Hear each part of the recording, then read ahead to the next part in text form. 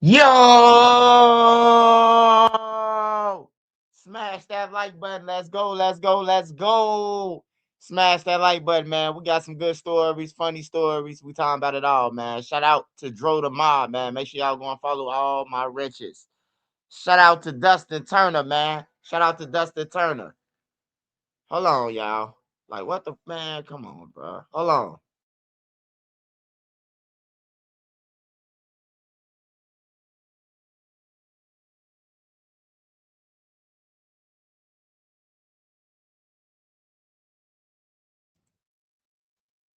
Shout out Dustin Turner, man. Shout out Henley Beach B Chain. Dade County, Miami, man. Shout out Dade County. Shout out Matthew Liggins. Shout out Matthew Liggins. Appreciate your support, Matthew at work. Shout out Applied Knowledge. Shout out to all y'all, man. King Melvin, man. Damn, 1 p.m. Gotta go, man. Gotta go. Shout out Messages. Salute to Trenches News, man. Brooklyn, New York. Shout out Brooklyn. Shout out Naomi Martinez. Appreciate your love support, Naomi. D Jack, yes, sir. Just scooped up some lunch at work. About to kick back and listen to it. Shout out to D Jack, man. Shout out to all the hard workers out there, man. For real. Mr. Invictus. Swipe Jordan. Shout out Azine F5N. Swipe Jordan, let's go. Draw the mob again. Shout out to Adia, man. Shout out to Adia. Appreciate all your love support, Adia. Messenger 75 and NYC. We got Dustin Turner. Shout out Dustin Turner, man. Just Cuz, what's up? Shout out Jamad Hannah. Appreciate you. Appreciate your support. Stream Elements. Appreciate you, man. Shout out to all y'all, man. That's on that same wave of working, man. They don't give workers they props, man, but workers the ones who turn over the economy in the world, man. Not the gang members. Sorry. Harvey Real 147. Shout out J. Marion Thomas. Appreciate your love support, brother. Timothy. Shout out to Timothy. Shout out to Dame. I'm trying to get everybody, man. Arizzle. We got to 3 minutes anyway. Shout out to Timothy Booker, Memphis, Tennessee in the building. Shout out to DJ Hendrix, man. Shout out to Lil from the 041. Respect to Uncle Swipe and Auntie Nene. Shout out to Nene. Shout out to Bring the Table Colorado. Shout out to whole Colorado, man. Hey, I'm starting to listen to Colorado music too, man. I'm gonna help y'all in Colorado get on. I'm gonna share y'all shit. Everybody can rap somewhere, man. Don't give up, Colorado. I'm coming to Colorado 1 year too and give me a crib in the mountains. Shout out that boy T. Dubs TV. Shout out Muskegon, Michigan. Shout out to Savage Black, Bone Yak, Street Code. Shout out to NC. Shout out to Beezy Baby. Shout out to Queen Lotus. Shout out to all my mods, man. Shout out to Made Media. Shout out to everybody, man. Who else I ain't say? Street Code. I said him. Shout out to Dark Vader, man. Appreciate your love support. Day one subscriber, Sebastian. Appreciate you. B Rural 101. What's up, B Rural? I'm for Cincinnati, promoting my music. I'm paying. I got you, Cincinnati. I got you, man. I even do reviews for y'all, man, online on my channel. I even do some reviews for y'all, man. React to your video, man. Just hit Nene up. Shout out Nardo from up north. What up, Nardo, man? Appreciate you, bro. All right, y'all. We're gonna get into it. We got Lil Durk. We got the AJ. AJ Marley. I don't know if y'all familiar with that, but I'm gonna remind y'all. We got the Lil Durk.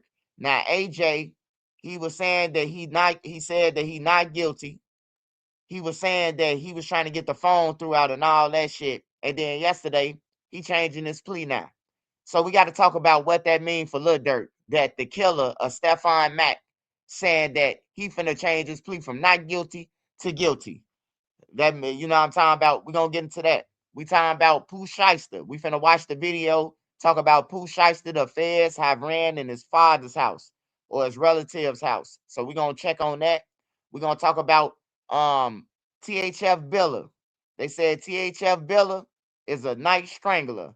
He jumping through people's windows, tearing down their house, and then steal their dogs, man. So basically what they trying to say is Billa is wanted. He's a dog burglar, you know. He trafficking dogs, man. He going across state to state, taking people dogs and shit, man. Breaking in their house, climbing through the windows. All right, y'all. So first story we're gonna get into is, hey Nene, Nene, I need you to send me that clip. You say Billa on this Faye. Hey, no, I ain't gonna even lie, man. I don't know Faye in real life, never seen him. But Faye be hitting some licks. He just happened to get caught. But how many licks have Faye got away with? You hear me? Faye be hitting some licks. Faye coming through the ceiling. He coming through the ceiling of banks and shit like that. Billa jumping through windows. That's two different things, man. Faye going when ain't nobody there, when the business closed. Billa going while it's there in the house. You hear me? They say people was in the house sleep when Billa went in that motherfucker. Hey, it's a big difference between stealing and robbing somebody. If a person was sleeping, you stole their change out their pocket. You ain't robbed them. You stole from them. But if they up the gun and say, "Give me that shit," right? And yeah, they robbed you. They definitely robbed you.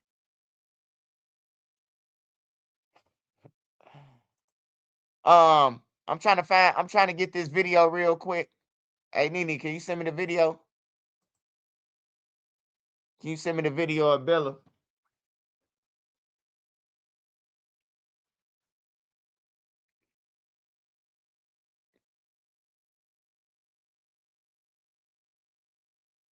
Hold on, y'all. I got to get the video first, man. I got to watch this. Hey, I need y'all to listen to this, man, because a person had sent it to me. Now I don't know if it was his girlfriend who sent it to me, or I don't know if they was some kin to Billa. I don't know if Billa sent me the video and told me, man, what you think of this? Give an honest opinion, man, whether you hate it or not. So when I heard the story, I'm like, hold on, man. It sounds like this a domestic situation, you know? It sounds like it's a domestic situation, and it sounds like Billa took his dog back that he brought her, and he had took the car that he paid for. That's what it sounds like, cause they saying that he broke in the window, he tore up the whole first floor while everybody still asleep, and then he had took the dog and climbed out the window. Then he hours later, came back hours later, and strong armed the person for their car keys and took their Infinity. That sound like a home invasion. That don't sound like no burglar. If somebody was in a house, that's a home invasion. They say it's a burglary though. But if you climb in somebody's house and they in a crib, that's a home invasion, bro. That ain't no motherfucking burglary. A burglary is when nobody home. But it could still be a home invasion if a dog in there, a fish, anything that's living. It could be considered as a home invasion. Nene. I'm waiting on Nene. I'm finna get it. I'm thinking Nene hit me.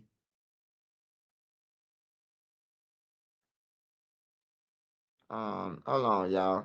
Give me 1 minute. Give me 1 second, y'all. I think I can go through Facebook.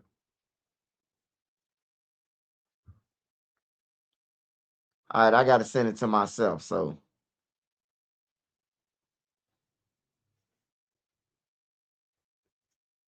all right, I had to send it to myself real quick, y'all. So we're gonna check this video out.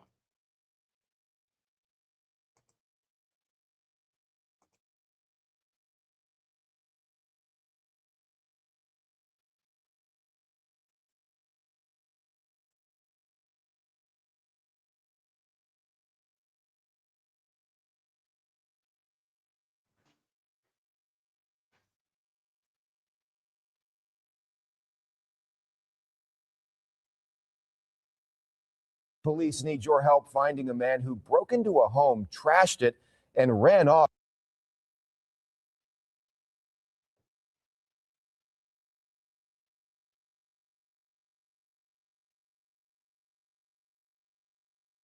All right, y'all. We finna watch this video, man. Why is my thing not playing? Hold on. Make sure. Police need your help finding a man who broke into a home, trashed it, and ran off with a $1,600 puppy. This happened on Milton Court in Avondale last March. Police say Jonathan Martin, pictured right there, broke in through a window while a family was sleeping, damaged the first floor of the home, and stole that family's puppy. He later came back and then stole a woman's keys and then drove off in her car. If you know where Martin is, you are asked to call. Police need your help finding a man who broke into a home, trashed it, and ran off with a $1,600 puppy. This happened on Milton Court in Avondale last March. Police say Jonathan Martin, pictured right there, broke in through a window while a family was sleeping, damaged the first floor of the home, and stole that family's puppy. He later came back and then stole a woman's keys and then drove off in her car. If you know where Martin is, you are asked to call. Police need your help.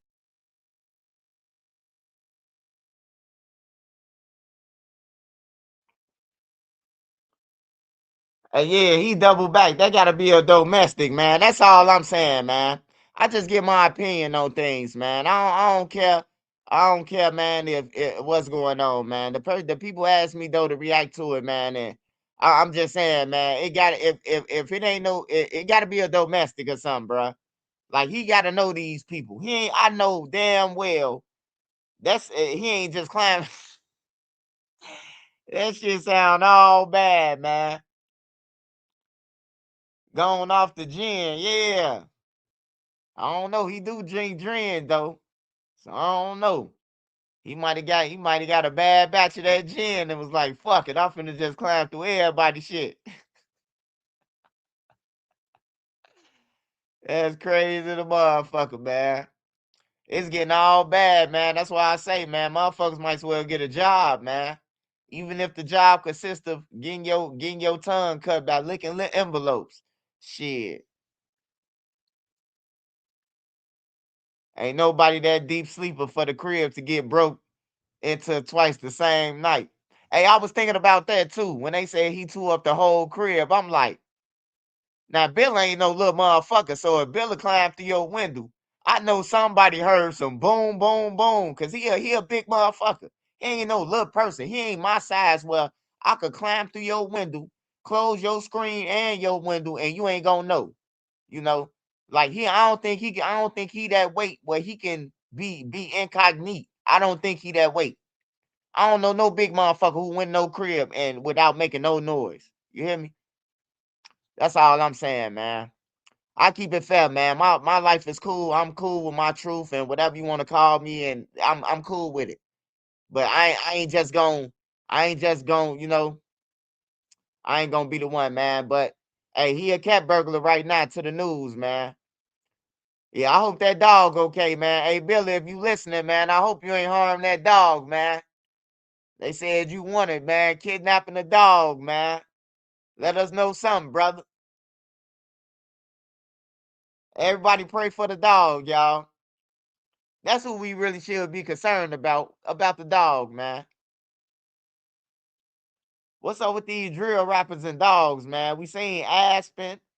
Now we got Billa kidnapping dogs. What's going on, man, with the dog era, man? What's up with the dogs, man? I'm do something to it. So like, nah, bruh.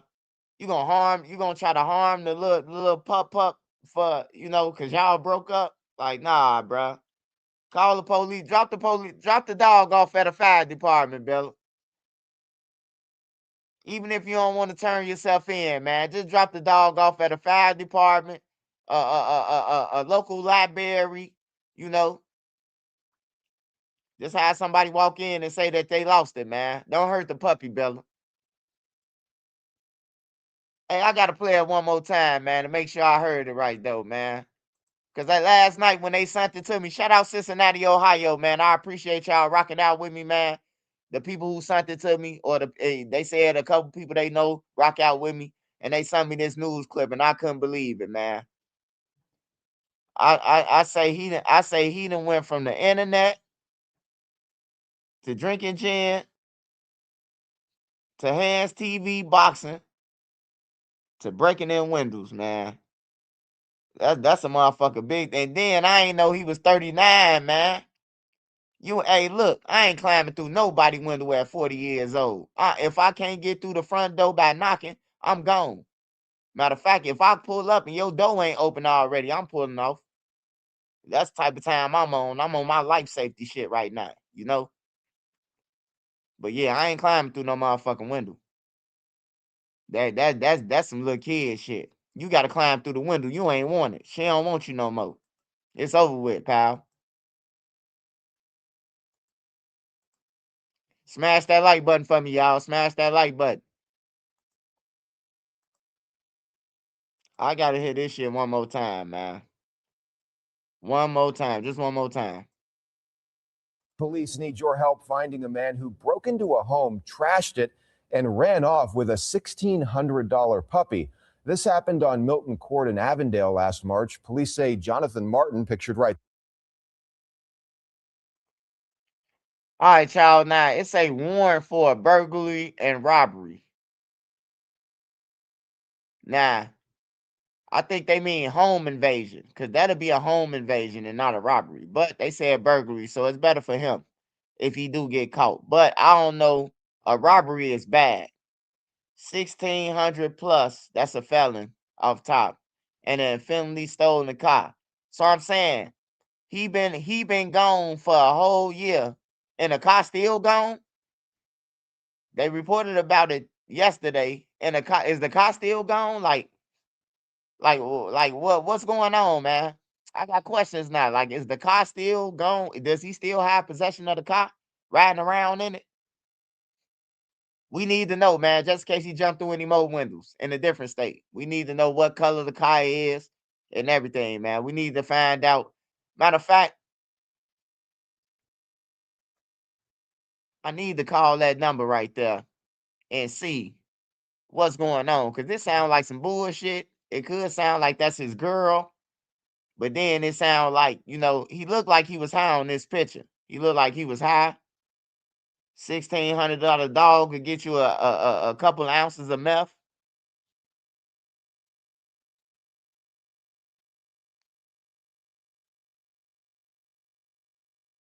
They probably paid $0, $300 for the dog. It cost 1,600. It be some bullshit going on out here, man. Hey, I just try to be cautious with stories now, man, because I became victim of my own First Amendment, man. You hear me? But it's gonna be all right though. It's gonna be all right.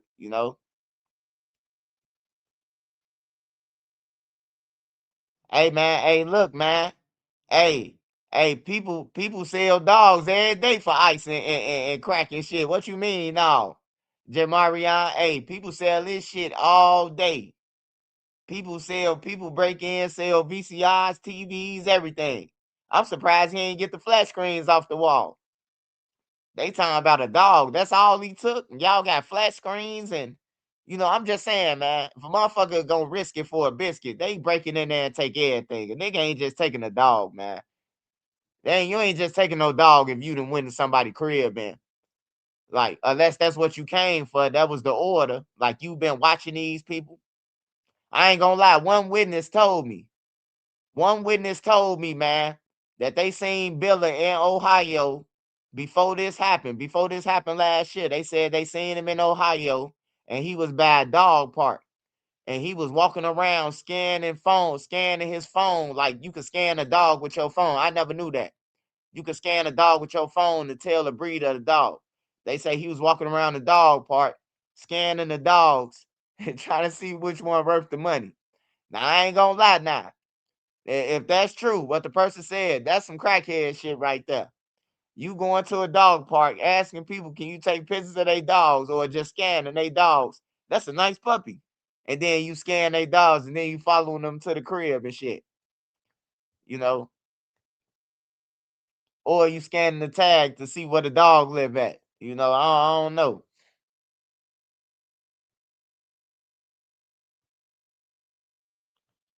That's a lie, Swipe. My best friend of 13 years backdoored me and broke into my house and stole my $4,000 pocket bully. Oh man, I know it's a lie. I know it's a lie, bro. Hey, look, bro. I'm telling you. Hey, look. I'm gonna get this. I'm gonna get this something to you, right? So one of the moles, he wasn't my homie, but I knew him. You know what I'm talking about, since I was like 13 years old from Motown. So I knew him and shit, but I ain't seen him in a couple of years. Like, I ran into him back in Motown. We smoked with each other. He showed me this big ass 357, right? So Duck called me. Duck had called me like, "Hey, Swipe, you got a pipe, man? I'm going to prom. I'm finna go to CVS prom, man. And I just want to be protected, bro. I'm gonna leave it in the car, but I would just want to be protected because I'm going to Herb and them school, the school over there. That's where all they ops at. What Duck was going to prom at. So I was like, man, I ain't even got no pipe. And then I remember this nigga showed it to me. So I'm like, man, I think the ops rolled past y'all shit. So he brought the gun out. So then I'll smoke with him some more. And we walked around and been a couple corners. And then when we got back like a blind side of a block, I was like, damn, that's 12. He threw the gun and ran through the gangway. I picked that motherfucker up and walked off. And you know what I'm talking about? So basically what I'm trying to tell you is this shit happened, man. Niggas could be on the block with you just seeing where you throwing your gun at, man, so they could pick it up and walk off, man. I ain't never seen that man no more after that day. Well, I did see him. He came up, he was like, damn, man, you think they got my pipe? I'm like, yeah, they got out the car, bro, when you ran. I was walking down towards the stove. He like, damn, bro. I just paid $75 for that motherfucker. I'm like, shit, at least you only lost 75, man. And I ain't never seen him since that day. But I did that shit because Duck said he needed a pipe for prom. But that wasn't my homie though. He wasn't my homie at all. So I don't consider that as that. But I did it. I did it before. You know, I did it. My homie, my boy brother, he told me he needed something, and I did it. And this is public record. You could ask Boss Creed, you could ask any one of the motherfuckers who what he went to prom with. And they gonna tell you. Just in case somebody try to counter and act like they know something. You hear me? This shit public record. It's people still alive who know what I did. He went to prom with my homie sister.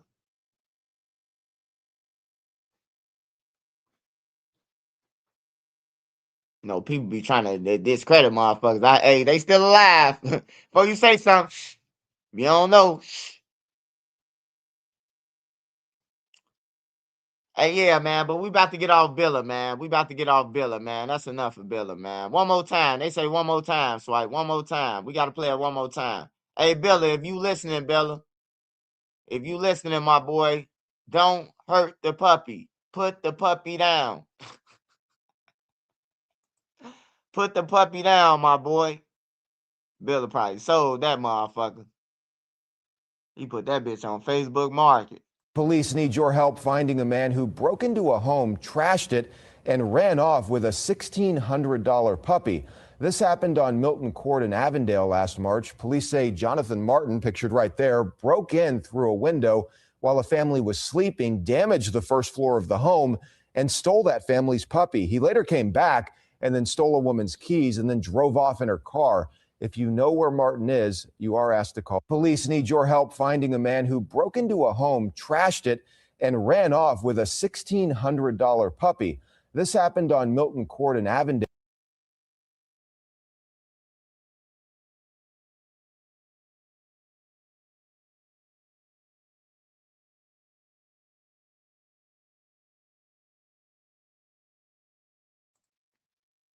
That's wild right there.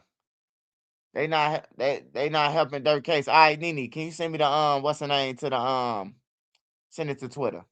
We finna get on Dirk. We finna get on Dirk real quick. Hold on, let me go to Pooh Shiesty real quick. Let's see what happened to Pooh Shiesty. Cause they said the feds ran this crib. Cause we gonna be talking about Lil Durk for a little bit. So I'd rather just go ahead and get Pooh Shiesty out the way. Pooh Shiesty, his father house was raided.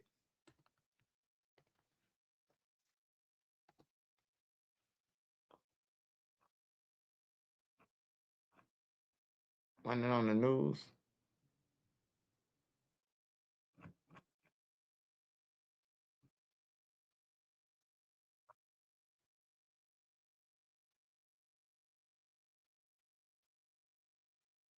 Let's just do all urban right now.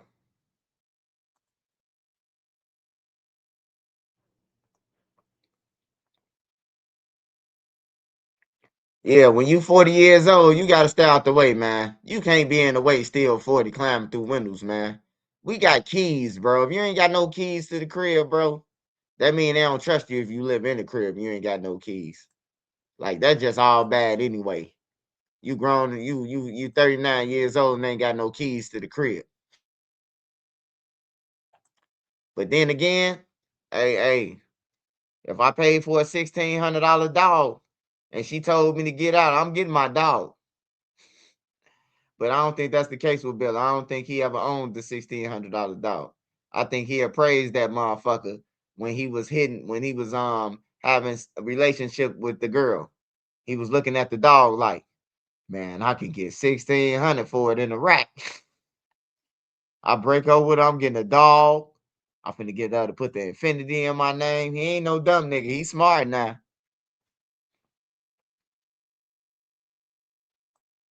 It's Pooh Shiesty, y'all. We finna listen to this and then we're gonna get into Lil Durk. Breaking news, Fox 13 live in Cordova, where federal agents have been searching a house. Property records show it belongs to the family of Memphis rapper Pooh Shiesty. Fox 13's Jeremy Pierre is joining us live out there. We understand that people were awakened by flashbangs earlier this morning. And they heard the FBI and TBI screaming, basically going into the house saying that this is the FBI. And you can see right behind me, those FBI agents still on the scene, not only FBI, but TBI as well. Now, check this out. We've been out here for a little while now, and we have seen these agents tagging the vehicles. It's about 4 vehicles, one inside of the garage and 3 others in the driveway here. They at one point they had all of the trunks of these vehicles open, and you can see, I believe that's a silver BMW they have there with the trunk still open, and they're still tagging and taking pictures. We have seen a few of those agents go in and out of the home so far this morning. We have not seen anyone taken out of the home. Of course, that's something we're working to gather information on as to if anyone has been taken into custody. But again, we do know that the Shelby County Assessor's Office, according to their website, they list this home being owned by Lontrell Williams. Now, get this, Lontrell Williams is also Pooh Shiesty's name. So his father's name is Lontrell Williams Sr., and his name, Pooh Shiesty's name, Lontrell Williams Jr. We do know that the rapper Pooh Shiesty, Lontrell Williams Jr., is in a halfway house at this point in time after his release from federal prison. Now, again, we've been monitoring this situation for quite some time, seeing those FBI and TBI agents going in and out of the home. Again, the most action we've seen so far this morning. Hey, I'm gonna say this before we continue. All this shit is Pooh Shiesty fault, man. He be on the internet, reckless than a motherfucker, man. Only person who got more bodies than me is Boosie. He be saying I seen Pooh Shiesty say some off the wall shit, bro. Just out of nowhere, bro. Ain't nobody asked him how many people you killed or none of that. Like, if you a rapper, bro, and you got some money, bro, that's the last thing you should be discussing is how many people you killed, because all that do is tell the feds we got to get him because he got money and he able to put shit on people. You hear me? That's why Durk in jail. If Durk would have never rapped about none of that shit, Durk probably have a fight of his life with the feds, bro, because he got the money to do it. But by Durk documenting the whole case, the every murder, but we got back on his ass. I bet he know this. You can believe whatever you want. I got your folks hit. You hear me? Like, come on, man. Like, that's just stupid, bro. That's stupid than a motherfucker. But let's finish this shit. Boosie said it was about females when he said bodies. Man, Boosie a straight sucker, man. That's all Boosie is, man. He gonna get his, though. God don't, you use that 15-year-old to kill people, God gonna get Boosie, man. One day he ain't gonna have a bag of sugar, you know, when he need that sugar. Some gonna give, man. Is that they have been looking into these vehicles the 4 vehicles, 1 in the garage and the 3 in the driveway there. You can see one of those agents actually looking. I believe that's a Wrangler, a gray Wrangler, just down the way from here. Now, of course, we are working our sources to gather more information as to what all is playing into this investigation, this raid that's taking place at this Cordova home. Of course, stay with us all throughout Good Morning Memphis. We're going to continue to stay on top of this story for you. All right, big news there. Jeremy Pierre live at the scene. We'll check back in with you in about a half hour, JP. Meanwhile, Yo, it's Big Ant, the spokesman, man. We back. Another edition.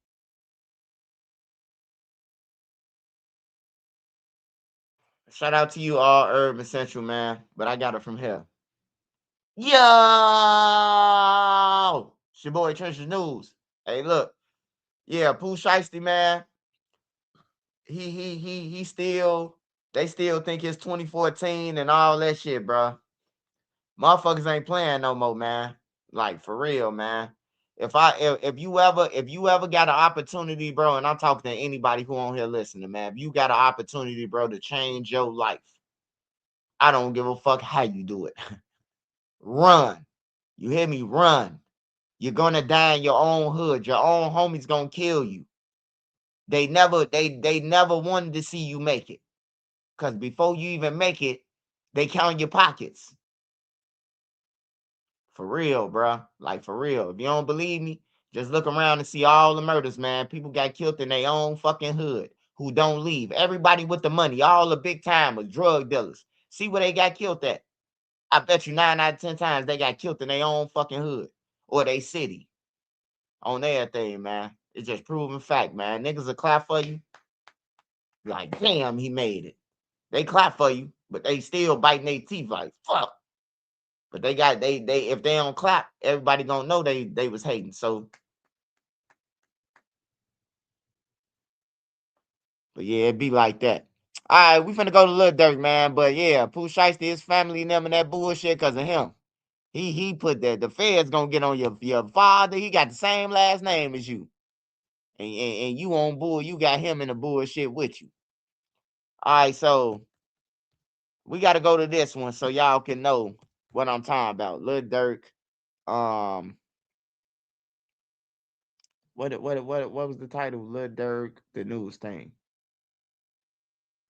Hold on.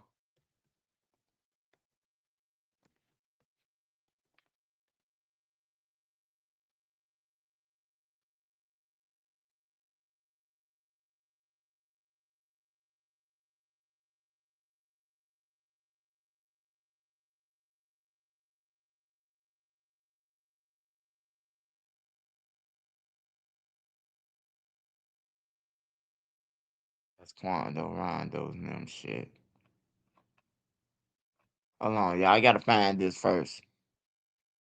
Oh, that ain't it. That ain't it.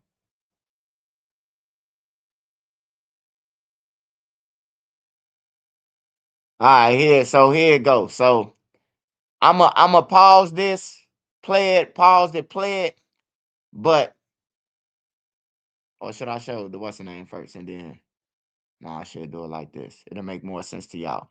Hey, look, just follow along. Some of y'all know what this is, some of y'all don't. Lil Durk was linked to a murder for hire because of Craig and Dodo. And they was sitting outside mapping out when this guy Stefan Mack was gonna come out his house. I mean come out the youth peace center. And soon when he came out, they had inside information that he was in there and when he was leaving out. So when he came out, you could see this guy right here, which is AJ, and then the fat one is Marley. AJ chased Stefan Mack down and Marley shoot the security guard. In the process, they locked their cell phones in the car. Well, AJ did. Marley didn't. AJ left his cell phone in the car. He left his fingerprint in the car on the cup of lean or whatever. He left all type of DNA. But most importantly, he left his cell phone at the scene. So the police was able to get his phone. And when they opened the motherfucking phone up, you know, that when they was able to get the warrant and open it up, they seen text messages that was saying is OTF paying. When Lil Durk coming up here, you know. So that's how they piece together a murder for hire. Plus grabbing people from the youth center and making them fold instantly. Somebody from here had to make a phone call. And you know, they got two brothers that was part of it. They got them, but they unindicted, you know. So I'm gonna play this and then we're gonna go over what AJ's saying now.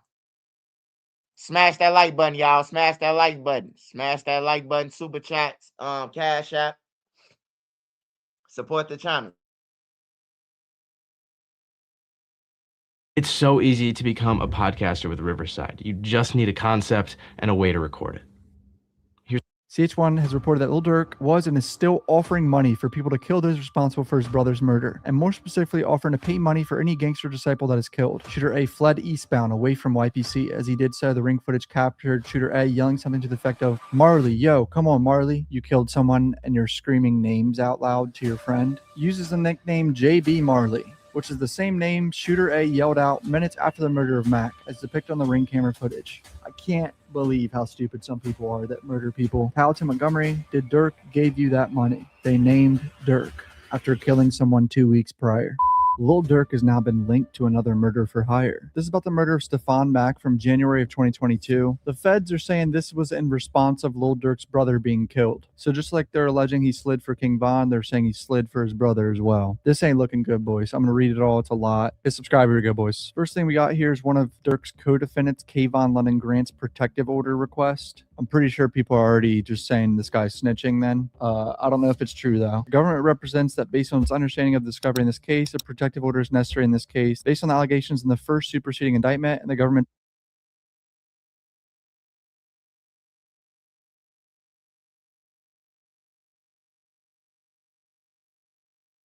forced to satisfy the bond.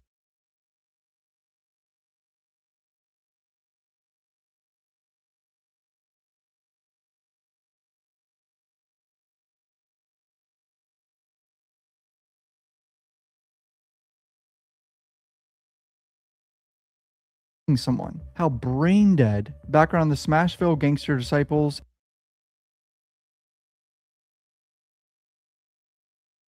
How using subject realistic. This is a Fed case. Forced to satisfy a bond amount that court determines realistic. This is a Fed case. It's not happening. So here's the application for search warrant from 2023, right? For the other murder. I'm a special agent with FBI. I'm currently assigned to FBI's Chicago Homicide Task Force. This affidavit is made in support of an application for a search warrant for information associated with certain cell phone numbers. And they have the numbers right here. Subject phone 3, subject phone 4, 5. The FBI is investigating allegations that Anthony Montgomery, also known as Anthony Montgomery Wilson, and Preston Powell used facilities of interstate commerce with the intent that a murder for hire be committed in violation of Title 18, United States Code Sections 1958 and 2, that Montgomery, Powell, and others conspired to use facilities of interstate commerce with the intent that a murder for hire be committed. Specifically, the FBI is investigating the allegations that Montgomery and Powell murdered Stefan Mack on January 27, 2022. Mack was shot and killed by two assailants while leaving the Youth Peace Center of Roseland. Two assailants exited from a parked stolen car and began firing at Mack as Mack walked across the parking lot. As the two assailants were driving the parking lot, Powell, using subject phone 3, exchanged several phone calls with the user on subject phone 4. Law enforcement believes that subject phone 4 is typically used by co-conspirator A, but for reasons set forth below, may have been used by co-conspirator B. Co-conspirator B and A are brothers at the time of the exchange of calls between subject phone 3 and 4. The two assailants abandoned the stolen car at the scene in the parking lot after having murdered Mack. I believe that Powell and Montgomery were the two assailants. After the murder, Montgomery left his cell phone. Subject phone 1 was Montgomery's phone. Inside the stolen vehicle, he left his phone. No way, that's got to be a burner phone, right? There's no way he left his personal cell phone in the stolen car, right? Please tell me this man did not leave his personal phone in the car. Powell called Montgomery 3 times on subject phone 1 from subject phone 3 minutes after the shooting because they split up on foot in different directions. Powell was unlikely aware that Montgomery left his phone inside the vehicle. 34 minutes after Mack was murdered, Montgomery's girlfriend, the listed subscriber for subject phone 1, wait, hold on. So this guy's cooked. He really did leave a personal cell phone in the car that was linked to his girlfriend. This guy's cooked. What was he thinking? Called AT&T to report subject 1 as a stolen phone. Oh my God, this guy ran to his girlfriend's house, realized he left the phone there in the car, and told her to report it stolen, right? That's what this means. Approximately 3 minutes before contacting AT&T to report the phone stolen, Montgomery's girlfriend was contacted by subject phone 5. Okay, so someone called her before she reported it. 5 days after he abandoned subject phone 1 in the car, he obtained a new cell phone, subject phone 2. Montgomery used subject phone 2 to communicate with Powell, using what I believe is coded language to discuss when Montgomery was going to receive the payment for having murdered Mac. Oh no. Please tell me they don't name Durk in this. In February 22, law enforcement seized subject phone 2 from Montgomery and sent it to his arrest in an unrelated case. There's probable cause to believe that the location of subject phone 1 and subject phone 3 and subject phone 4 at the time of the murder will lead to evidence of the subject offenses, and the location of subject 5 in the period of time after the murder will lead to evidence of subject offenses. Because this affidavit is being submitted for the limited purpose of search warrant, I've not included each and every fact known to me concerning this investigation. I've set forth facts I believe are sufficient to establish probable cause to search the information. Bro's like, I'm withholding evidence. I ain't giving y'all everything I got on y'all. These boys might be cooked. Bro left his fucking phone in the car after killing someone. How brain dead. Background on the Smashville Gangster Disciples and the Mike City Black Disciples. They spoke with Chicago Police Department to help with all this. Gangster Disciples are commonly referred to as GDs. So majority of people watching this already know the backstory about a lot of this, and Black Disciples are commonly referred to as BDs. According to Smashville Member 1, the Smashville GD control territory in the vicinity of 83rd and 87th Street and Ashland Avenue to Damon Avenue. Smashville GDs have been in a deadly conflict with neighboring Killa Ward GDs and other neighboring gangs that operate and commit violence in the city of Chicago, including neighboring sets of the Black Disciples. Ballistics report revealed that a firearm recovered from a known Smashville member matched shell casings recovered from Mike City Black Disciple territory in Chicago on or about December 24th, 2016. These motherfuckers don't chill on Christmas Eve. CH1 Mike City is a faction of Black Disciples that controls territory and operates in the area of South 85th Street and South 87th Street. Background on the victim, Stefan Mack. According to Smashville Member 2, at the time of his death, Mack was suspected leader of Smashville GDs. Wow, bro was a leader? That's crazy. So Stefan Mack had a previous case. He was sentenced to 24 months imprisonment, followed by a 3-year term of supervised release in December 2019. In October 2020, he violated his supervised release. He was arrested, sentenced to 11 months, released back on September 3rd, 2021. Mack was enrolled as YPC participant at the time of his death on January 27th. YPC is a nonprofit organization offering youth-related workshops that mentor teens and teach youth the skills necessary to avoid conflict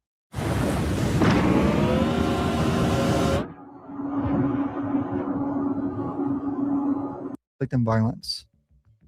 They murdered this guy outside of that place, bro. That is so fucked. That's really sad, actually. Someone had to have given them information he was going to this place. Montgomery is a Mike City Black Disciple from Southside Chicago. Montgomery, circled in red on the left, has been pictured with recording artist Lil Durk, circled in red on the right, who is also a Black Disciple from Southside of Chicago. So there's Montgomery and there's Durk. According to CH1, the leader of Mike City. So this CH1 is clearly a snitch, right? CH1 is an FBI confidential human source with an extensive knowledge of gang activity on the south side of Chicago. CH1 has worked with the FBI for over 5 years and has been paid approximately $12,000. What? CH1 has provided accurate and reliable information on numerous violent acts conducted by gang members. It's been verified by law enforcement and has been used to prosecute individuals in Northern District of Illinois. CH1 is a former gang member, has one misdemeanor carry possessed firearm conviction. So CH1 is the snitches of all snitches. Holy fuck. According to CH1, the leader of Mike City has ties to rapper Lil Durk and has been in rap videos with Lil Durk. Why they blurring him in the music video? Like people can't just go look it up in the music video and find his face. Powell has spent time living at South Carpenter Street, which is located in Mike City BD territory. Powell was a victim of simple battery that occurred April 27, 2010. Holy fuck. Powell was a victim of simple battery that occurred on September 7, 2011. According to CH1, Risky Road is located in the area of Redacted East, 104th Street, and is made up of 4 corner hustlers and other groups. According to CH1, Risky Road has ties to other sets due to ranking members of each having historical relationships. Background on Lil Durk, oh boy. Famous rapper from Southside Chicago. According to CH1, conversation with CPD gang officers who are familiar with Black Disciples, social media postings, public source research, and a review of Lil Durk's lyrics. Lil Durk is a member of Lamron, faction of Black Disciples. According to CPD records, Lil Durk's brother, Dante Banks Jr., aka D-Thang, was shot and killed outside a nightclub in Harvey, Illinois in June 2021. So they're saying this was in retaliation. CH1 has reported that Lil Durk was and is still offering money for people to kill those responsible for his brother's murder, and more specifically offering to pay money for any gangster disciple that is killed. Holy shit. CH1 just telling the feds everything, boys. CH1 has also indicated that D-Thang was killed by members of Dump Street. Dump Street is a GD faction of the south side of Chicago. Dump Street member Individual A was a close associate of Mac. Oh. Individual A is currently in pretrial custody for allegedly having committed a double murder that took place in Country Club Hills, Illinois. so this guy's already in jail for another murder. Mac arrived at YPC at approximately 12:07 p.m. on January 27, 2022. At approximately 2:22 p.m., while Mac was still inside YPC, a 2014 black Chrysler sedan with tinted windows carrying the shooters drove into YPC's parking lot. The Chrysler was initially parked on the east side of the parking lot facing YPC. At 2:25, Chrysler moved to the west side of the lot facing eastward. The shooters remained in the Chrysler for approximately 40 minutes.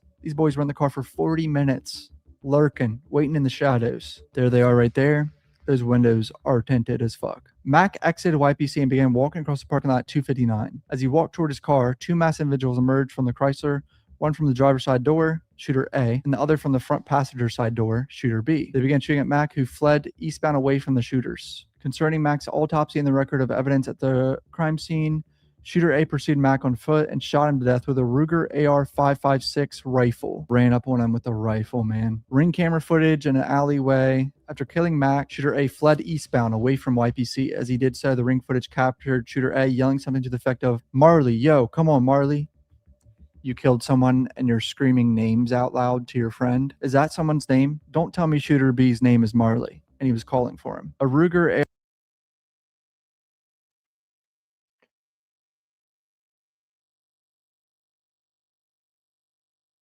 If I got $1,600 dog and they, hey, no, man, it's crazy, man, cause as bad as you want to get a motherfucker for doing something to your relatives or doing something to you, man, you really got to think about it, bro. You send somebody and they do kill them, they can get off. They can get off by cooperating on your ass who sent them. You hear me? Just like the old dude. Somebody sent them to kill that 67-year-old contractor who had the new United Center contracts. Somebody sent them. Whoever they say sent them, they going to jail, bro. On some real shit. So it's like, is it worth it? He hollering out names and shit. I knew Lil Durk was going down though. Definitely after this shit. When this shit came, when we learned of this.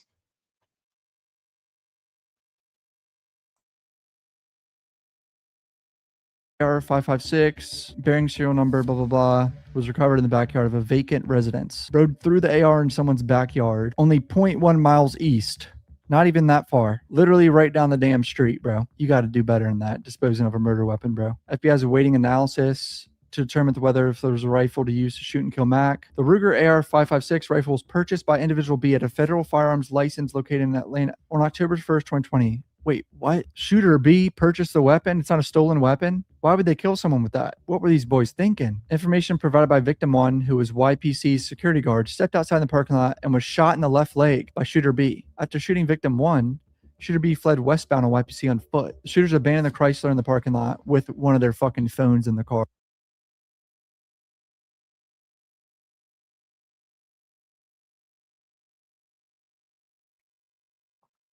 Hey, I see why AJ taking a plea deal, bro. It's like y'all caught, bro. I see why he finna flip. And I see why he finna flip now. Marley, he caught. AJ caught.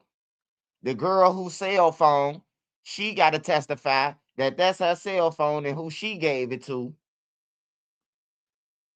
She gonna have to tell them because she was in the car with AJ riding in this same car. So she gonna have to tell.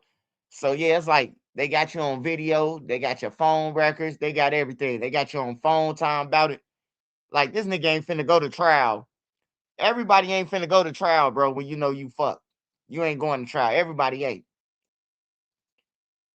And whether Lil Durk know them personally or not, he let him come to $1 million worth of game, man. So a picture's worth 1,000 words to the jury. If he came to the $1 million worth of game and he know that you was coming on the 17th and Pacific day that you was coming, you fucked, man.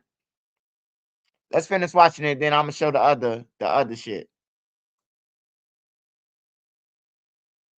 After shooting victim 1, shooter B fled westbound on YPC on foot. The shooters abandoned the Chrysler in the parking lot with one of their fucking phones in the car. Like idiots, dude. There's shooter B running. I believe Montgomery is shooter A. Chrysler was reported stolen on January 20th, 7 days before. They found his fucking phone in the front seat of the car. Oh my God, just sitting right there. Right in the center console. And look how dirty this fucking car is.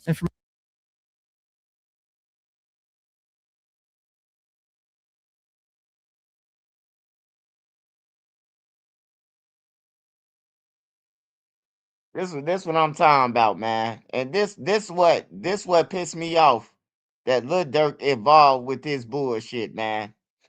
Nigga got his whole phone. They got cameras all around the youth center. So they know that what car y'all pulled up in and left, right?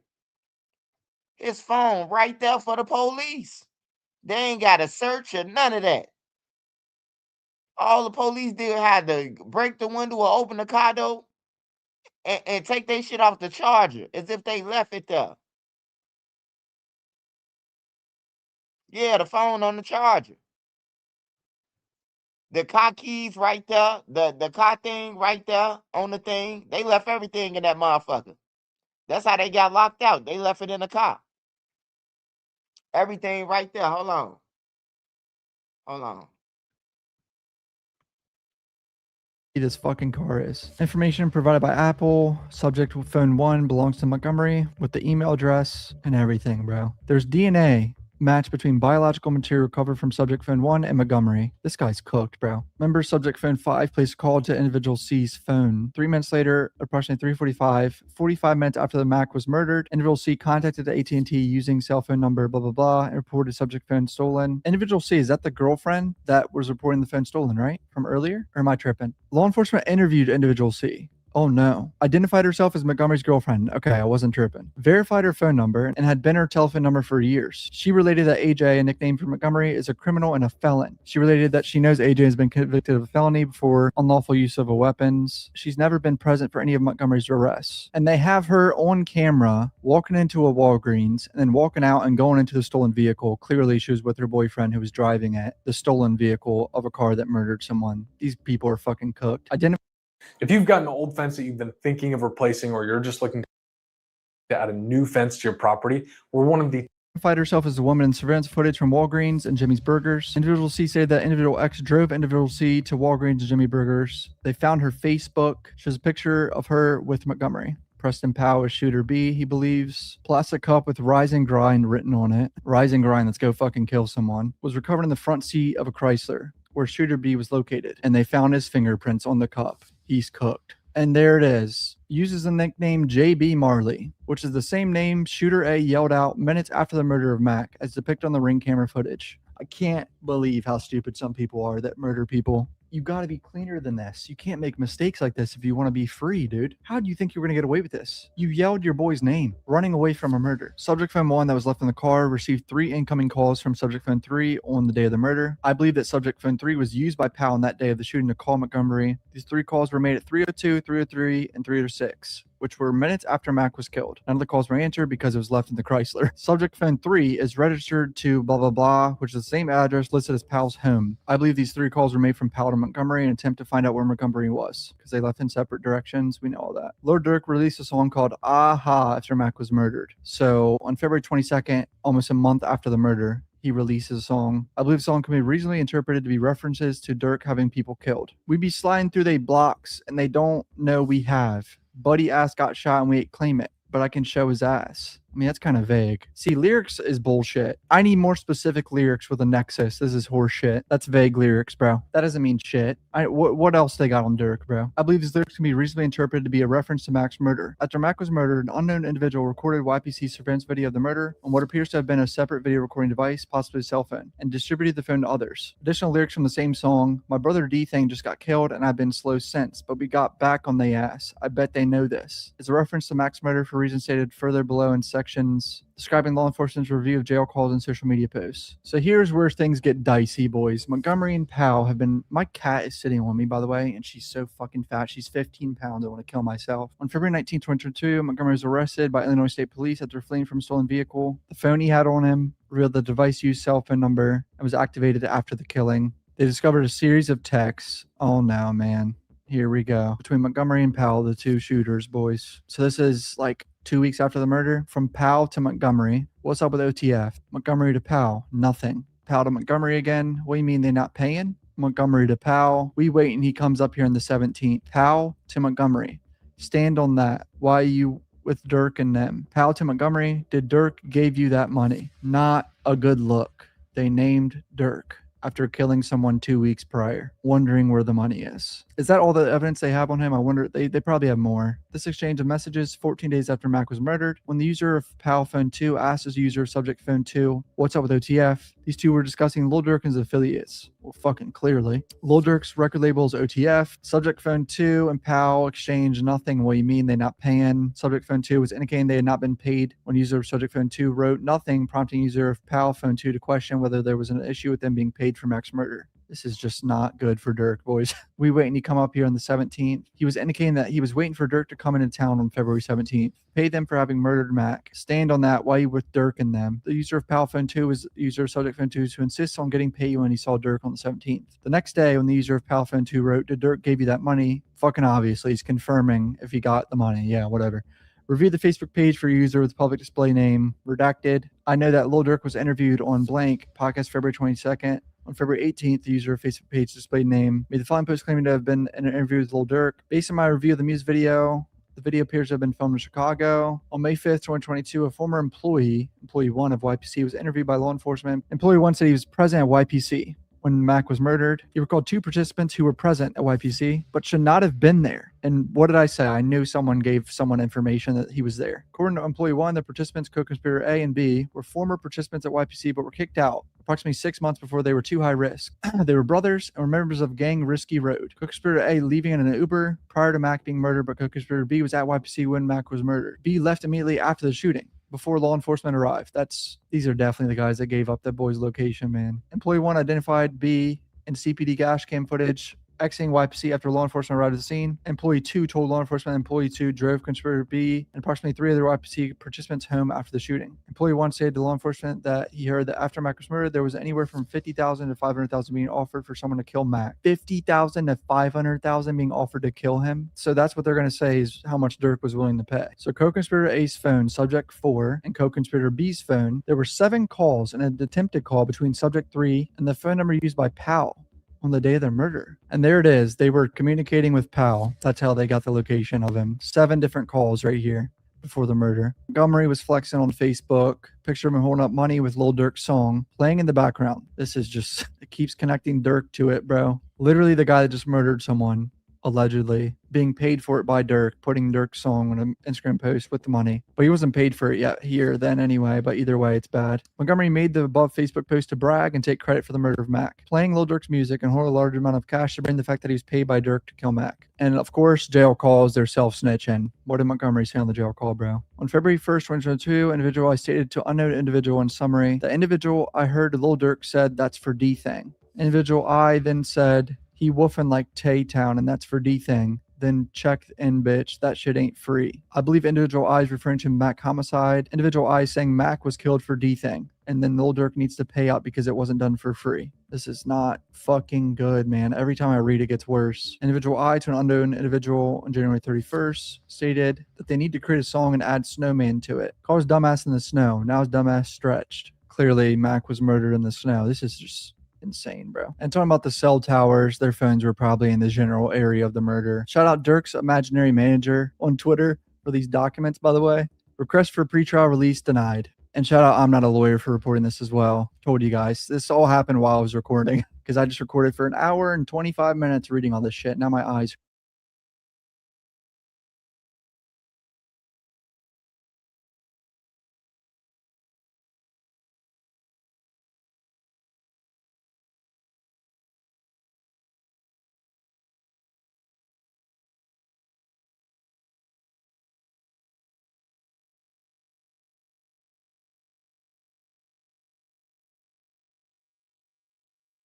All right, so that's what happened. That's what ended up happening right there. Now, then it's another part to it. It's another part to it. It's another part to this. I gotta go to that because it's the part where AJ had told AJ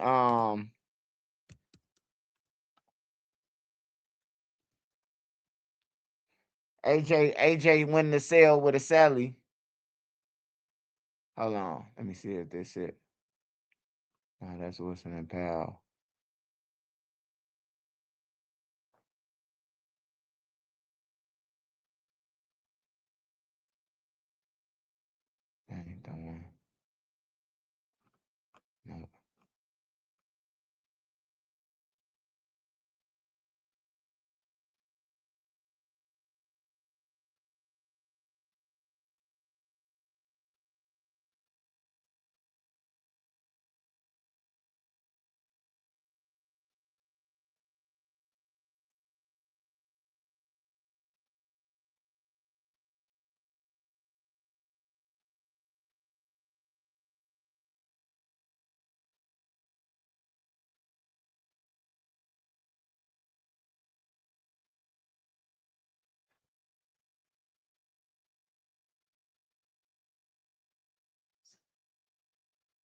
All right. All right, so hold on. I gotta go to Twitter. I gotta go over to X to get this paperwork.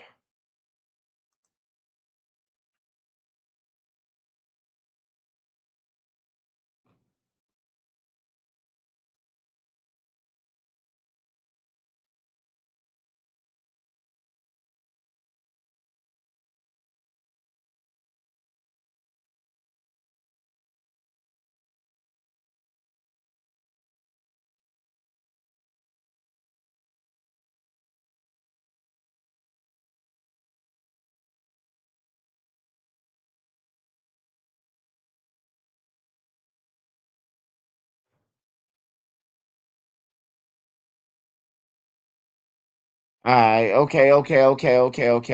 I got it. I found it, y'all. Smash that like button, y'all. Smash that like button.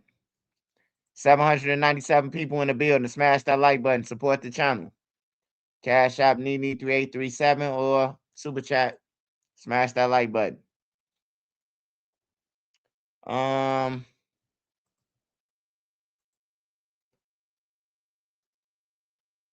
right, so this the second part that we about to go to. So y'all heard about how it happened. All right, so after the $1 million worth of game, AJ ended up going to jail. He went to not Mount Sterling. He went to damn, what the fuck is that joint? Hey, what's the joint by Peoria, y'all? Who been in the joint by Pekin? Illinois River. He went to Illinois River Correctional Center, and the feds had put an informant in a cell with him. A jailhouse informant was recruited by law enforcement prepped to elicit a statement by Montgomery Wilson and briefed on how he and when to be recorded. On February 25th, 2023, the jailhouse informant did so. A portion of the longer recording purportedly involves a discussion regarding the charged murder, which occurred over a year before. All right.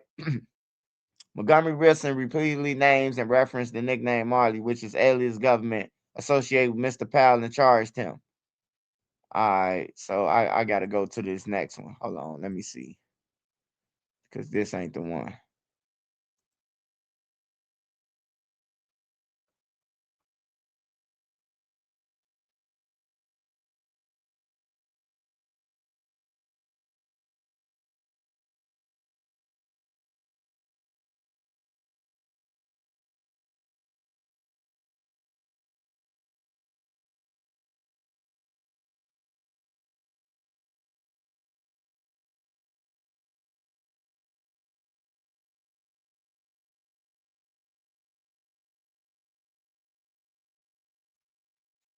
All right, so it says that those references include a detailed description of the planning of the charged homicide, the execution of the homicide, and Marley's supposed role in it, and payments sought and made relating to the homicide. So he told the informant everything, how it happened, when it happened, who paid him, and everything. And then they dropped some more paperwork where AJ had told them that he got beat out, that he only got $20,000 from that shit, and they still owe him. The whole time he beat out Marley. He beat Marley out. He didn't answer for Marley no more once he got over Lil Durk. He ain't say nothing to Marley no more. He beat him out for the money. So now we're gonna fast forward this to now. We're gonna fast forward this to yesterday.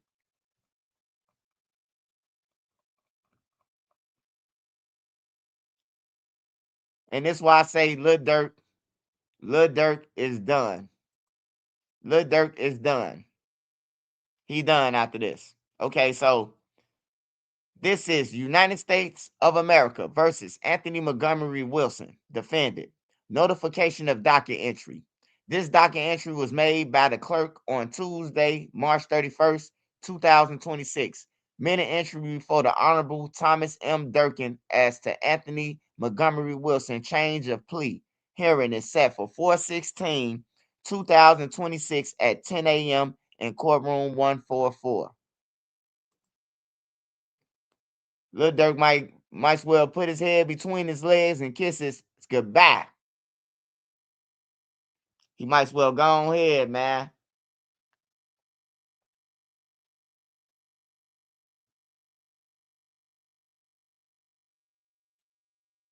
Yeah, it's very true. This real. This real paperwork on pacer.gov, man. There ain't nothing fake about on this channel. Ain't shit fake about it. I always tell y'all every video.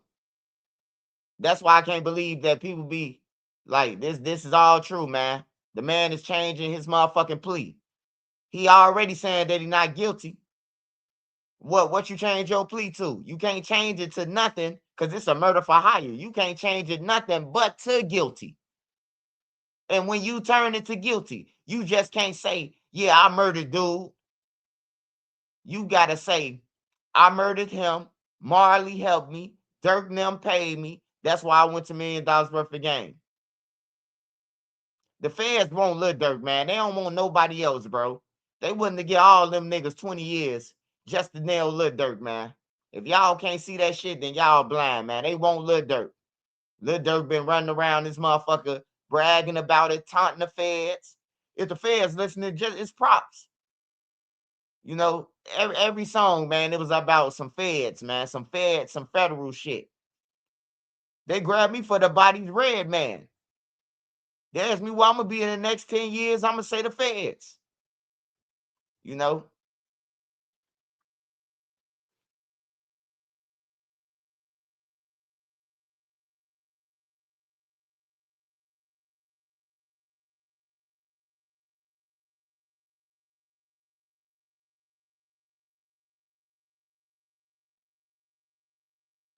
FE, shout out to FE, man.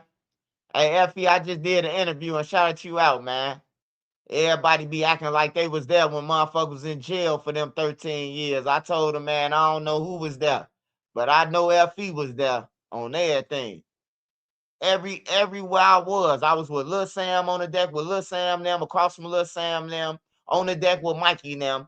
Man, you the only person they was talking to, who they could get through to all the time. Not just no one day you answer and then you don't answer. Man, every time they call, I even got on the phone. And FE called my mama for me. Hey, FE called my mama and tell her send me that money. On my mama, bro. Am I lying? FE? On my mama, I'm telling FE, call my mama. FE, call my mama, my sister. Tell her I need some money by Tuesday. FE standing on business, man. She did it for Mikey now, man. She did it for Lil Sam now, bro. I ain't see no niggas when we was in jail, bro, or hear from none. But I heard from FE. If I ain't talked to nobody from over there, I talked to FE. I know Lil Mikey talked to her. Niggas wasn't fucking with us, man. Then niggas get out and jeopardize their freedom for the same niggas who wasn't even there for you, man. Like, that's crazy, man. Rest in peace to Lil Mikey, though.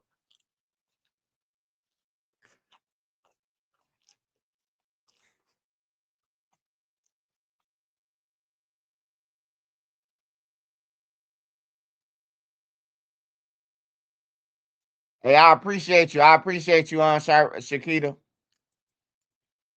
Hey, yeah, but look like AJ changing his plea, man. So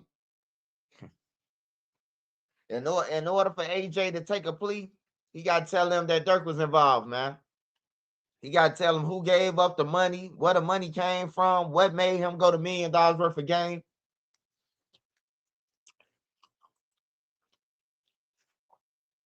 I'm mad at Lil Durk, man, because it's like you gave up all the shit that you worked hard for some bomb shit, man.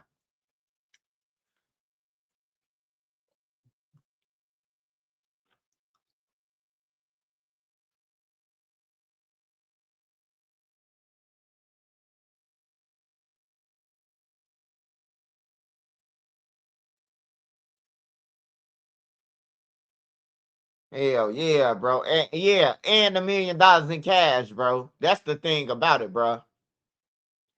That's the thing about it, brother. Man got all that cash on the table. Man, you don't bring no millions of dollars around no fucking trap with no hood, even if it's legal. Even if you got Mayweather money, I wouldn't bring it around no killers. That's a Rico. That's a Rico all fucking day.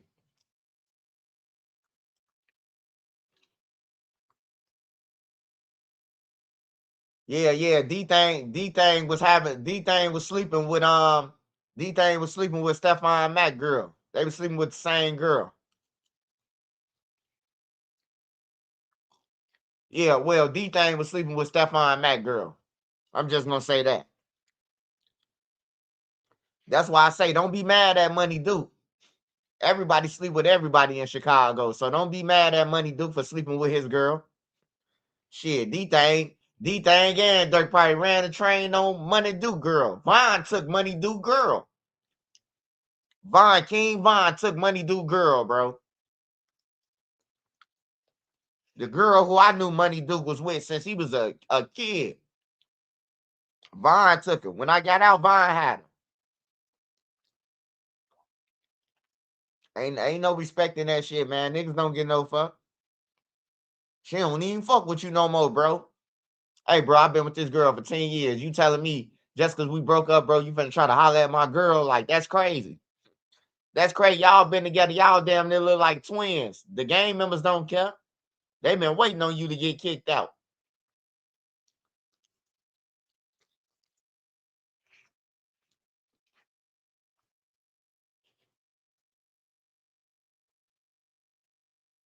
Nigga probably text your girl from a fake number and tell her he was with Sheik and them last night. He was with Toya and Tay and them last night. Ask him where he was. Just ask him. Just say somebody said they seen you at the club.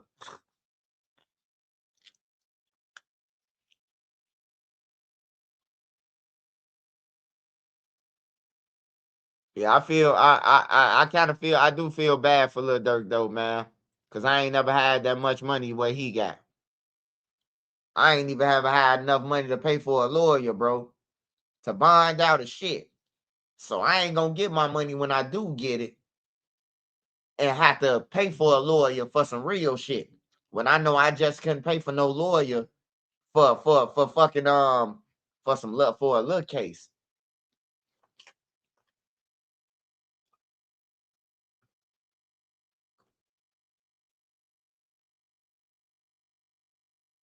All right, let's see what's going on around Chicago. Oh man, I want to say something about this Uncle Hank shit, man. Uncle Hank and Skin Bone and all that shit, bro. That's fucked up. The motherfucking comedians threaten each other. Like, that's crazy, man. Man, I just want to say Uncle Hank, Skin Bone, who else? Corporate. Like, bro, y'all got a lot of real kids who look up to y'all, bro. It's real civilians. It's real civilians who look up to y'all, bro. Like, I seen them go to a parade and all them, like, everybody look up to y'all, bro. Y'all ain't supposed to be beefing, bro. Go ahead and keep playing the Dope Fiend and the other skits y'all playing, bro. Like, shit, everybody want to be tough, man.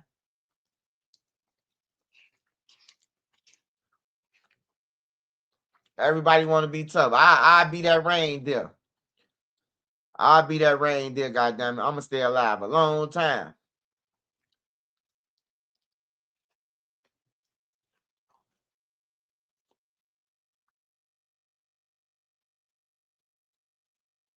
Yeah, motherfuckers in Chicago, man. It's smash that like button, y'all.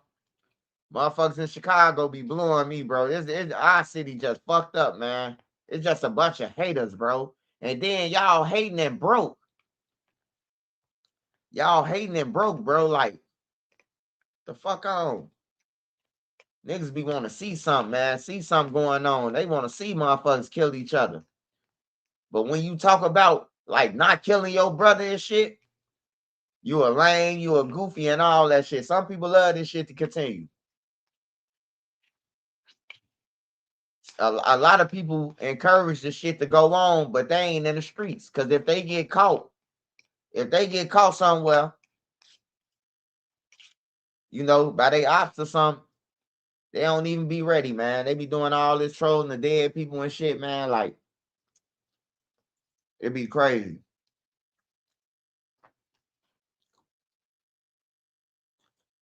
Yeah, Uncle Hank them beefing, man. I seen Uncle Hank them beefing. Skinbone acting too messy too, Skinbone. You starting to act like a transformer, bro. I just want to say that on everybody's behalf. Skinbone, you have been acting like a transformer lately, bro. I ain't gonna lie. You done got into it with Shaky. You done got into it. It's like once you reach a certain level, you got to go to another level, bro. And you willing to disrespect your friends and everything, bro.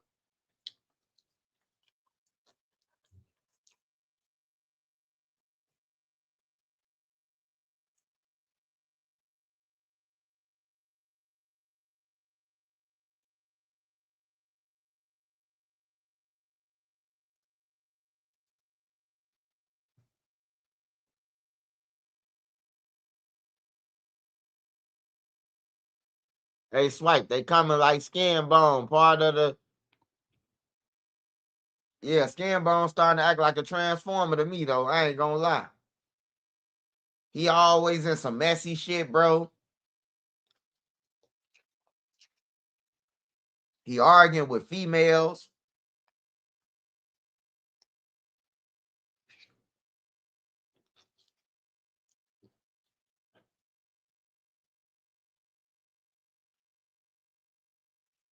I just don't want to see our city, man, arguing with each other, bro.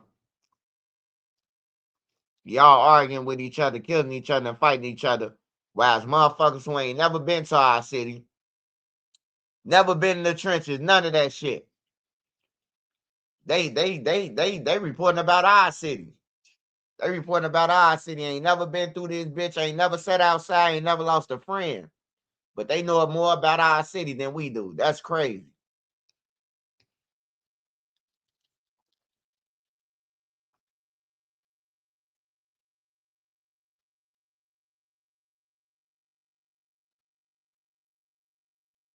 He said, I like Shaky. He underrated.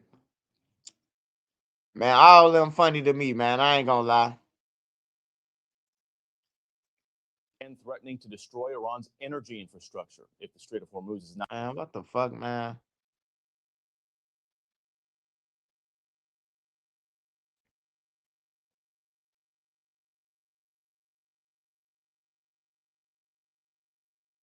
And threatening to destroy. Good evening. Good evening.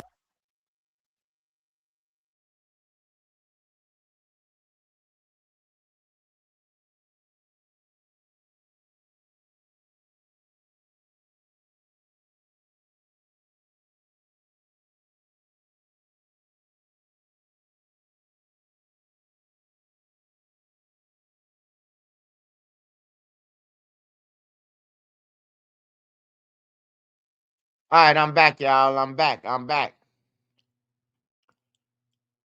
Trap Lord made a bag off y'all culture. Yeah. Not just Trap Lord, though. Any motherfucker who ain't from where we from. Any motherfucker. Your ass ain't never been where we from, never been shot at with us or none of that. They feel like they had a right to talk about our city. I ain't heard shit about them dancing squirrels yet.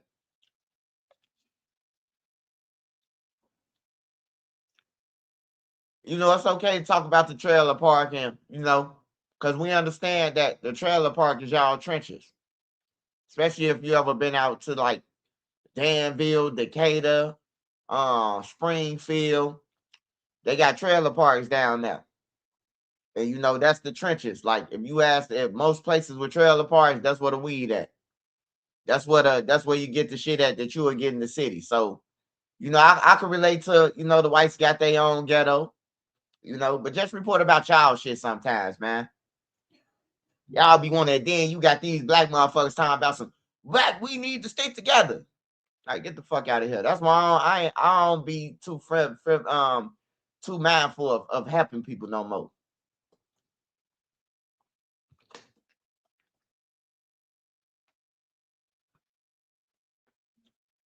I be like, if they broke or if they need something, shit, God got you broke for a reason.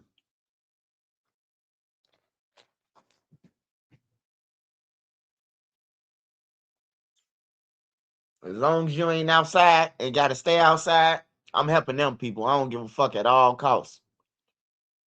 Because I know what it feels like to stay outside all night. I know what it feels like to nod off with guns on your lap in the hallway in a building that you ain't a resident in.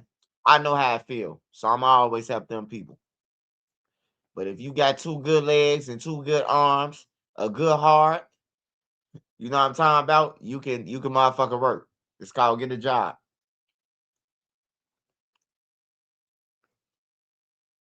Fella, the best to get back is not to react when a lady is choosing. Let her make it and keep going. Yeah. These tender, these dudes tender, bro. That's what they warn about.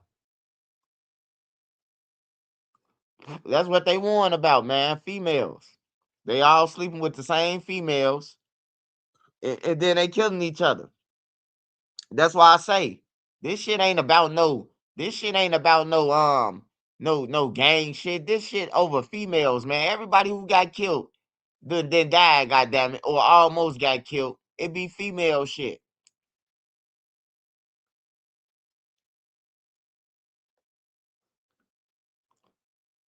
Niggas be beefing over the same girl, woofing over the internet, and then they end up getting caught at the DMV, at the liquor store, and get dead. Shout out to Lamb Talk. Shout out to the dirty South, man. Shout out to the dirty South, man. I like down South, man. Down South got they got respect down there, man. Like for real. Most of the people, majority of the people, bro, they respect you, bro. Like for real. I remember when I first went to Atlanta, bro. People riding past chucking the deuces. Bro, I got a gun on me and I'm about to shoot at these people because I'm thinking that they sticking their hand out the window. I don't know what the fuck a chuck a deuce is. Man, my cousin, I was with my cousin them. I was with they homie and his girl. And the motherfucker did that, bro. And I'm like, hey, bro, I put out the gun. Like, what they on, bro? He's like, nah, bro, they chucking the deuce, bro. Like, it ain't like this in Chicago. They had to break it down to me. Like, for real, bro. They had to say, nah, bro, you ain't got to be looking in cars down here, bro. Motherfuckers chuck the deuce, ride past, honk the horn. Bro, that's normal, bro. They said they embrace black. You hear me? Like, I ain't know that. I'm thinking the motherfucker rolled down the window the wrong way. It's a hit. You hear me? Yeah, it's all love down there, bro. I had to learn what chucking the deuce was, bro. Like everywhere ain't like Chicago, bro. Like I was talking to somebody and I was like, man, down south be peaceful as fuck, bro. It be peaceful as fuck, bro. Like Florida, Atlanta, it be peaceful, bro. It just depends on where you going. Cause you can go somewhere in Atlanta and get killed. Easy. You can get killed just by standing outside and motherfucker run up on you to rob you and kill you, you know. But then you got somewhere like I done been to Marietta, Georgia, Augusta, Georgia. Well, I done stayed down there for 2 months. I ain't running to no gunshots. I ain't running to nothing. You hear me? I ain't running to none of that shit, bro. So I done been places where I ain't heard a gunshot for months. You know? Hell yeah, you be traumatized in Chicago, bro. Car ride up. You don't know who in it unless you know the car. Unless this one of your homie cars, bro. Niggas got stolen cars and like that's why I encourage people to get off these blocks. People is stealing cars at an all-time high. You damn near gonna have to shoot at every car on some real shit if you out there.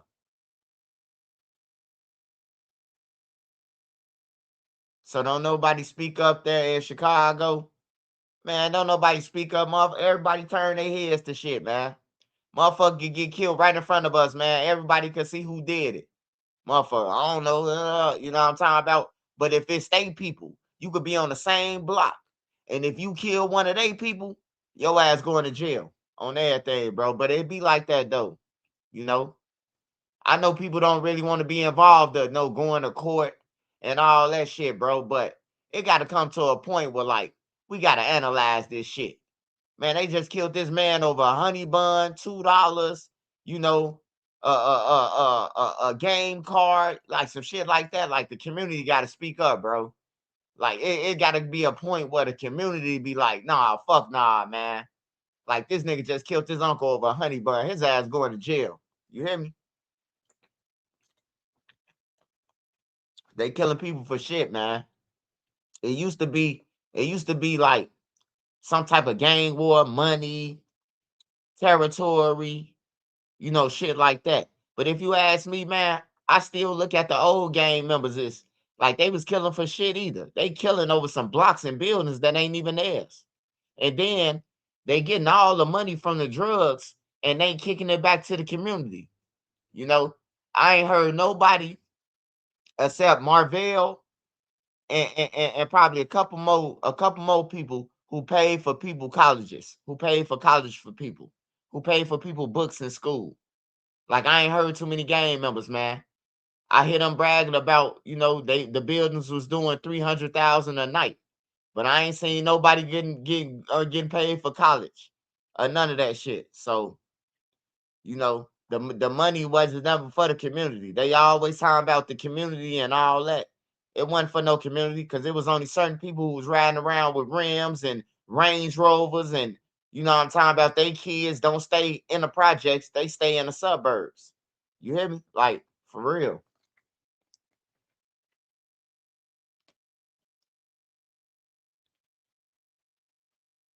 And then if you had too much money and somebody owed you, they'll kill you. I know a few guys who got backdoored by the guys, what we call a backdoor. They backdoored the guys for money, killed them.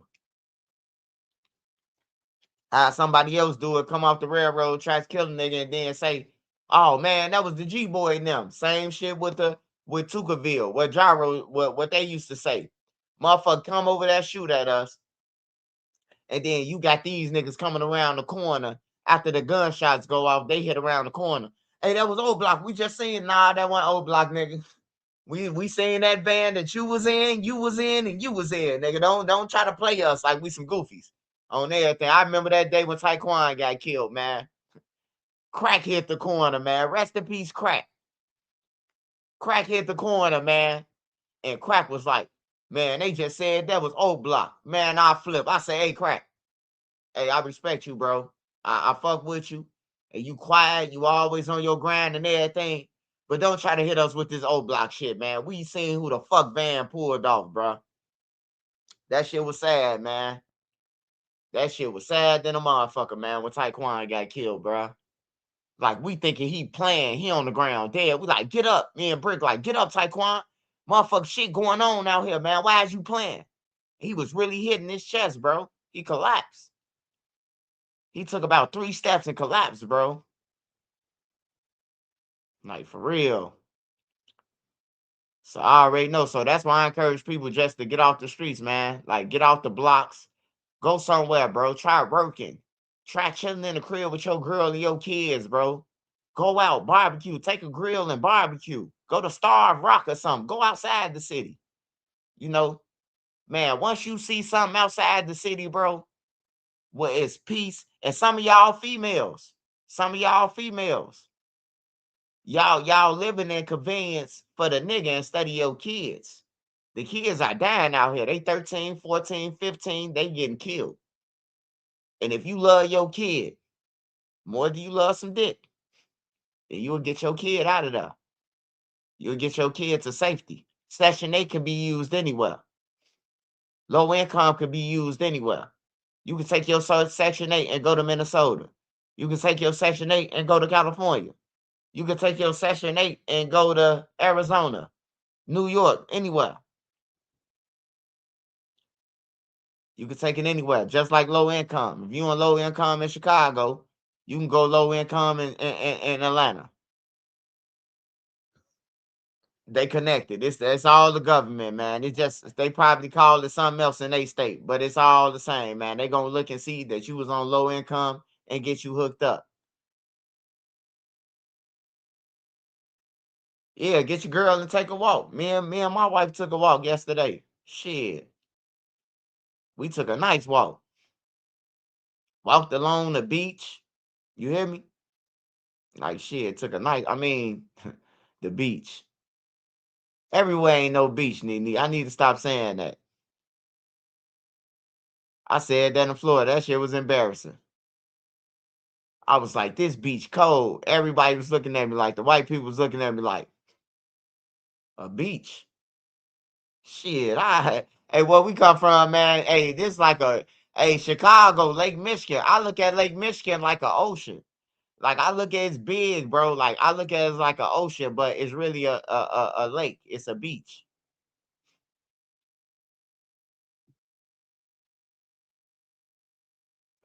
Yeah, niggas got to start doing some more things though, man. Get into more activities, man. Just my advice to anybody, man. Hey, look, you can only be in Matthew Liggins. It ain't called a beach.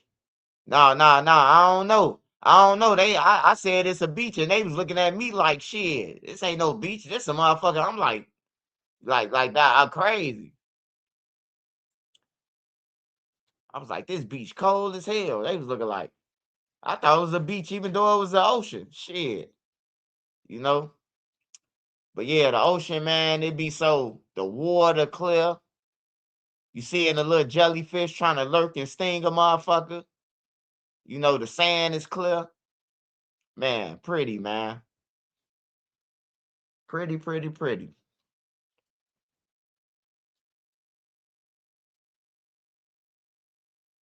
But yeah, all you got to do is get out somewhere else, man. You get out somewhere and look at life, man. You will be in a better shape, man.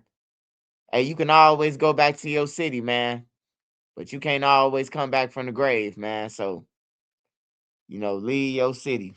Your own people who you sitting around, they don't want to see you win. Them motherfuckers waiting on you to fall, man. I know niggas who waiting on people to go to jail. They waiting on people to go to jail, y'all, so they could go with their girls on everything. I done sat around a motherfucker. Man, I can't wait to Scud girl go to jail. I'm gonna be all in his crib. You hear me? Beaches I go to have jellyfish warning things in the water. Yeah, my daughter got stung by a jellyfish. Hey, she got stung by a jellyfish. And the crazy thing about it, she kept on telling my son that he gonna get stung. The whole fucking time she was telling him that. You finna get stung by a jellyfish. She got stung. She ended up getting stung. And then a little white boy got stung, bro. Hey, that shit was crazy. Hey, he got out the water like, ah! And then he had stumbled to the sand, and then his whole kneecap collapsed on everything. I'm like, Nene, what the fuck going on? I'm looking at the people and he hollering. My daughter, like, she cool, she ain't hollering, but she saying it hurt. But the white boy was hollering. I'm like, what the fuck? What the fuck what happened? They like jellyfish. I'm like, I ain't getting in that shit. I ain't getting in the water. I ain't getting in the water at all. I ain't getting in that shit, man. I be chilling on the beach, man, smoking my vape or my weed. Shit, I ain't getting in there. My daughter though, she had said that my son was gonna get stung, and she ended up getting stung, man. That shit was crazy, bro. Soon when she went in that bitch, 3 minutes later, then a white boy behind. Ah! I'm like, what the fuck, Nene? Everybody running over there. He done got stung by a jellyfish, man. I ain't know if you getting in that water that is jellyfish. I ain't getting in that shit. I ain't getting see Lake Michigan. You will have a better chance of a turd floating up on you than a jellyfish or anything that's gonna bite you. You might see some piss in the water or something, but you ain't gonna see no shit that's gonna harm you. Um, hey, shout out Cat Reality TV, man. Shout out Cat, man. Shout out Kai in New York doing his thing, man. He got the New York drill scene on lock, man. So make sure y'all tap into Kai if y'all tapping into anything from New York. Kai got it, man. Shout out Kai Reality, man. Hey, Kai, glad you stuck to it, man. You just got to stay on it, brother. It's news every day in New York, man. They have sensors out in the water that go off, mainly jellyfish swarms, because they react to stingers. He swam with the sharks. Yeah, after I seen my daughter get stung, I ain't going to that motherfucker. I know shit real. I know it's real now. Like I done heard all the stories and shit. You know, the crocodile hunter, what I made, and all that shit. Hey, when I seen her and that little boy start hollering, I said, I ain't going to that motherfucker. Shit. And then we kind of seen the shark. And it was like the people were still in the water, knowing that the shark was it was way back a little bit. But the people down there, bro, they still in the water. They still stand in the water, bro. Like them people used to that shit. I see a shark, I'm out of there. They see a shark, it's like they don't even panic, bro. Since I brought up New York, what's good with Famous Richard? Oh, Famous Richard trying to clap out to a plea deal. He's still waiting on the plea deal. They leave a pattern on your skin when they hit you. Yeah, tentacle marks. That's what left on my daughter, man. I'm telling y'all, man. Hey, I'll be telling y'all real stories, bro. She kept on saying that my son gonna get stung all the time. While we was on the beach, you finna get stung by a jellyfish. You finna get stung. And she went in that motherfucker, came out that bitch stung. Then the dude stung. I'm like, man, bro, like I don't like none of that, bro. I don't like harming myself, bro. So I can't see that me just chilling in the water and then some shit just sticking me without my permission. Like hell no. I'm cool. Nene go up in there. Nene go up in there too. I don't get in there. I ain't getting in that shit. Then a ninja always got a cutter too. Paper cutter. Some always got some type of motherfucking cut from doing something. And I don't want to go in there and that shit start burning. Yeah, Famous Richard is in Jersey. You right. Famous Richard is in New Jersey. He locked up in New Jersey. Thank you, Shermtown. Shemtown. Yeah, he in Jersey.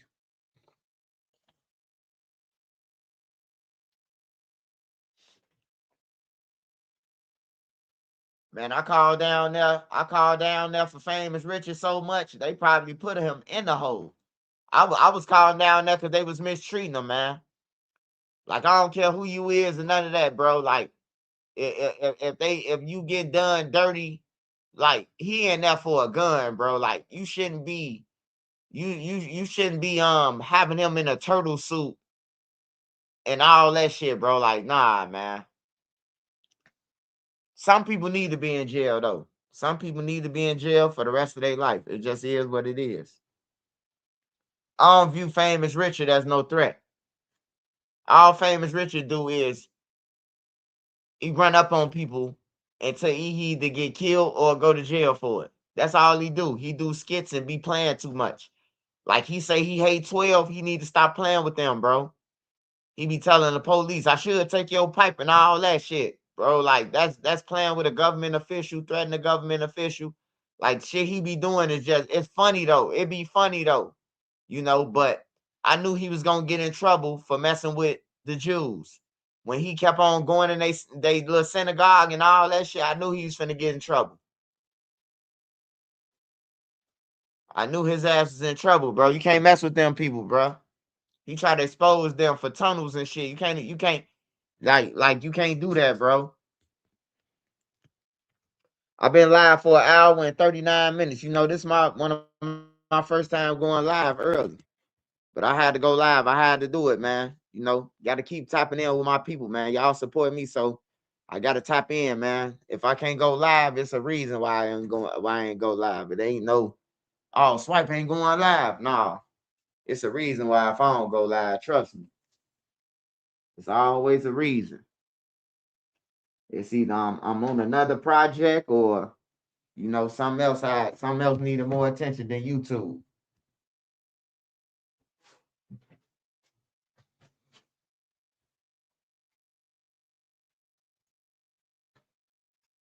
What you on, Lil Ye? Lil Ye, what's up?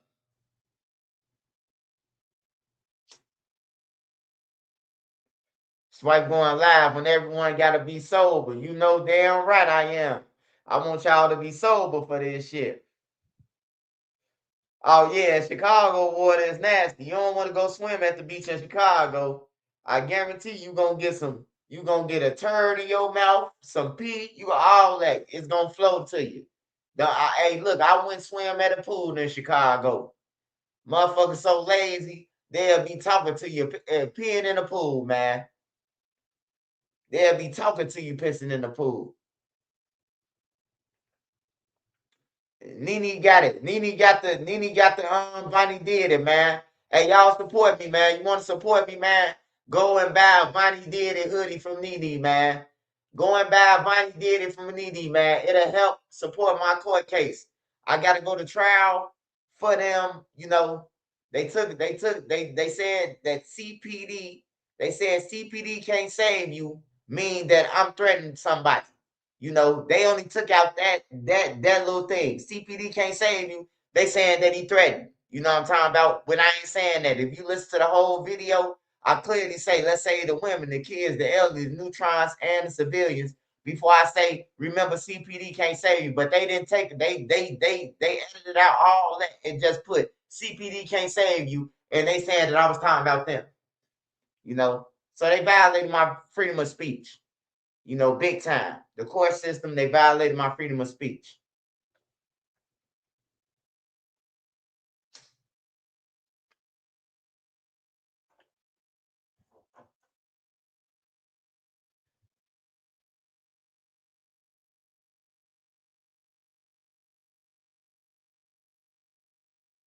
Yeah. Nene got the hoodies, man. Nene got the hoodies. I think she got gray. Black, blue. It's like an off pink, I think. An off pink shirt.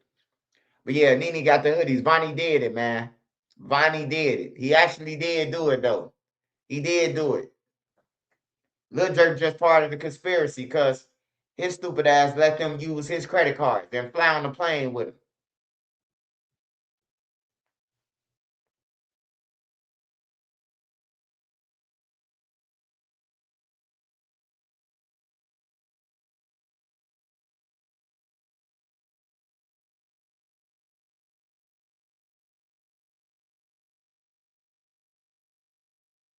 Oh yeah, hell yeah, hood fella.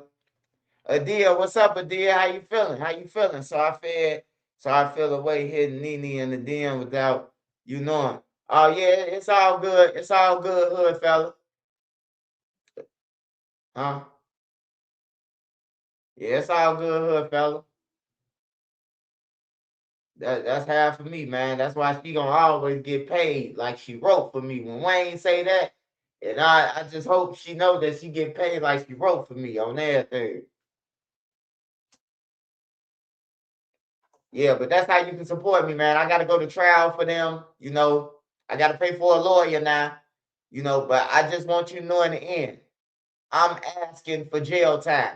Hey, I might need a couple of people too. If you want to help me out, I need a couple of people as witnesses. I mean, you ain't gotta come to Chicago or none of that. My lawyer and me gonna be in there. But I need y'all to explain to them what I say in my intro, because it's a bunch of lies that are being told, man, that don't even involve these people, and they violate my freedom of speech by telling me that what I'm saying is a threat. Like, no, it's not, you know.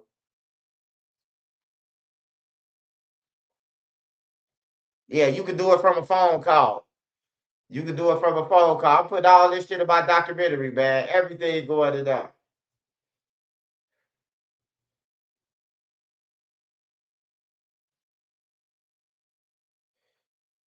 Arlen, what's up, Arlen? Let me see what else going on around the world, y'all.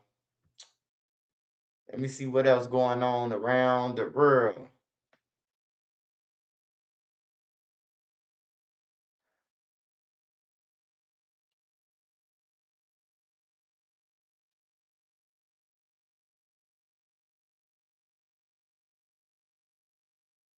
Damn, hold on. Former Aunt Martha's worker.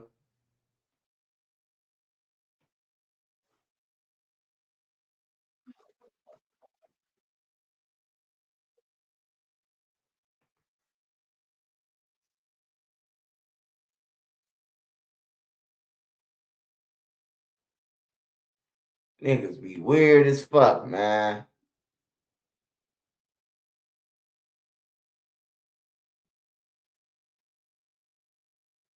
What you say, Arlen?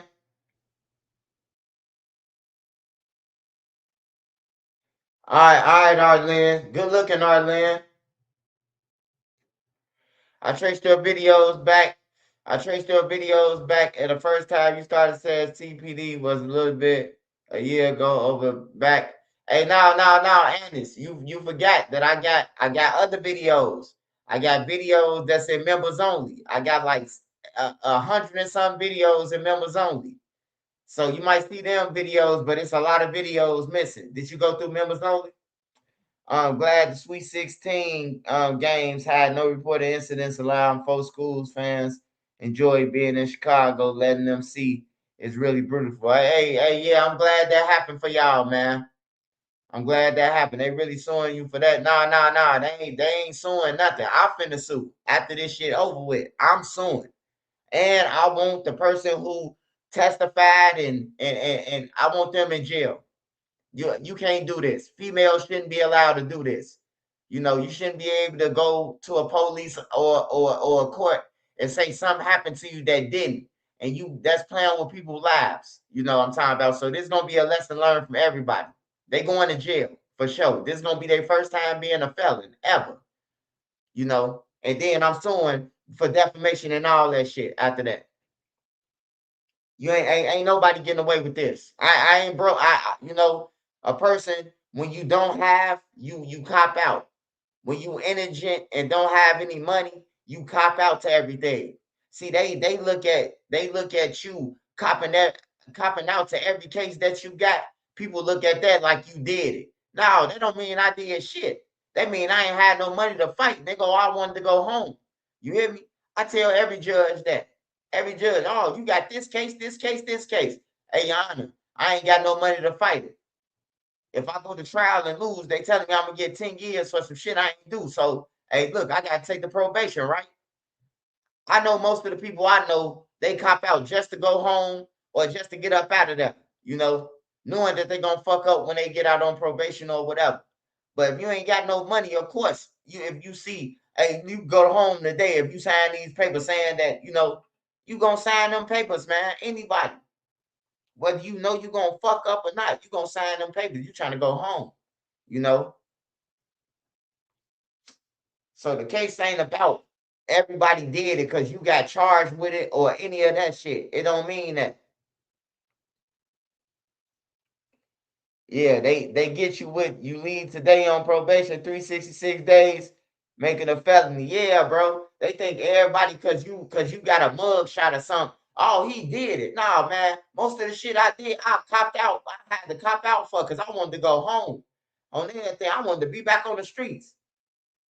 On everything. And then, the motherfucker who pressed the charges on you coming to see you and still talking to you on the phone, bro. Like, come on, man. Like for real, bro. That's why I say, man, hey, when you broke, even if you broke, bro, don't settle for no stupid shit, bro. Don't settle for it. Don't settle for it because you think y'all, you know, hey, because y'all riding together and all that shit.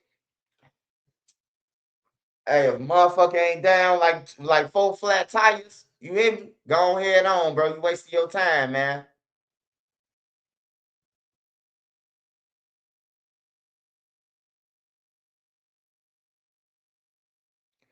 Uncle Swipe, do y'all always live stream on Instagram and Facebook? Hey, I don't live stream on Instagram, man. I'm gonna keep it real with you, bro.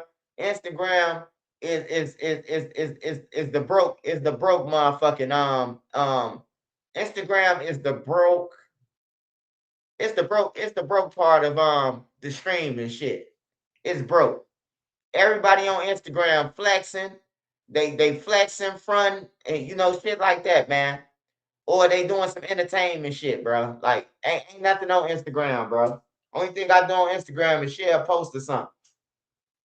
You know, Instagram beating the motherfucker out over their head. That's what I want the black people to start doing. Y'all want to stick together. Y'all don't be saying that motherfuckers getting overwhooped on these platforms. You only get A for what you make, man. That's what you getting, an eighth of what you really made. But you ain't coming at them. You ain't standing on business about this shit. You hear me? You want to come at me and worry about what I got going on. Let's team up and try to get our motherfucking money. You hear me? Like, motherfuckers don't be on that type of shit. That's why the world will forever be F. The world forever be F. Meaning,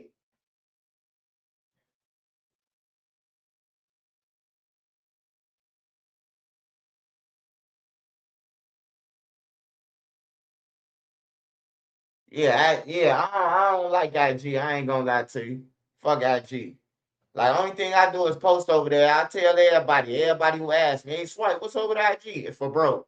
It's the brokest app that's ever on everything, bro. Hey, look, one when I first came on YouTube, like a half a year into YouTube, bro, I did like 58, 59 million views on Instagram, bro.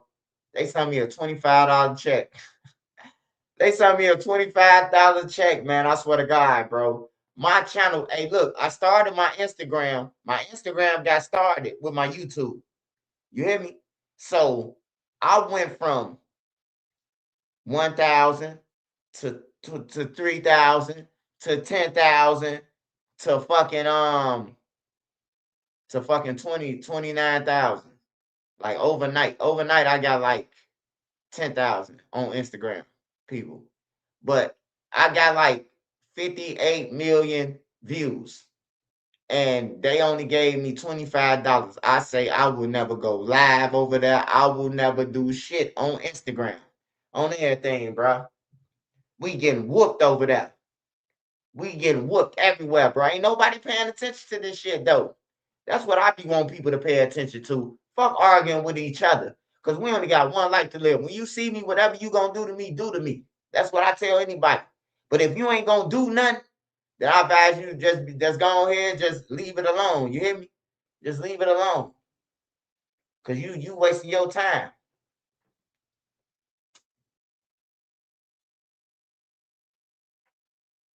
You wasting your time. I'm trying to chase after this motherfucking money we been beat out of. Shit. I'm thinking of ways how shit. I could never see, but I know you will hate me until motherfuckers swipe find the loophole to how we can get all our money. Now everybody joining on. You hear me?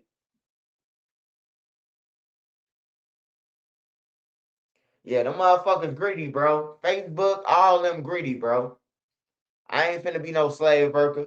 Getting all 58 million views. You know how much I would have got if I was on YouTube with them views? 58 million? Like, bro, for real. And then they even try to, like, your shit monetize. They'll try to say something was in a video. Like, get the fuck out of here. Wasn't nothing in that video, man. Then they'll get the unmonetized and shit. Like, hey, bro, I just seen a girl with her whole body out on Instagram. You telling me you ain't flagged that? I see people getting jumped on and getting slaughtered on Instagram. They don't block that, but they gonna say my video was after I got all that shit, bro. Like for real, I got 58 million views, bro. If I got 58 million views on YouTube, bro, that's damn near young. You hear me? 58 million views on YouTube. That's a young. God damn it. It's a nice amount. You hear me? Shit, I never do nothing on Instagram no more. Fuck Instagram. Do the same people on it? I don't want to be saying fuck my boss now. I ain't talking to you, YouTube. I'm talking about Instagram. We talking about Insta.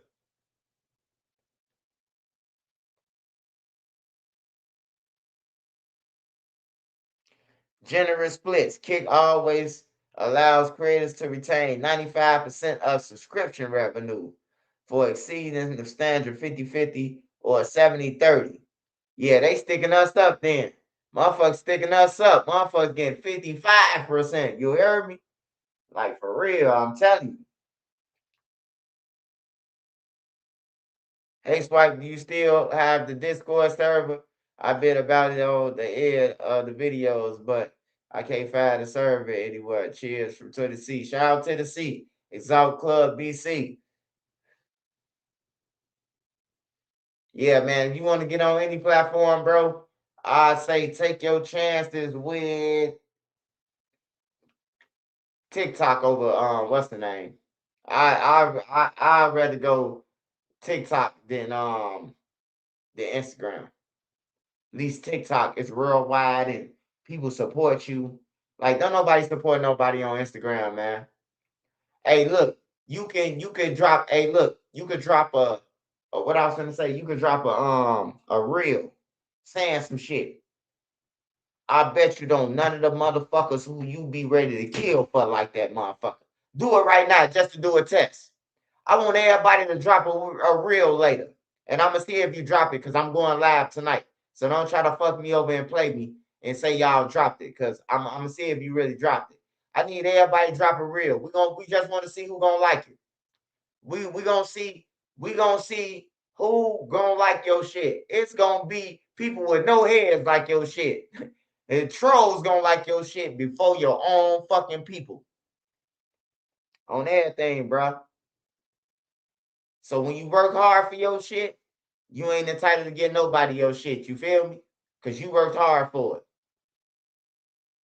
So when your people in your crib, whoever doing YouTube or streaming and shit, when they ask you can they borrow some money, man, you ain't hit that like button all month, man. What the fuck? Like, the fuck you talking about? You hear me? You know I was on live, then. You know you gotta just keep it real with them, man. Hey, I'm saying this to say this. It was a dude, bro, my homie, and he hit me up. He was like, "Hey, Swipe, you gonna share my video?" I say, "Yeah, bro, I share your video. I liked it and shit." He say, "Man, motherfuckers ain't even sharing my shit." I say, "Man, is them 13 motherfuckers in the crib with you? They hit the like button. They supposed to hit it first." He said, "Hell no." Anna hit the like button and look, Steve, but everybody else, they talking about that hit it later. I'm like, bro, I stopped taking care of their ass, bro. My mama, I stopped taking care of their ass. Then he using YouTube to feed them. It's 13 people in his house. You hear me? All of them ain't his kids, man. Like probably about 2 of them his kids. The girl got another, 7 of them his girls, but he just taking on his girl 7 kids, you know. So his girl is, she got 6, 7 kids. So he taking care of all of them, but they don't want to hit the like button. He got to go to room and be like, "Hey, smash the like button." Because I told him if you got 13 people that can hit the like button immediately for you, like at one time, 1, 2, 3, like that'll boost your shit. That'll boost your video even more because it's like, damn, 13 people just clicked on this bitch in 30 in 10 seconds. You hear me? But they ain't helping them, man. And if your household ain't helping you, man, then this where you get the money from, bro. Like you fucked all around the board, man.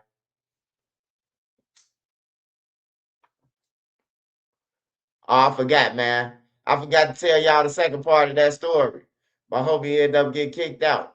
His girl said that OB talked about it, and she kicked his ass out. He relocated to Wisconsin.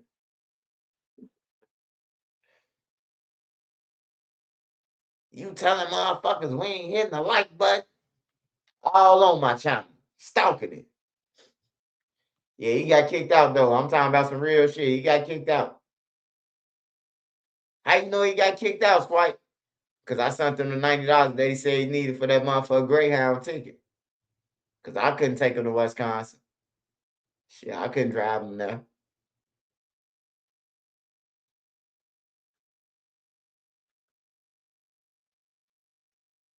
Yeah, he got kicked out.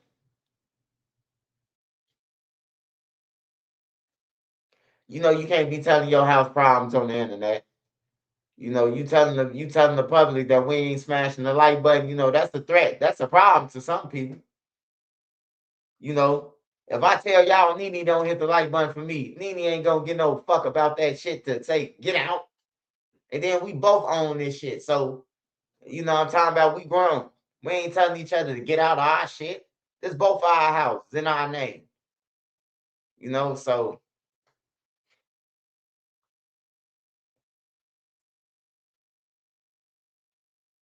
you have to pay into the system to go up on me. I ain't paying nothing. And don't pay nobody. Don't pay. Hey, look, bro. If you pay for promotion, like I ain't talking about like Trenches News promoting you or none of that. I'm talking about like in these apps like IG. It's some shit that say target audience. Man, they ripping you off, man. Hey, look, just take your shit organic, man. Either the people gonna follow you or not. You don't need to use nobody else's name every day to try to get a viewer. All you gotta do, if your shit real like it is, you can talk your shit. All I do is talk my shit, and people be mad on everything. I just talk what's on my brain and what's on my heart, and people be mad than a motherfucker. It's real shit. All you gotta do is get it. I just talk my shit, bro. On everything. Whatever I'm thinking, whatever come to my mind, bro, what I'm thinking and how I'm feeling, bro. That's how I talk. I'm free, bro. I ain't got no worries, bro. I ain't got to worry about no gang members or nothing. You know what I'm talking about? I ain't got to worry about no stress. You know, stressing about a homie getting killed in the street. He get killed in the street. Hey, he said it. He know what he signed up for, not me. You know, so I'm at that point, man. As long as the ones I love good and the other people, like the people on YouTube, support me and y'all good and y'all families, man, I don't give a fuck. It's gonna happen anyway that they gonna get killed. You know, it's gonna happen anyway. If you study jumping around like a monkey waving a 30 at people and upping guns and telling people to drop their load, you're gonna die. It just gonna happen. You're gonna get killed. So yeah, but don't go buying that bullshit you see on Instagram. It says let's target the audience, Chicago, LA, New York, and all that, and then it's telling you to put your card in there for how many days and $1,000 to get you a year promotion guarantee. You ain't gonna get none of them people who they saying. I'm telling you, bro, you ain't gonna get not 100 people off that motherfucker off paying $1,000. You would be better off having Trenches News giving me the $1,000 and have me running you through my video on everything. You will see more success than that. They be bullshitting, bro. They be trying to get over, bro. You ain't you. So look, we supposed to be partners, but you making me pay to target an audience. But we partners. When I monetize with you, we partners, right? Because to monetize, that means I'm getting paid and you getting paid. But they ain't really no fucking partners, man. Yeah, I only like YouTube. That's the only one I go on. YouTube, TikTok. I ain't been on TikTok yet. I got to get on there and see what it do. I got to talk my shit on tape. Matter of fact, I might. Can I go live on TikTok? I'm gonna go live on TikTok one day. How do I feel about these small labels running like criminal enterprise? No. What you mean small labels? It's big labels running like criminal enterprise. Alamo Records, Ghazi from Empire. What the fuck else? Sony. Man, they signing these kids, man, thinking that they gonna die, bruh. I got one. Hey, look, I'm finna prove this to you. Hey, shout out to Tay Savage, man. You know, I knew Tay Savage when he was a kid. Before he started, he got a name or anything, playing with guns and everything. I remember when Westworld was so icy, man. You know, I was in the streets before a lot of them. So look, shout out to Tay Savage. But I got one question to ask you, the person who just said that. What song does Tay Savage got that a label will get him $500,000? I'll wait.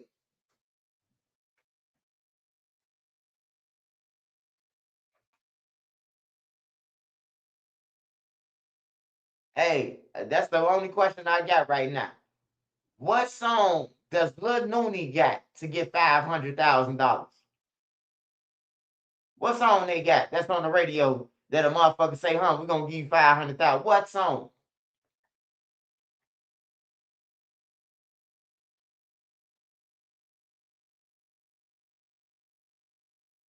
Oh, y'all must be on slow mode or something. Ain't nobody talking? What it's on? Oh.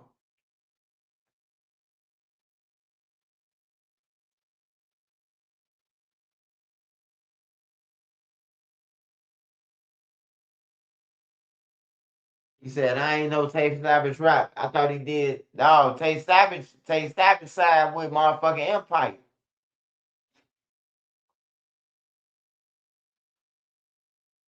Man, Nooney ain't got no motherfucking song that's worth $500,000, man. Let's keep it real, bro. I don't give a fuck if you do 1 million views on it. I got motherfucking 90-something million views on YouTube.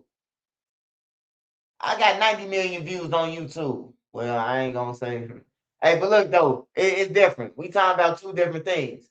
I'm saying if you had $500,000 and you could sign anybody across Chicago, what would make you sign Tay Savage? Insurance money. I know he killed somebody's mama. He been locked up for 3 bodies. I'm telling you how the record labels think, bro. The record labels, they rather have a criminal over talent, bro. A criminal over talent. It's insurance money. Look at the Juice WRLD guy. Lil Bibby. Lil Bibby went from Juice WRLD to the white boy like Justin Bieber to Bloodhound Lil Jeff, Q50, Real Vert, Bin Laden, Aspen Cash. Like, come on, man. We peeped the insurance money. Ever since I said that shit though, Bibby done fell back from them, all the Aspens and shit. Oh yeah, they own Scrooly G too. Scrooly G signed to Bibby now. Bibby, hey, look, Scrooly G, motherfuckers thought he'll be gone. People thought Bloodhound Q50 would have been gone. People thought who else they signed? Grade A. Man, they thought they was gonna die, man. Shorty them outlived they ass, man. You know, after a certain amount of time when you signed and you did that shit, it's like, I don't know. But yeah, they signed the motherfuckers for insurance purposes.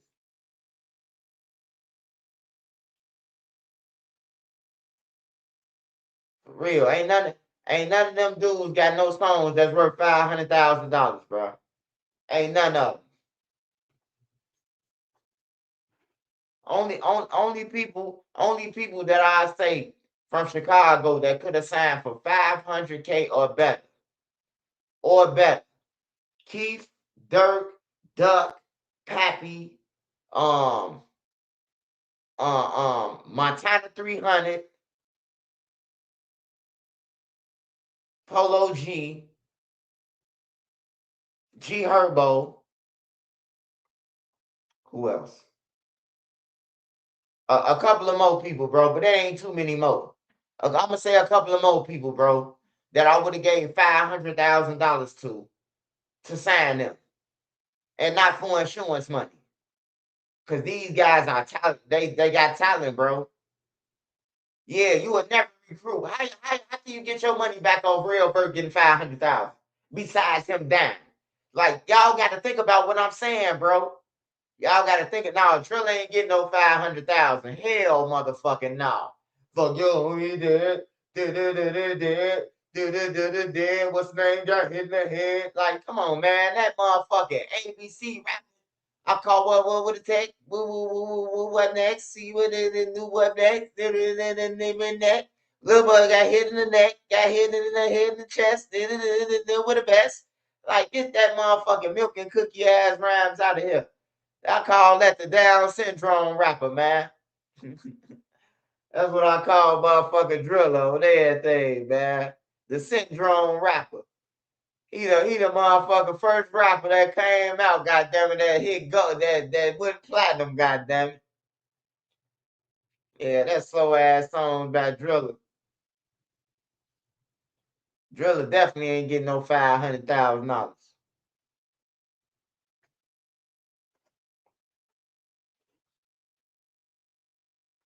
Smash that like button, y'all. Smash that like button.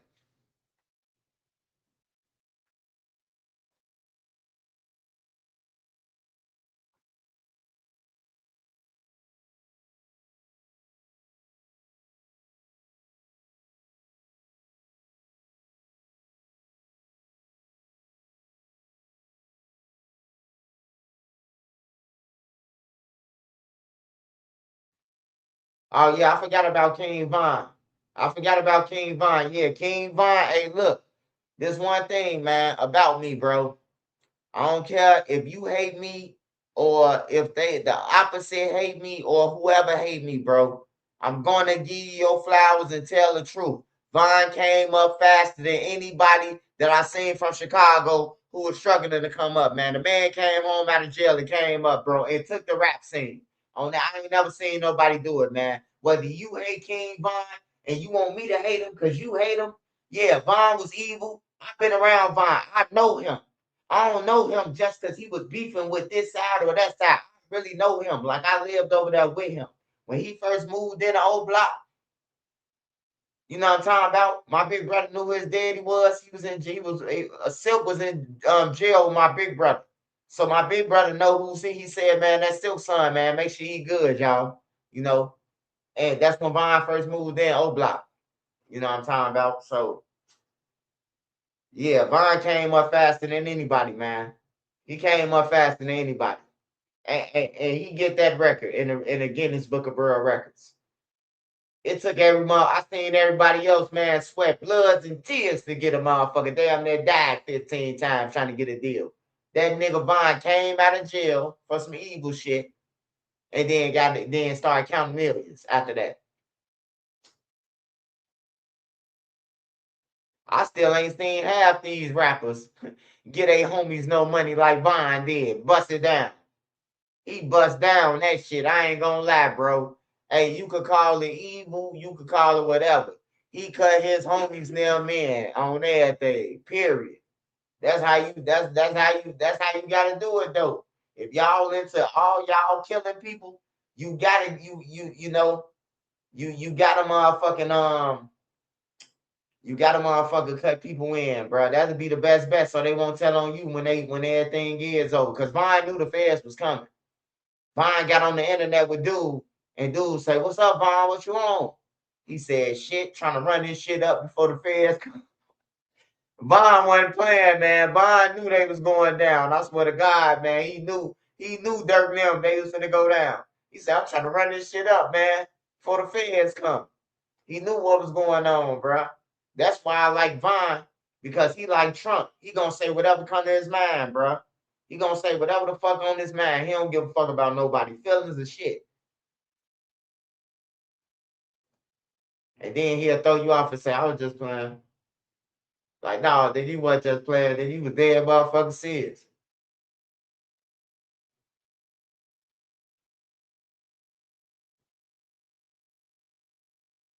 Hey, y'all be saying King Louis, man. Last song King Louis is living down Chicago, man. That shit old now, man. King, don't nobody listen to him no more, bro. He go down as the songs he got. It's other people, man.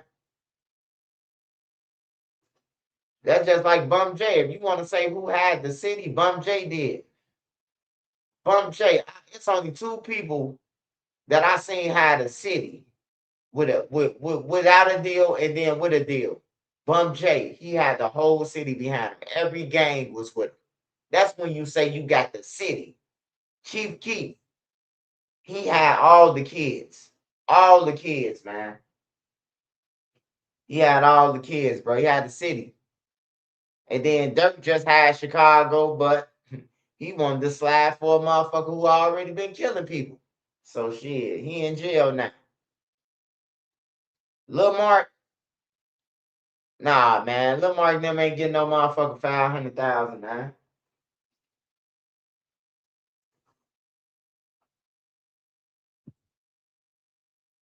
King Louis got the pen. Now I'm saying far as rap though, far as rap is over with for King Louis. Far as rap is over with for him, bro. You gotta call it what it is, brother. It's over with for him. Far as rap, he might got a cold pen, but ain't nobody listen to King Louis. Ain't nobody listen to King Louis no more, man. I ain't heard nobody play King Louis yet. Hey, look, me and Nene, we was in Champaign, Illinois. We was doing in Champaign, Illinois. A person had paid me to meet me. Person had paid me to meet me, and for some books and for some merchandise and shit. So it was like a package, that they worked out with Nene. So I went to Champaign and shit and met him. It was a couple college students actually who watched me. And damn, what the fuck I was gonna say? My brain glitch. Yeah, but they had paid me for the event. I was gonna say something, man, to make y'all to reference what I'm trying to say. Like, but King Louis, make a long story short, man, King Louis is like he the last person somebody listening to, brother.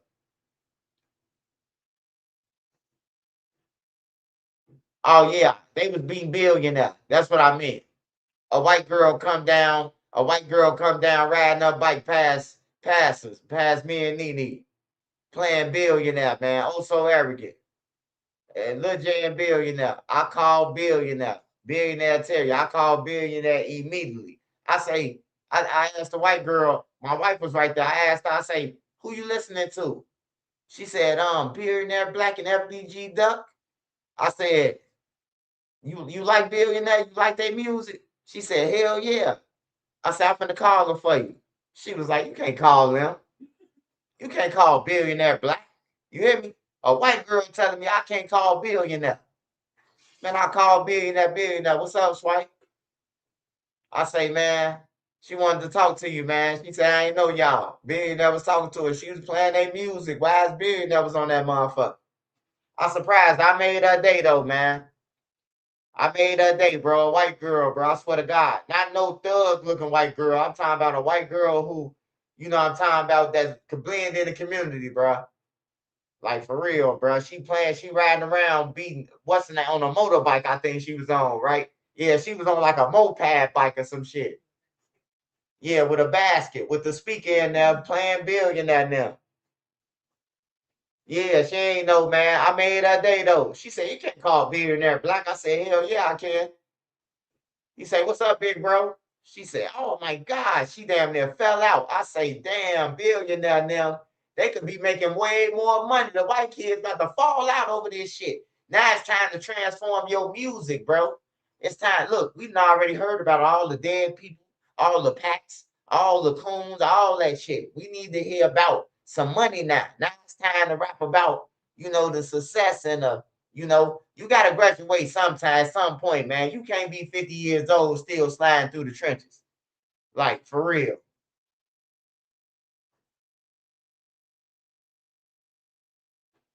Yeah, I thought they was gonna get signed after that 10K. I thought they was going though. I ain't gonna lie. But I don't know who you talking about, man. I don't know no Lusky. I don't know who you talking about, brother. From this place.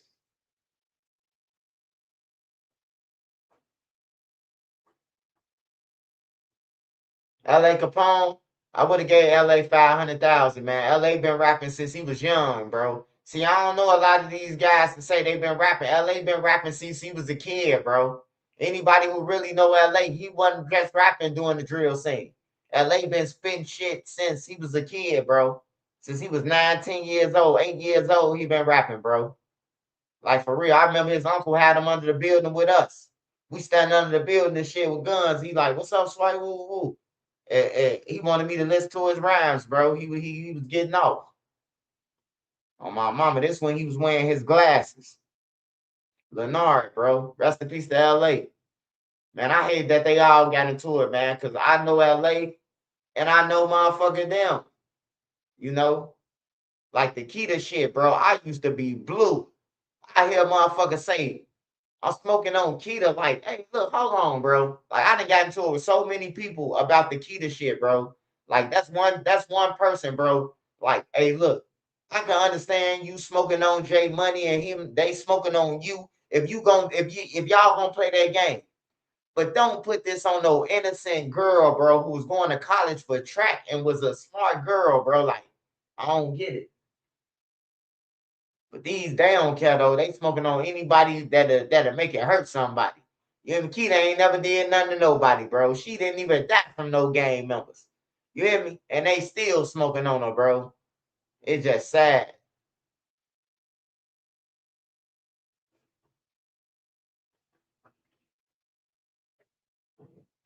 What? Oh. Yeah, make sure you get some Doritos. I mean, what taco? Oh yeah, get some Doritos. Oh, you already got some. Okay, walking tacos. I'm finna fuck some shit up tonight.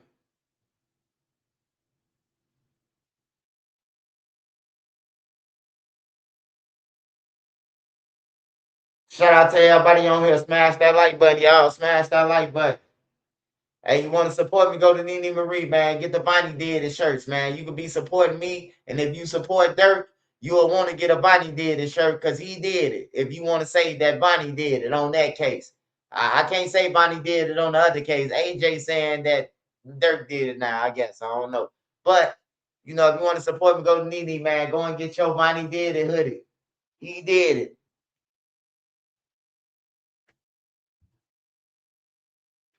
Hell yeah, walking tacos, goddammit. I'm finna eat me about 5 bags of them motherfuckers.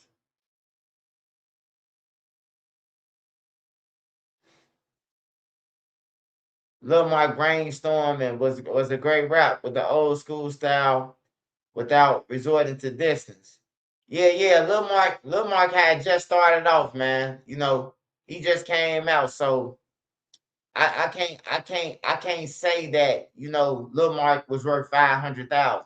Like Duck got a catalog, Vaughn got a catalog.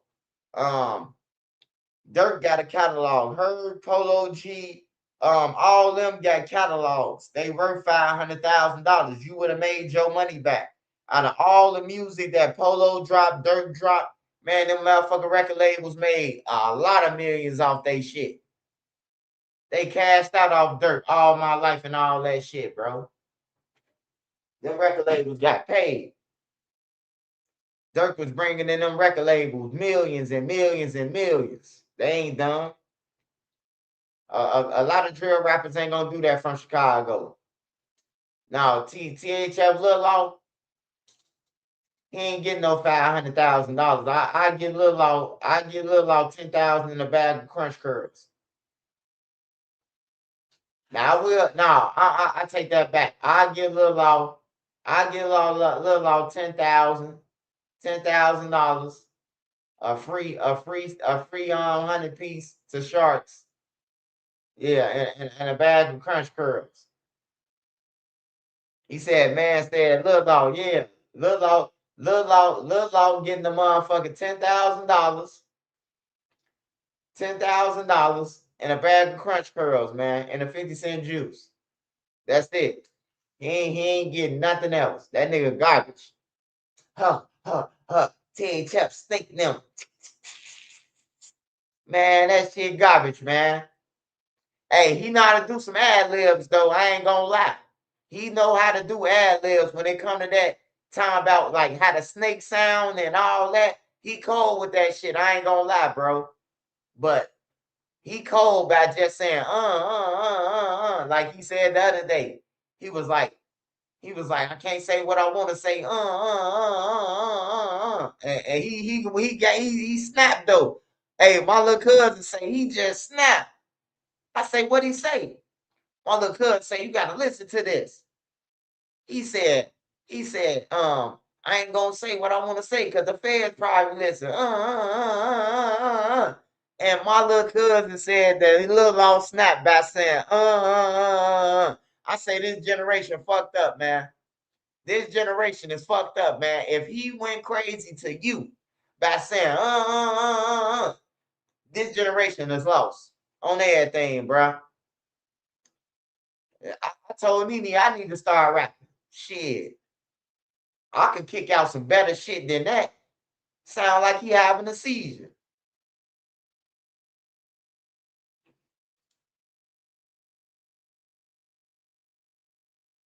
Yeah, my little cousin, he said he snapped. You gotta hear it. You ain't listening.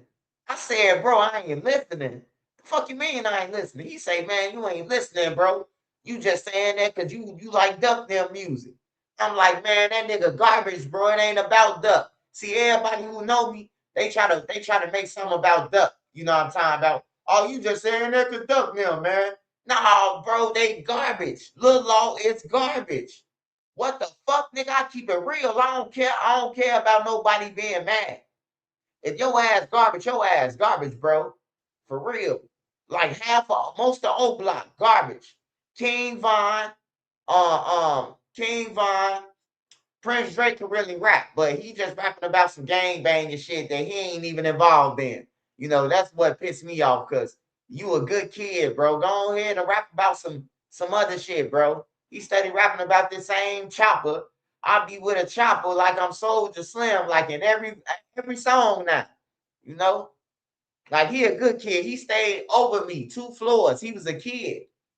I stayed on the 3rd floor. He stayed on the 5th floor. His daddy used to be on Channel 19 footworking and rapping on everything, bro. Like, but the rest of them garbage over there. They can't rap, man. I ain't gonna even lie to you. They can't rap. Niggas was famous off being killers and shooters, bro. That's why they was getting other than that, they garbage, bro. Ike Money got talent. Ike Money, he do got talent, but all he rapping about is they sliding and old block dead guys and shit, bro. Like, that's all he rapping about. He got talent though. I won't lie about that. Ike Money, the most talented person that's from over there. But he gonna miss his beat. Study rapping about this same old war shit, bro. Like fast, yeah. His daddy used to be on Channel 19 on my mama. Prince Drake daddy, bro. Used to be on Channel 19 footworking, bro. On my mama. Rapping. Used to be a rapper, bro. They stayed upstairs over me, bro. Him, his mama, and all them. He was a good kid, bro. He wasn't like the rest of them, bro. Like he wasn't like them, like J Money and T Roy and them, bro. Like he was quiet. You knew he could rap. Like he always, be rapping a little bit and shit. But yeah, Prince Drake was a good kid, bro. He's still a good kid, shit. I ain't know he did nothing. He always been the same though. He always been quiet like he is. He always ain't never like you will see him with a crowd in pictures, but you ain't gonna never catch him in no crowd. Every time you catch Prince Drake, he gonna be by himself or with one person. He ain't gonna be with no whole old block. That's why it was sick to me. Like, man, Prince Drake, don't get involved with that shit, cause you be by yourself a whole bunch. You hear me? Like Prince Drake, go out the gates and go out. They don't. That's what you got to think about though when you take pictures with people. Am I gonna get killed for this motherfucking picture? Because that you can get in the picture, you can get in a picture with anybody, man. You could be around their family and be like, man, he in picture with dude who killed my people. You hear me?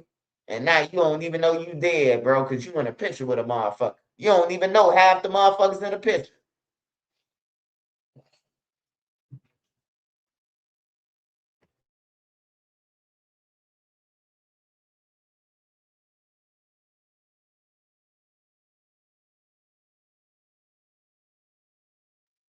Oh, the thing he was on, it was called Walla Cam.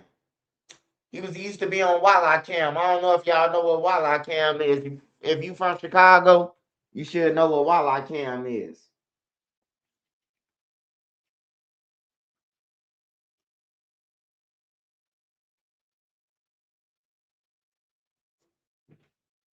I can't breathe in this motherfucker. I gotta give me something to drink.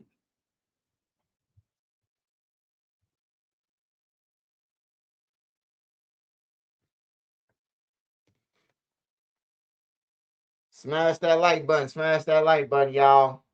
Today was an early live, man. Today was an early live today. I had to pop out on y'all, man. Want to support me? Go to Nene Marie 37 and buy OTF Bonnie did a sweater, man. You can support me and Lil Durk. You gonna support Lil Durk because you saying Bonnie did it, but you gonna support me because I got caught. I gotta pay for lawyers and shit, man. I gotta go to trial because they violated my freedom of speech. So I gotta go all the way with it. You hear me? I always pleaded guilty to shit I ain't do.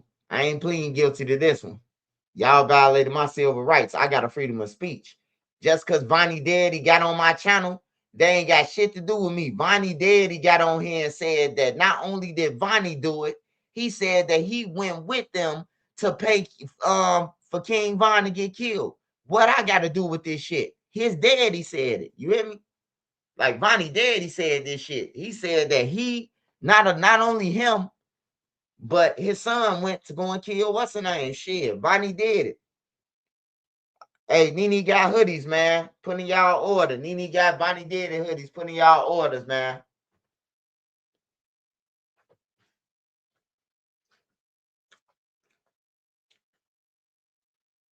Putting them orders. Bonnie did it hoodies. If you don't support Trenches News, but you support Durk, you still gonna support Trenches News, man. And you gonna support Durk by saying Bonnie did it. We need the whole world to know that Bonnie did it.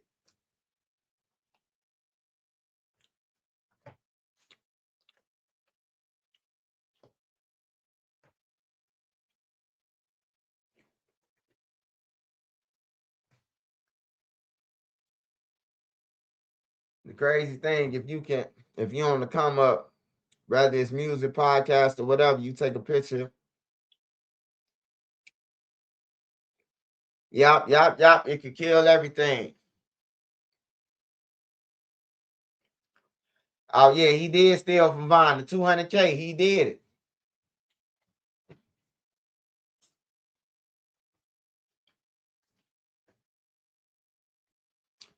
Hold on, y'all. Let me head back to YouTube. Man, what the fuck is this shit study playing for?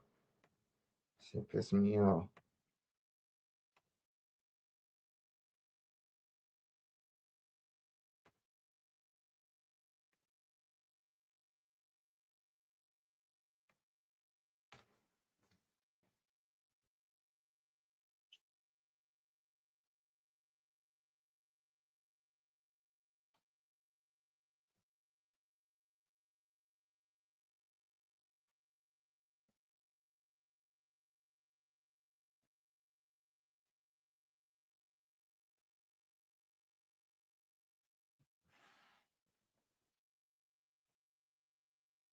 You got to think about it. Vonnie was super cold blooded, or he was scared of Vaughn.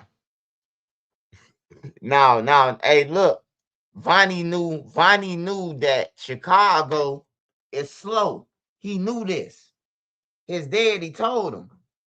Man, Brother Hassan put Vonnie up on them. They licks. They don't know how to read. They don't know how to count. They don't know how to do shit. That's what the daddy told him, and he took advantage of it. You could tell, look, what Lil Durk need another man to hold his money and give it to Icebox and count it. Like, for real, bro. What other man need another nigga to count out $100,000 for him? Now you giving the feds reason to believe that you really a boss. You walking around, this nigga got your bag. Like, come on, man. Lil Durk was tweaking, bro. Lil Durk was tweaking, man.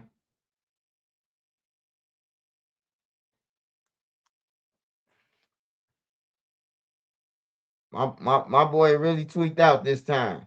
He tweaked out. Yeah, but Vonnie smart, bro. Vonnie ain't no dummy, man. Vonnie already knew off top that the feds. He knew off top that the feds. What the fuck the? Yeah, he knew off top that the feds was going, if they catch him, that he could tell on Lil Durk. That's why he got on the plane with Lil Durk. Lil Durk probably told his ass like, "No, get a ride, man." And Vonnie insisted because Vonnie's smarter than Durk now. If I ride with him and we do get caught, I could get out this shit. Cause the feds want Lil Durk. They don't want nobody else. They want Durk ass, bro. They want Durk, man. Look at AJ. AJ just changed his plea. Like they want Lil Durk, bro. Lil Durk is the head honcho, bro. He's the one with the money. That ain't nobody else got money but you.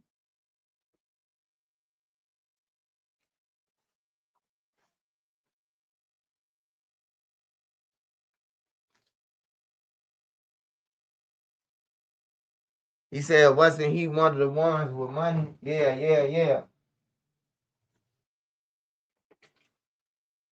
Need some water. Fuck that.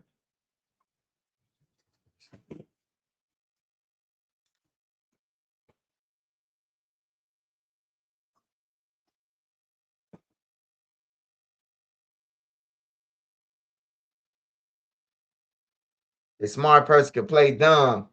A dumb person can't play smart. Hey, Naomi Martinez, hell no. Hey, you ain't told nothing but facts. That's definitely facts. Hey, but coming from Chicago, and I know this for a fact, everybody from Chicago think because you not from Chicago that you slow. And that's the part where the underestimating shit goes wrong for you.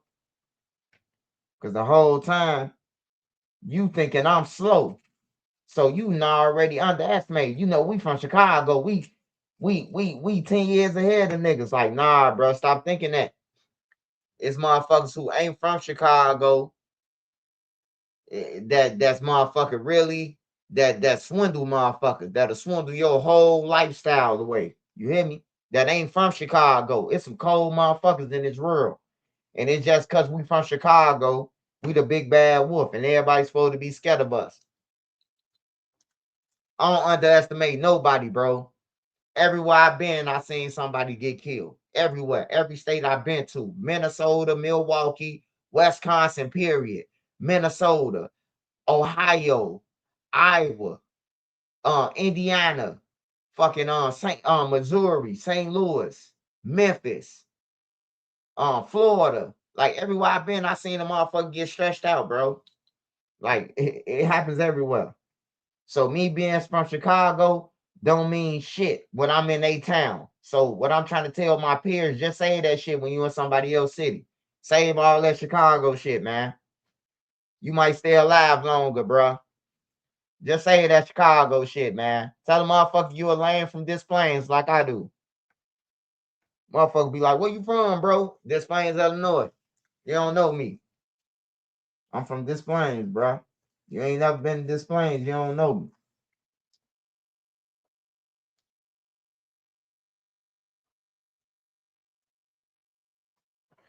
Motherfuckers that think they know you. Hey, bro, I seen you somewhere. You ain't never seen me, man. Go ahead on. You ain't never seen me. You on some bullshit.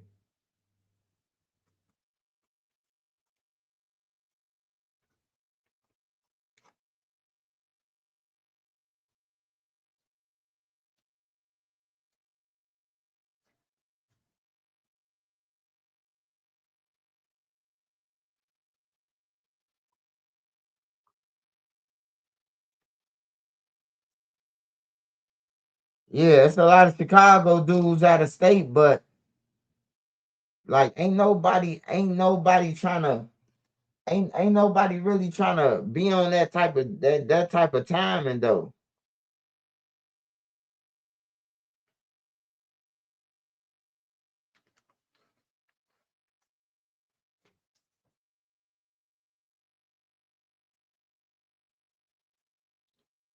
Hey, Mr. 815, why would I be on here with my mask on, bro? And I'm just talking to you. Get your goof ass off my live.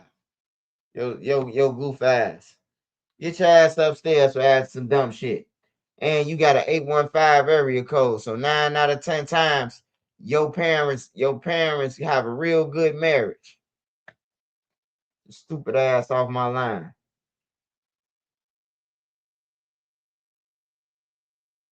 Stupid ass talking about some motherfucker.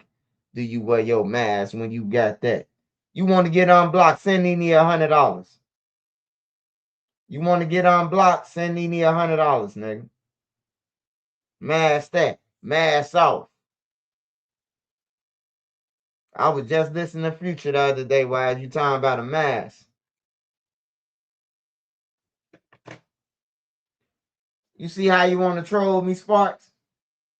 I ain't did nothing to nobody, Sparks.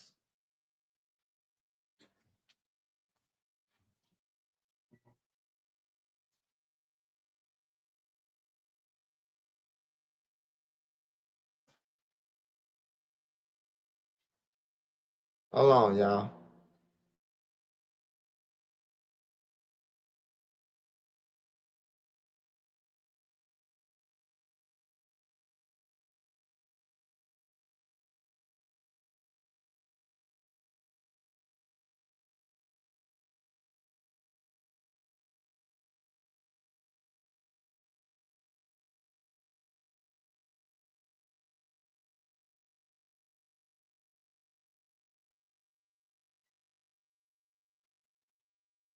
So where he's from, North Dakota?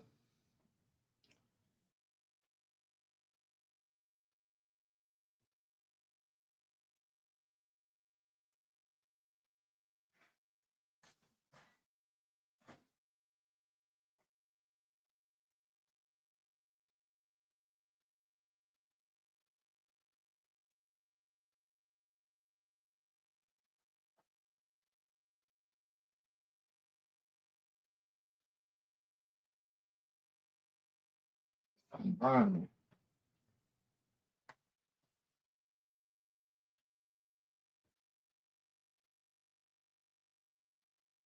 How you going? So what's that? Hold on.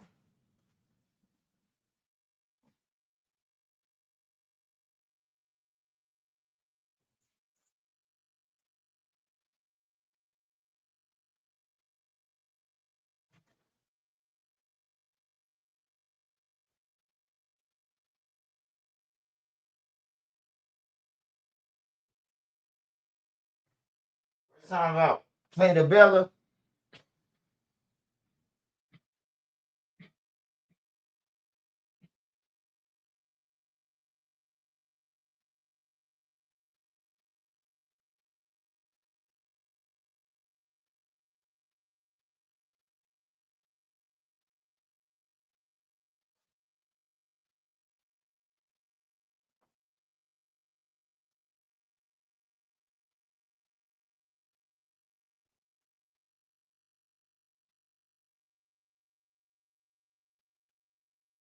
I got jammed up with the Durk case. Hell no, man. I ain't get jammed up. I ain't got nothing to do with Durk case. Vonnie got a fucking stalking order on me, man. That's what happened. Vonnie, OTF Vonnie, I gotta go to trial before a stalking order that he got on me. Him and his people. So what I got is OTF Vonnie hoodies that saying Vonnie did it.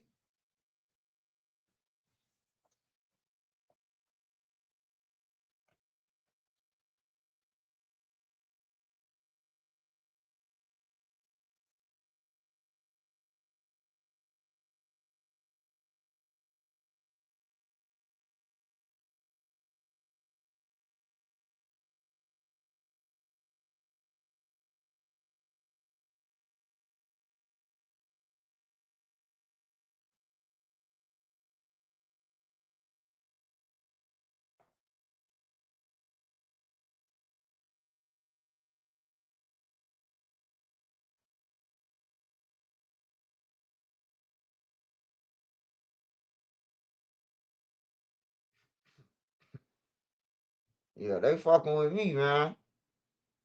I ain't messing with nobody, man. Y'all know I don't mess with nobody, bro. I stay in my lane, bro. I don't fuck with nobody, bro.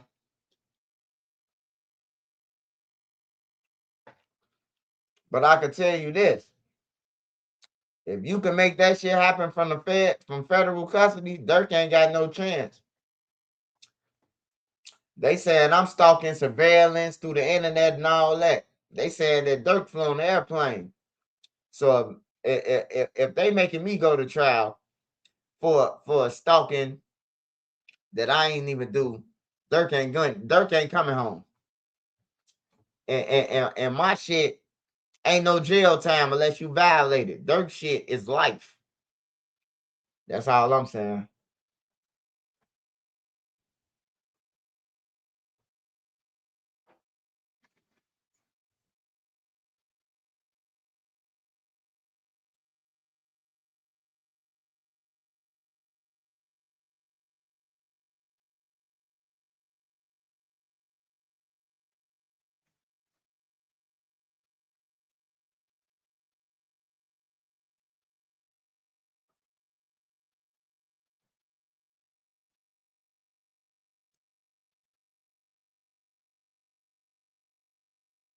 Yeah, man. I just be chilling, bro. I don't be on that shit, man.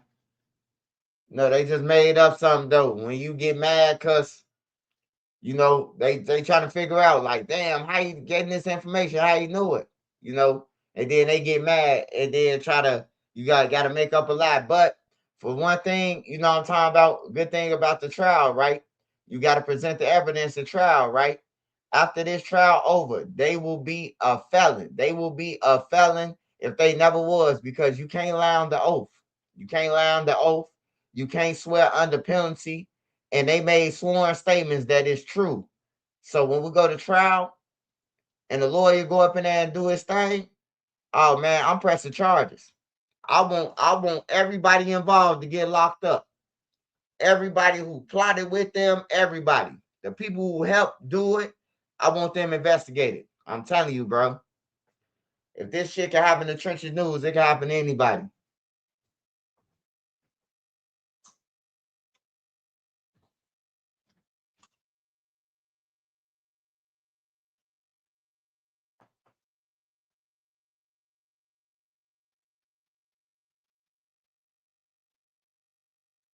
Y'all know I be staying in my lane. I don't be on shit.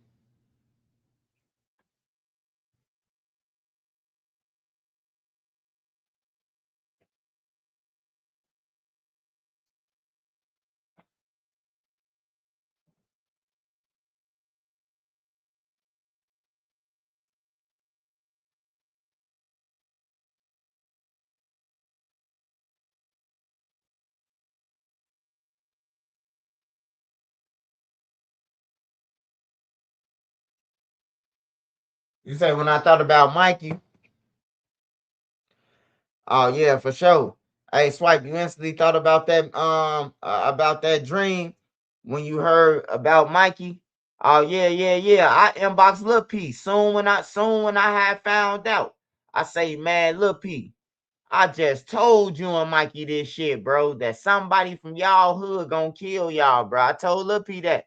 I text Lil P and Mikey the same day, March 10th. And I told them that man, bro, y'all steady running around this bitch acting all tough and doing shit. Bro, y'all own hood gonna kill y'all just to shut it up. Everybody don't want to go to war. You hear me? Everybody don't want old block to slide over there or them sliding over there to them. Some people think like Trenches News, but they just don't come out and say it. They play the background and be like, oh man, Lil Mikey and Lil P wanna keep this gyro shit started up with old block and all that shit. Let's go ahead and get rid of them. We tired of them anyway. You hear me? And a nigga will do it. Your own homie will do it. Everybody don't want to get shot at every day in the trenches, bro. For real. One or two people shooting at motherfuckers and everybody else got to pay for it. People tired of that shit. I'm telling you, people will get rid of you just because of that.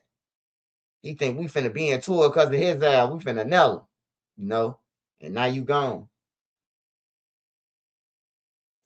Smash that like button, man. Smash that like button. Hit that cash out. You want to support me? Go to Nee Marie 37 on Instagram, man, and purchase you a Bonnie Did It sweater, man. Hoodie. Bonnie did it for sure. Bonnie did it for sure. He definitely did it.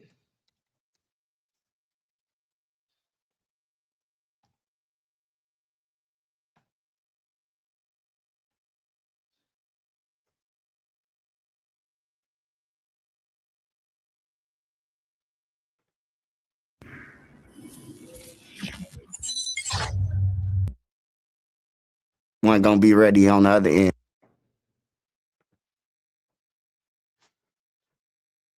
He did it. He did it. He did it.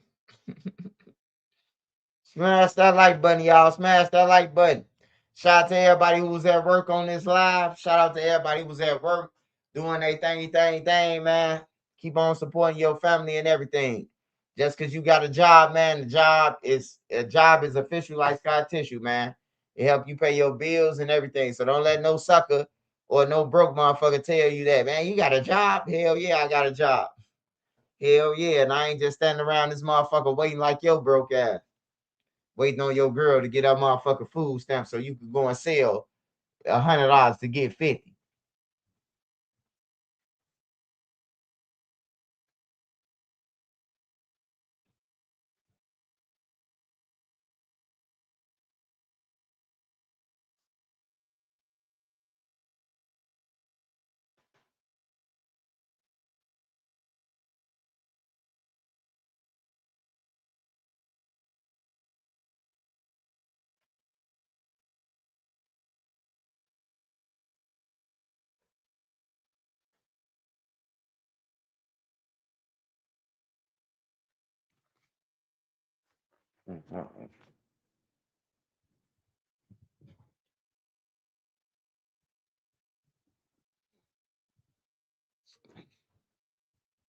Hold on, y'all gotta move my residency.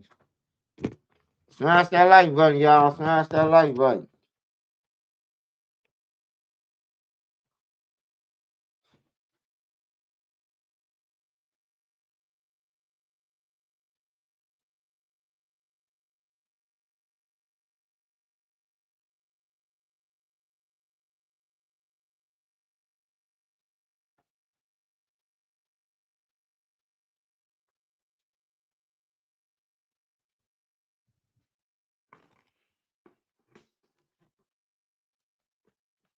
All right, y'all. I'm back. I'm seated.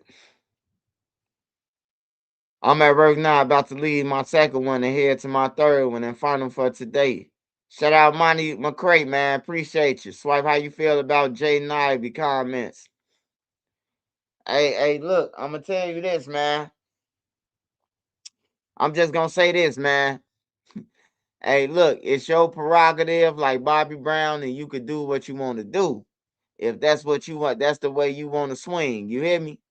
But God did make Adam and Eve, not Adam and Steve, man. So, I don't think he's supposed to lost his job for his beliefs. But, you gotta satisfy everybody, man. The truth hurts, man.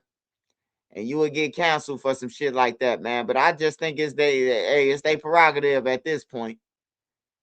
It's their prerogative. They took it as Jesus never spoke on it, so it's allowed or whatever. They saying since he never spoke on it, that means they took it as he accepted it or whatever they want to say, man, in the book. I don't even know who wrote the book. But yeah, God made Adam and Eve, not Adam and Steve, man. But if Steve and Adam want to link up, that's their prerogative. You hear me? Everybody got choices.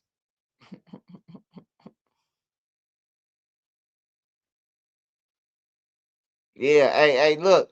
Sometimes, man, even if you know it's the truth, you just got to be quiet, man, in certain fields. And he knew damn well that, he was finna get kicked out after he said that shit. Sometimes you got to, even if you believe it, you got to get your paper first, bro.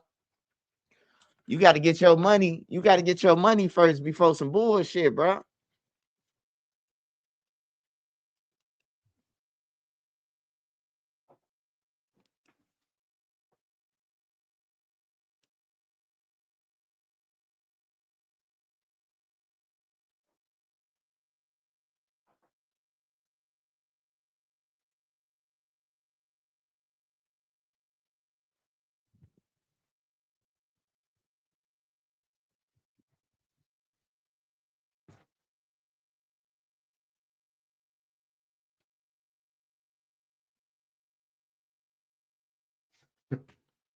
All right, y'all. Let me get my blunts. Roll your blunts up, man. It's gonna be a second part. Let me get my weed.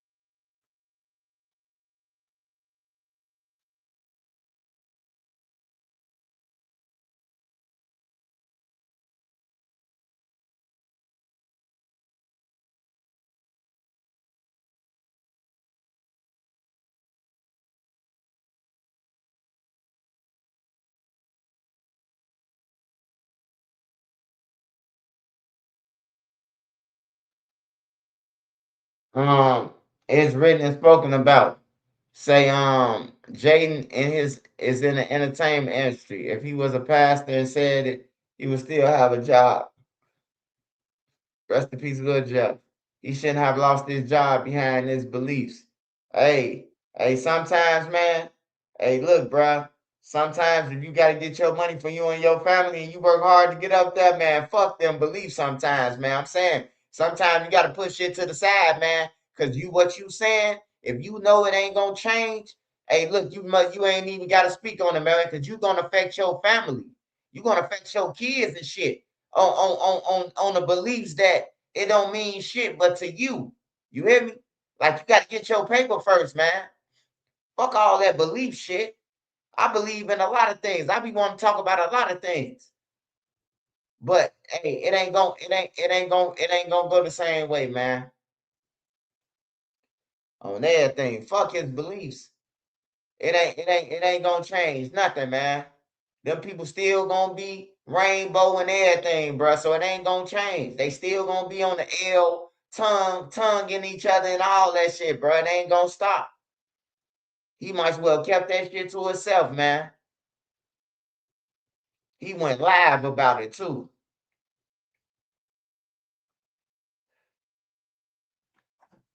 Like I feel him. I feel him.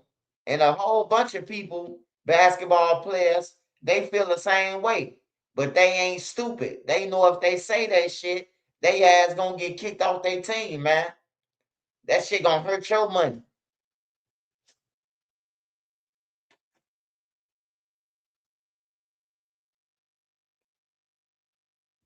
Half of the NBA basketball players, man, they fans rainbow got crushes on them, man. You can't hurt the money like that, man. That's what the industry, they tell you gotta accept it. Or go and find you another entertainment business. You hear me?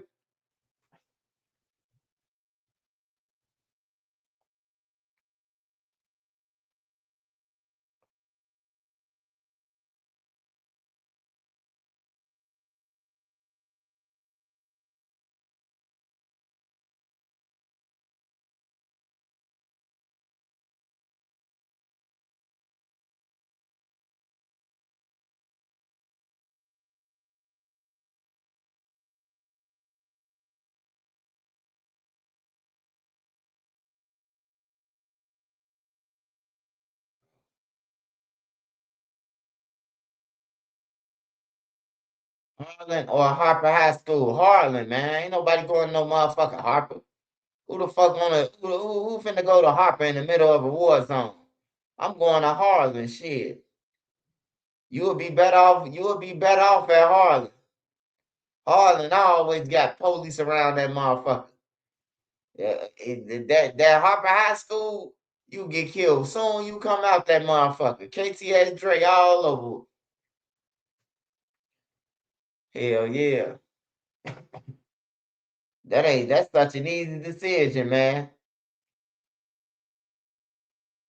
Ain't no motherfucker going no Harper High School. Motherfucker who want to die. That's about it.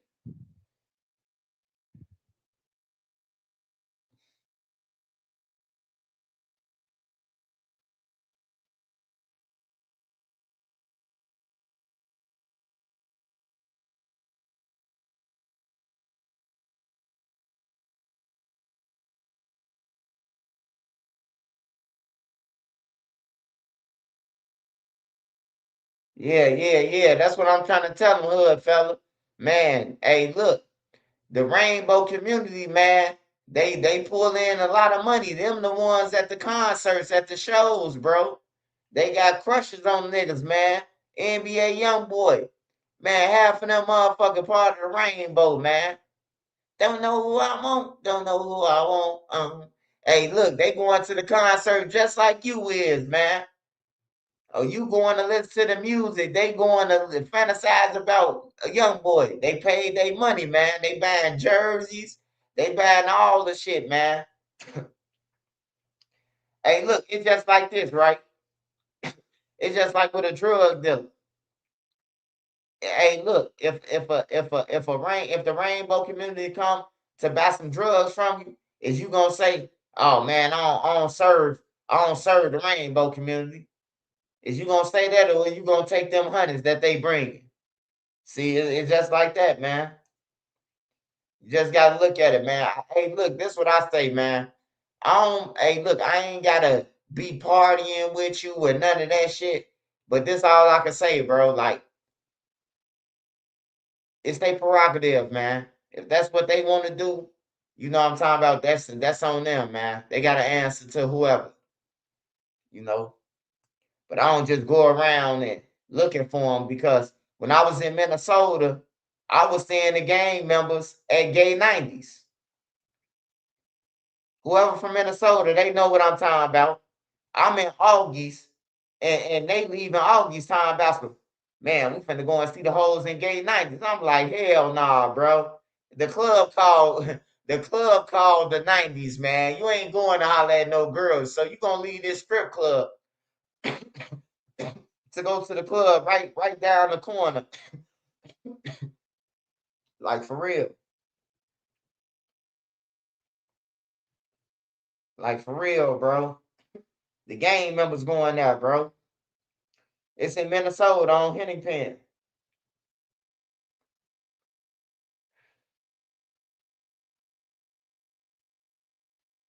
Like, yeah, everybody who bashed them, they go, bro. Like I said, I got family members, man, that's LGB. And man, they still my family, man. I ain't gonna walk around calling them no names and none of that. That's my motherfucking cousin. Watch your mouth. You hear me? Like for real. That's my motherfucking cousin. He ain't disrespect you, ain't no need to call them no faggots or none of that. You hear me? But that's the world we live in to the day. That's still my cousin, bro. Whether whatever I believe in or not, that's my motherfucking cousin. You know? Like growing up, we was told to stick together, man. Grandma ain't say, cause you know he rainbow. Don't ride with him. You know what I'm talking about? We jumping, yo. We getting down on you. You hear me? That's my cousin. We getting down on you.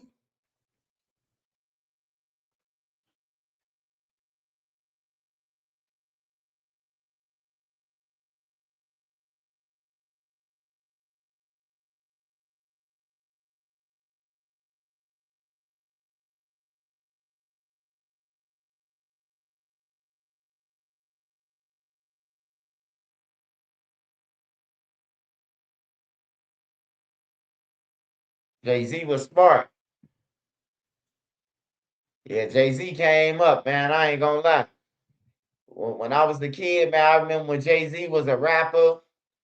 Dame Dash was more famous than Jay Z shit. Dame Dash looked like he was enjoying the real life, and Jay Z was just, you know, his artist or something. The whole time, Jay Z was a smart one.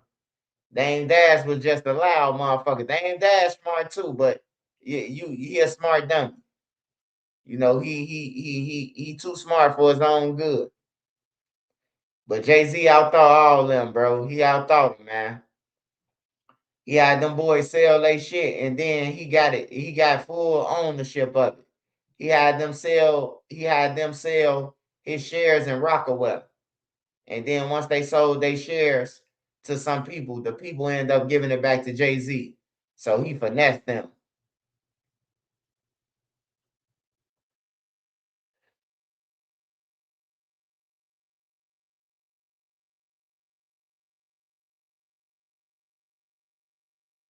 Yeah, I think that's what him and Jay-Z fell out at over Aaliyah, man.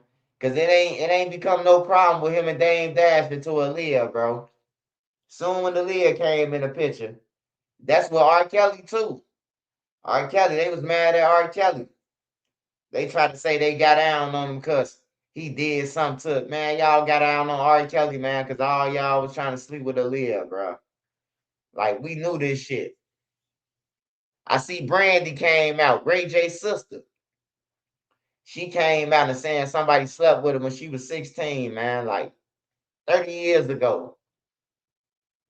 Like, not saying that, you know, it's not okay and nothing, but 30 years, come on now, man. Like, y'all be trying to ruin the motherfucker, bro. Like, you should have been came out and said something. And then if we gonna take the boys to man dude to jail, we gotta take your parents to jail. We gotta take your parents to jail. We gotta take everybody who knew about it to jail. We just ain't finna take the boys to man dude to jail. We finna take your parents to jail. Yeah, I seen that shit with Brandy though. I'm like, damn, yeah, everybody trying to get famous, back famous, bro. Like whether they got to bash another motherfucker or do something. I'm pretty sure Brandy knew that this guy was 20 years old, and I'm pretty sure his ass knew that she was that, and I'm pretty sure everybody knew that they were sleeping together, man. That's how Hollywood is, bruh. Everybody know that shit.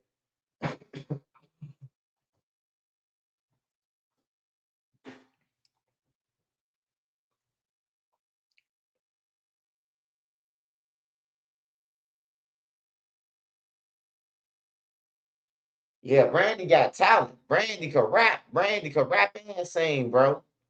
I seen Brandy on the freestyle. She killed that shit.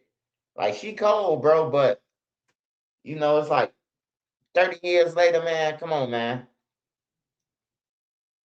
It's like a motherfucker wait till they spend their last dollar and be like, oops, he did this to me. Like, come on, man. Come out with that shit immediately. Like, don't hold no shit in time trying to play like you a victim. Living your best life, going to concerts, doing concerts and shit. And then you like, nah, bro. It shouldn't be that way.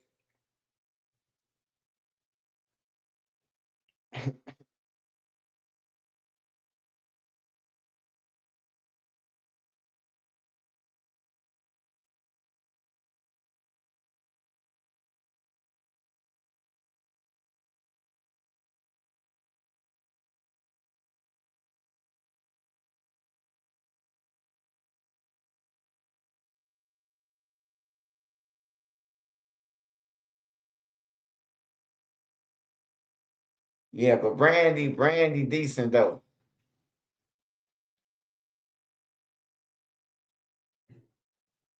Hey, give me a blunt. Hey, give me the weed out there. So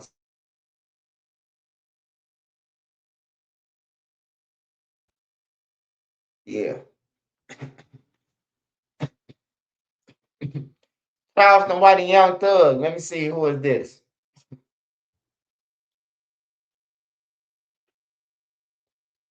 Damn boy, you a happy motherfucker. Chad. Chad Henderson. Shout out Chad Henderson 504.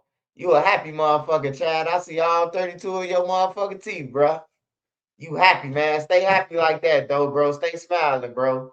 Don't let them never see a tear, man. Motherfucker see a tear, they say that's the sign of weakness. You hear me? So always be smiling like that, man. Hey, but look, with with Young Thug and Charleston White, Young Thug already paid Charleston White, man. They paying Charleston White. They already cashed Charleston White out, and they saying that it's a skit. Thug would have been went to jail. And he ain't going to jail because he paid him.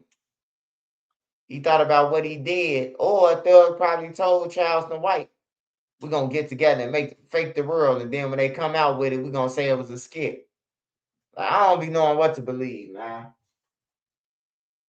I know Young Thug better stop playing with his motherfucking freedom. I do know that. He playing with his motherfucking life.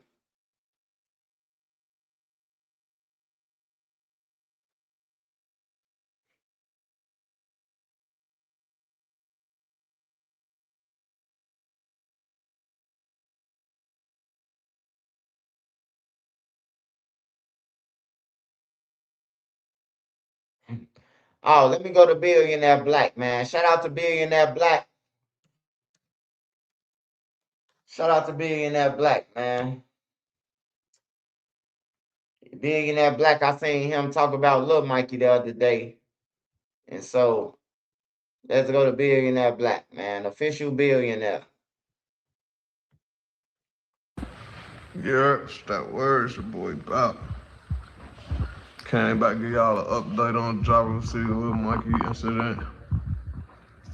Like I told y'all know I'll tell y'all a joke, but I'll never tell y'all a lie. Now it's coming out that he was backdoored by somebody from his hood.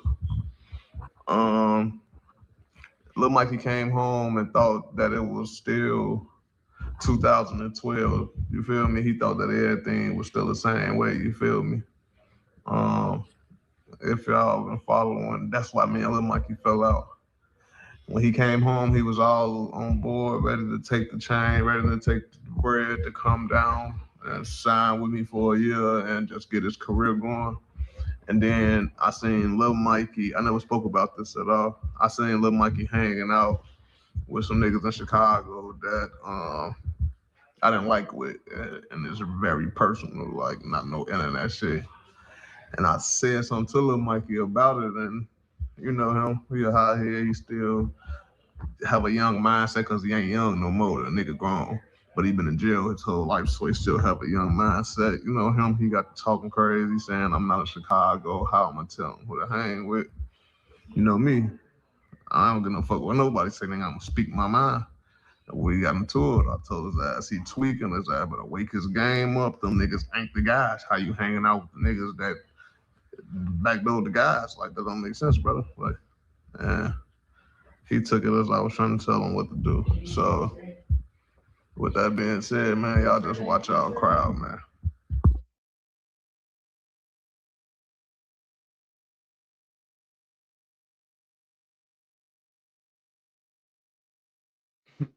Y'all heard Billionaire, man. I told Mikey the same thing, Billionaire. That nigga blocked me when I told him that. I say, Mikey, I had a dream, man, that you got backdoored by your own hood. And I hit Lil P the same time, told Lil P. Lil P answered to me. Lil P said, I had a dream too, Swipe, that somebody got me, bro. Lil Mikey blocked me, though. He blocked me soon when he read that shit. Said, I'm wishing salt on him, pouring salt on him. What, you hoping I die or something? Like, hell no, nigga, I don't hope you die, nigga. I'm just telling you what was in my dream, nigga. I thought I should tell you. He blocked my ass.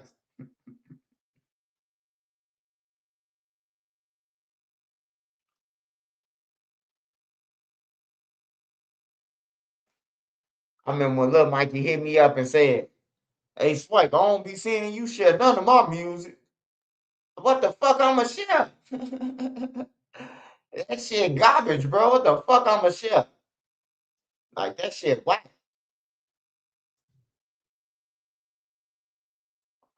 I definitely can't share that shit. I definitely can't look and share that shit. That shit weak as hell, man. That shit garbage. I don't give a fuck how much stuff you try to put on it or whatever. That shit garbage. All right, y'all. The family got to school, man. Let's see. Smash that like button, y'all. When the family feels. He pops in the 8s, dripped out. Pops off camera. Pops in the 8s, Katie in the Gummers. Yep. Yeah, shit going on. You know, locked in with TP, we finna.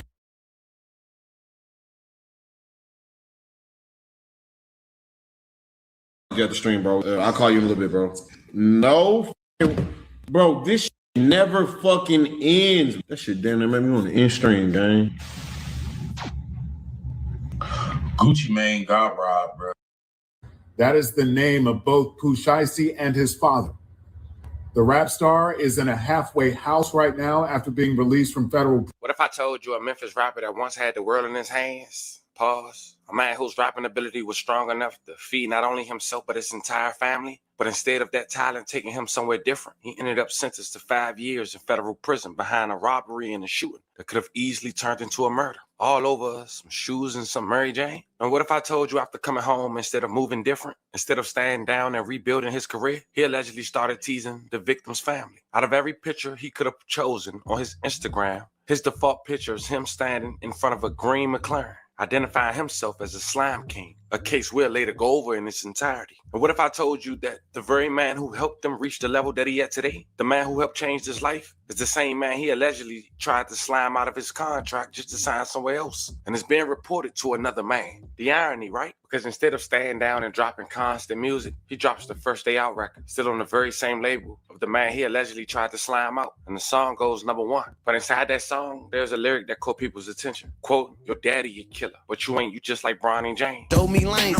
your daddy a killer, but you ain't, you just like Bronny James. Afterwards, that followed up after the lyrics. His daddy was his first CD, his co-defendant. They weren't doing it for the Saints. See, my dad and my outlets within the last 24 hours have released footage showing federal agents outside a home reportedly owned by him and his father. And when you see something like that, people naturally start connecting the dots. 2 + 2 do equal 4. Because when the feds show up, it's usually not random. Now, originally, family, I was actually working on another completely different story out of Alabama involving 2 young brothers who were recently killed inside their vehicle. A report saying an AK-47 was found in the car. As I started researching that case, I realized their mother had died in a similar situation just 2 years prior. While digging deeper into the story, I even came across someone allegedly claiming responsibility, turning a photo from the victim's girlfriend into a flyer and filming a music video at a graveyard, disrespecting the victim less than 24 hours after his death. But while I was gathering those details, I ended up seeing a new development involving Pooh Shiesty. And once you started seeing the pieces come together, it raises a lot of questions. Because like they say in Four Brothers, you keep knocking on the devil's door, sooner or later somebody gonna answer. So before we go over the Alabama story, I want to briefly go over this Pooh Shiesty story. But before we go over this one, I want you guys to remember, I don't give you no angle. I just give you the story. So with that being said, make sure you like, comment, and subscribe. We'll jump right to it. Man, 4 years ago when I started this platform in 2022, we were trying to find a niche. And during that period, we was talking about rappers and their parents. People were intrigued on their stories. And one of those rappers was Pooh Shiesty. And after I was doing my research, of course, he was buzzing during that time, had a huge presence. I came across the history of his father, Lontrell Williams Sr. Pooh Shiesty is identified as Lontrell Williams Jr. And at that time, you had platforms like Hip Hop Daily, who was bigger than mine at that time, who picked it up. He did many of my videos like that and ended up regurgitating the same information that I put out. Now, I'll leave the link in the bio, but I do want to point out something from that story. Now, to give you a brief recap, it's important to know this. The situation took place in 2004 pertaining to DJ. And it was alleged that Pooh Shiesty's dad was upset that the DJ was playing Yo Gotti's music and not his. He had a record label, Lontrell Williams, Pooh Shiesty's dad, that is, back then, was the mob boss. Now, in the video, I went into detail on how the stash house was raided. Fam, forgive me on how I was breathing and talking in that video. We came a long way. Now, if you check it out, it talked about how a grand jury indicted 3 suspects for the murder and of a Memphis radio personality that was found dead inside her downtown apartment. The grand jury indicted Stanley Andrews, 24, on charges of first-degree M and first-degree M, and aggravated R for the M of Rebecca Glenn. She was 24 years old. Andrew was sentenced to life in prison. Rebecca was found strangled on April 12, 2004 at 130 South Front Street by an apartment manager. Concerned co-workers at Flynn Broadcasting drove the Glenn's home when she failed to show up for work. The grand jury also indicted Lontrell D. Williams, 27 at the time, and Marquita Thomas, who was 19. Apparently, she was the setup girl. Each one on account of accessory after the fact. And ever since that day, Pooh Shiesty's dad was a convicted felon. May Rebecca rest in peace and love and condolences to her family. Fast forward 15 years later, in 2019, just a year before Pooh Shiesty gets signed during the pandemic, Lontrell Williams Sr. apartment would get raided again. You see, back then, they stayed on Man Circle on the 700 block, Man Circle West. Police had a search warrant for the house on December 11, 2019. At around 6 p.m., they came through. Police conducted a protective sweep on the apartment and encountered a male identified as Lontrell Williams Jr., also known by his rap stage name as Pooh Shiesty. In the southwest bedroom, sitting on the bed, Lontrell Williams Jr. was sitting on a Glock 22 pistol. During the time he was detained, detectives continued to sweep for the residence to see if any more bodies was there and didn't locate anyone else. After the scene was made safe, detectives could smell a strong odor of marijuana throughout the entire apartment. While searching for the source of the smell, Detectives Garrison and Detective Murphy located $30 of currency under the couch in the living room. Detective Tate located a Glock with 50-round drum mag and around 24 rounds inside and a rifle stock for a Glock pistol in the southwest bedroom where Pooh Shiesty was at. Detectives Mills also located a large clear bag of Mary Jane in the southwest bedroom.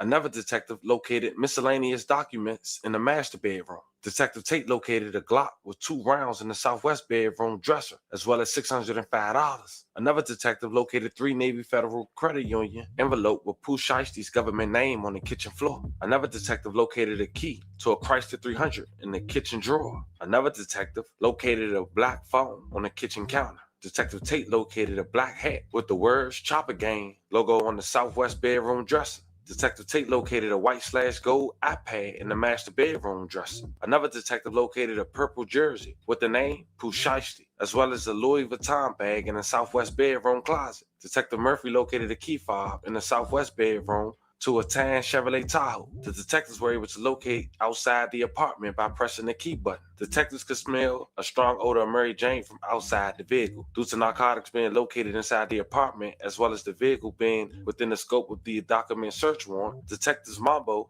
had conducted a free air sniff around vehicle in which Mambo gave a positive alert to the driver's side door. Apparently, that was the gang unit dog. Pooh Shiesty was later transported to 3657 Old Getwell Road for interviews. And once he got there, he was advised his rights and declined to speak to detectives.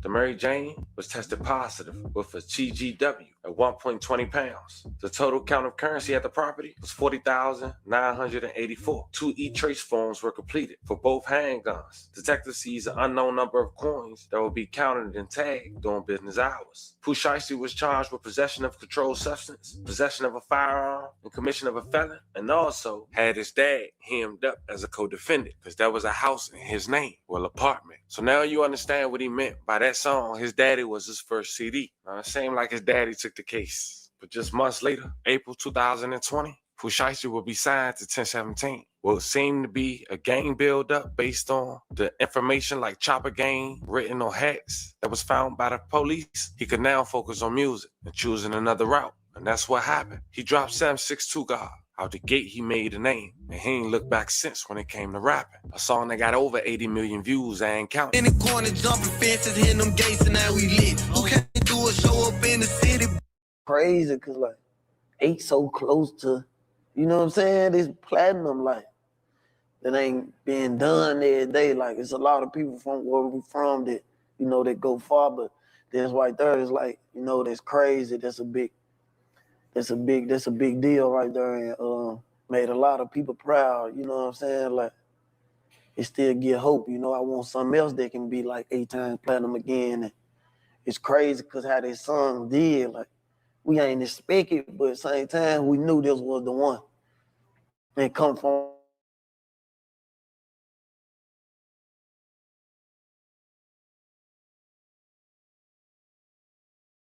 where I'm coming from.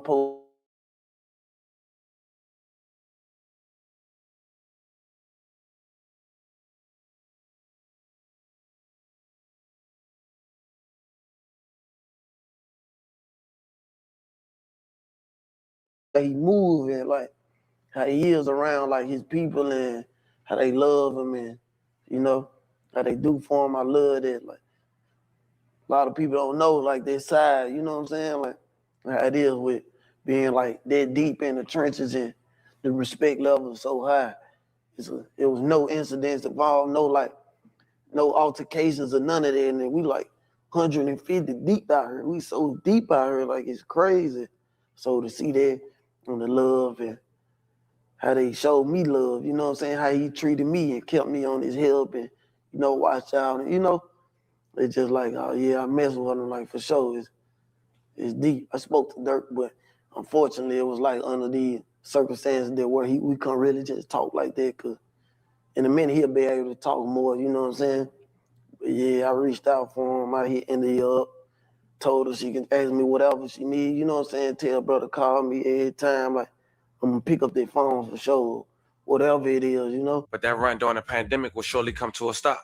Pooh Shiesty was indicted in June 3rd, 2021. Apparently, that indictment came from an incident that took place on October 9th, 2020 in Miami-Dade County. Police say Pooh Shiesty was with two people, a man identified as Bobby Brown and Jaden DeRosa. They was the defendants. Police say on October 9th, 2020 at around 1:50 p.m., 3 males later identified as Williams, Brown, and DeRosa arrived at the Landon Hotel, located on the 9700 East Bay Harbor Drive in Bay Harbor Island. Williams was driving a green McLaren, with Brown in the passenger seat. DeRosa was driving a black Mercedes Maybach. Williams had arranged to meet the victims at the location to purchase a pair of high-end athletic sneakers on Mary Jane. Williams had rented the McLaren from the victim. That's right. Victim number one was hoping to negotiate an extension of his vehicle rental as part of the transaction. During the transaction, Pooh Shiesty, Brown had brandished firearms and shot both victims. Specifically, Brown shot victim one in the hip and Pooh Shiesty shot victim two in the buttocks. The victims then drove to MD Urgent Care for medical assistance and were later transported to a Venture Hospital for further treatment. As part of the investigation, law enforcement reviewed video surveillance, which depict Pooh Shiesty arriving at the hotel in the green McLaren, with Brown as the passenger and DeRosa driving in the black Maybach. Williams was wearing whose jury from his persons. Moments It contains photographs that depict him displaying several long rifles and a plethora of $100 bills before the robbery. One of the $100 bills from the picture displayed the full serial number on the bill, which police had identified and recovered on one of the $100 bills that was found in a Louis Vuitton bag. Law enforcement later identified DeRosa publicly by his Instagram, Dream Monta, where DeRosa is depicted holding a Draco firearm like the one used Pooh Shiesty during the shooting. After recovering video surveillance, law enforcement responded to a Venture Hospital to speak to the victim and present them with still photos from the video surveillance. Victim 1 stated that he was certain that the person driving the green McLaren was rapper Pooh Shiesty. Victim 1 said he had several encounters with Pooh Shiesty, including when Victim 1 rented the green McLaren. Victim 1 explained that when he was shot, the closest person to him was Pooh Shiesty road manager, Bobby Brown. Victim 1 didn't describe Brown as wearing a white t-shirt, which was corroborated by video surveillance. Law enforcement also presented Victim 1 with a photo of DeRosa, and Victim 1 identified DeRosa as the driver of the Mercedes Maybach and the person wearing the purple hoodie. Law enforcement then contacted Victim 2 while he was being treated at a Venture Hospital. Law enforcement also presented him with still photos in which he identified the same people. Now, in just one station, surveillance cameras showing a new view of a violent shootout in a parking lot of a South Florida apartment building. Man in the black sweatshirt had out in the ankle. Williams fled in a dark-colored vehicle, and because of that, he accepted a plea for 5 years, in which some say was a hell of a deal based on all the information that we just talked about, including 2 that could have been 2 murders. And in April of 2022, he accepted a plea, sentenced to 5 years and 3 months in prison. A part of his plea, he agreed to the firearm and drug charges, and the 3 other charges were dropped. October 2025, Pooh Shiesty will come home. Memphis rapper Pooh Shiesty is no longer in federal custody, according to his attorney. Pooh Shiesty, whose real name is Lontrell Williams, was sentenced to 5 years and 3 months in prison in a Miami federal court back in April of 2022 after he pled guilty to gun and drug charges. His attorney, Bradford Cohen, says he was released yesterday after a combination of time served and good behavior. Cohen also says Pooh Shiesty is looking forward to getting back to the studio and making music again. So fam, so we clear. Pooh Shiesty had to serve 6 months in a halfway house since his release in early October. He would have been out the halfway house on his first week of April of 2026. But as we all know now, that's up for debate. But when Pooh Shiesty first came home in October, everything seemed good. Gucci Mane walked him home with the post quoted, "Welcome home to the real one." My nigga Pooh Shiesty. The energy different now. Same hustle, new chapter. Shiesty back and free. The only way it's supposed to be. Real ones never fold. Time to shake the streets up. Walk proud of you. Hashtag 1017. Gucci Mane wife Keisha Kior had quoted, "Welcome home, Pooh. We missed you." He also had an Instagram post in which Pooh Shiesty had reposted, quoted, "Welcome home, Pooh Shiesty. The main slime is back." Not to mention, Pooh Shiesty liked the post that was on his Instagram page. Everything seemed normal as mentioned, but one thing was visibly clear. Gucci Mane was not seen with Pooh Shiesty, and some thought that was because he was on the halfway house. But that was his CEO. And then months later, Pooh Shiesty at the top of 2026 had dropped FDO, First Day Out, a highly anticipated weight, and it was safe to say that he didn't let his fans down. The track was over 6 minutes long, straight bars with his mother giving a speech that, quite frankly, any kid would want to hear the encouragement give her son. coming from their mom. There's too many people depending on his leadership skills out here for him to be gone. Come on, son, reclaim your... Gucci Mane never reposted the video. Go to your... And to speak out of the and he's with a no, the dudes that Yeah, it's that word, your boy Bob.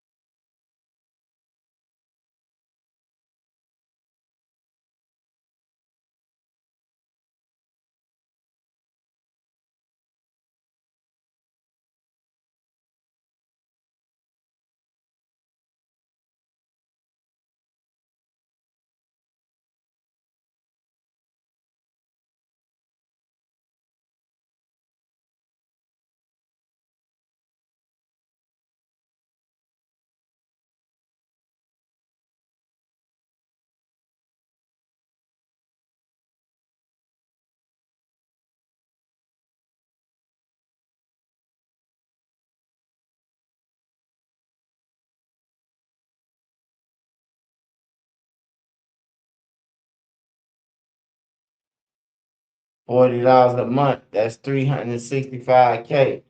All it takes is 2 of those bills for $500K in life insurance. And yeah, that's what I be saying. I be trying to tell the young motherfuckers, man, y'all better wake up. Motherfuckers getting y'all life insurance money, man. You going, then more 9 out of 10 times, they finna go and spend that shit. They going straight to Louis and all that shit, buying APs and all that, man. Look, I got an Apple Watch right now. Motherfucker told me, hey, Swipe, man, go and get you a bus. I ain't busting down shit, nigga. I got me a bust down Apple Watch, nigga. I ain't going to get nothing. Some real shit. Nigga trying to get me robbed. Talking about going to get a Trenches News. I ain't going to get shit. Nigga, if I get a chain, nigga, I'm going to have somebody sew it for me. A Trenches News chain, nigga. You ain't going to get nothing of value. You try to rob me, nigga.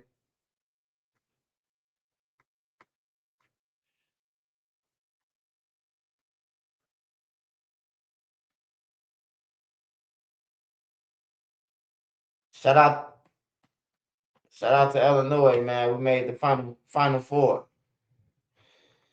So shout out to Illinois, man.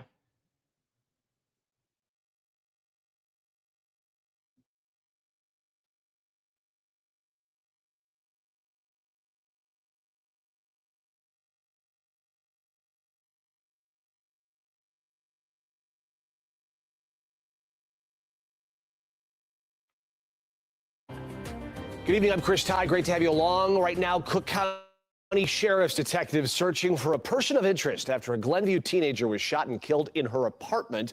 This happening this weekend. Lily Bova was finishing up her sophomore year at Glenbrook South High School. Our Marissa Sulik spoke with her dad and friends as they try to navigate this sudden loss and plead for justice in what they call a murder. She dressed herself up like that she did that all on her own. It's the little girl in these photos Lily Bova's dad, Anthony Bova, will always remember. She could do anything. She was into everything. She was a good person. It's a lot of work for a little girl.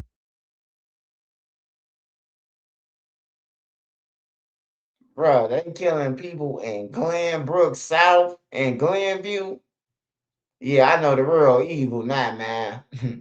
Man, I've been around Des Plaines, Glenview, all that shit, man. I'm talking about for 8, 9 years. I ain't never heard a gunshot out there. Never. The most shit you gonna hear about Des Plaines is John Wayne Gacy. And that was in 1980 or some shit. We weren't even born yet. But we was aware of when like they was digging up his crib and shit. Like you could ride past and see the Cook County Sheriff digging up his cribs and shit. Then they had these little homie the clowns and shit, like riding around the schools. Homie the clown, they riding around white vans and shit. You gotta watch out for the white van. Yeah, man, that's crazy, bro. For a motherfucker to get killed in that area over there, that's like everybody working, man, they business. Everybody know each other. With this big truck. Lily was 16 and learning to drive. In fact, the two of them went to the Grove in Glenview a couple weeks ago to practice. She was gorgeous. She was the prettiest girl I knew. Madeline Mendoza was a lifelong friend of Lily's and lived in the Salem Walk Apartments off Milwaukee Avenue next to her. I am her neighbor. I could see into her window. Lily's dad tells me that she was living in this apartment complex with her older sister. This is also where the Cook County Sheriff's Office says that she was shot around 11 Saturday morning. This is now wanted homicide. They're armed and dangerous. It's armed with a handgun. Offender is going to be a male Hispanic. The Cook County Sheriff's Office says Lily ended up dying at Advocate Lutheran General Hospital. They have not released any more information on the shooting, like who did this and if anyone is in custody. We have a piece of her shirt. We cut it into a bracelet. Layla Milanovic and Sasha Babanin are two of Lily's Glenbrook South classmates. They say they met Lily only a couple of years ago, but her personality was infectious. Her energy, she's so bubbly. She brings a smile to everyone's face. When she walks into a room, everyone wants to talk to her and be around her. We're going to be like Lily. We're going to live like her. We're going to bring Cook County big, man. That's what I'm saying, man. When people be like, oh man, they ain't from Chicago. Hey, look, if you gotta go to our jail, nigga, you from Chicago, nigga. If you in Harvey, if you in Chicago Heights, if you in Des Plaines, if you in Arlington Heights, your ass get locked up, you going to Cook County jail. So you is from Chicago, man. I don't give a fuck of what line draws or none of that. Your ass going to jail with the real criminals. You ain't going to no off-brand ass jail where it's la la land and everything. You going somewhere where you gonna see people get jumped on, stabbed, all that shit. Mental patients, all that shit. Niggas rob you for your commissary and all that shit. Take your phone cards.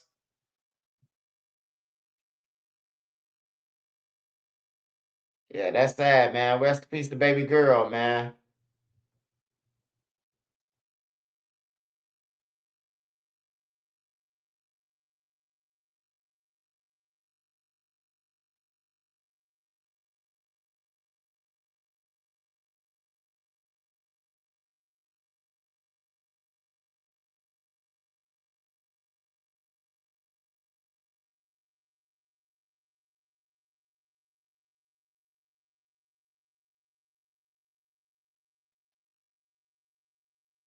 New details in the deaths of two missing teens found in Hinds County. We're told that they were both JPS students who attended Lanier High School.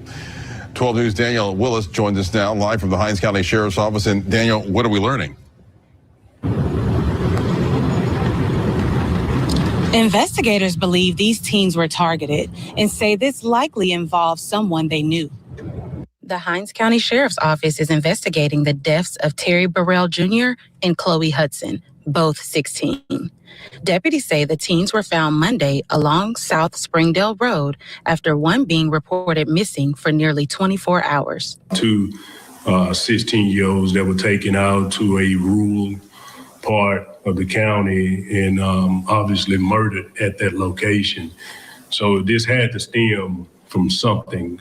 This does not appear to be a random act of violence. Sheriff Tyree Jones says the circumstances surrounding where the teens were found point to a deeper connection, suggesting they may have known the person responsible.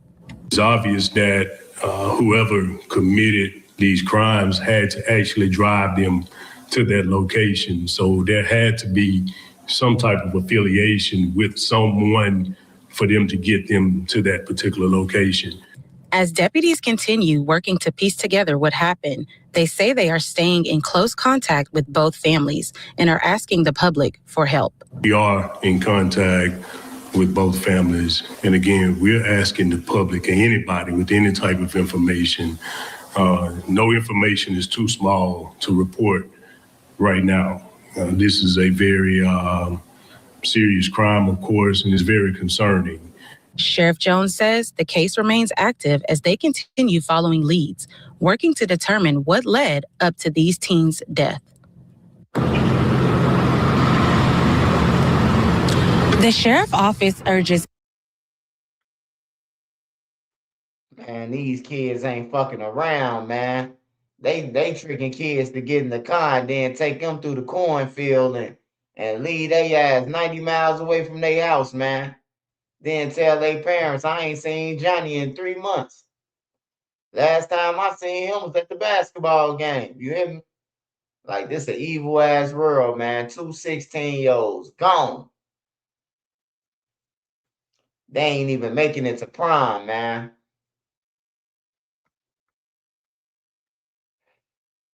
That's why I say don't trust no motherfucker. If you before you get into the car with somebody, anybody, text every motherfucking body, a group chat. I'm getting in the car with this motherfucker. Something happen every time you get in the car with somebody, just text motherfuckers and be like, I'm getting in the car with somebody. Or if you going on a date, text a motherfucker. When he pull up, I got you on camera. Just in case you try something, nigga, you on camera.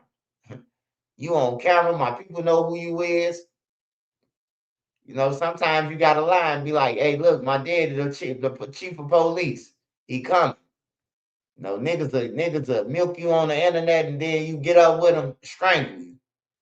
They wanted to strangle somebody who looked like you.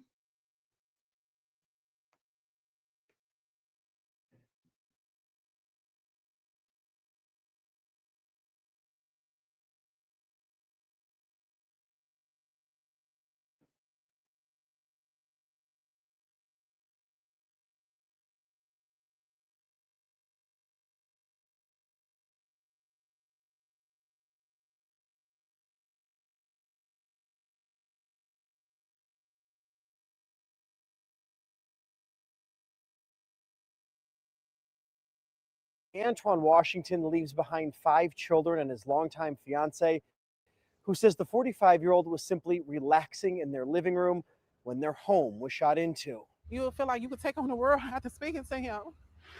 He was just a great man. I just feel like I'm in a nightmare and I can't wake up.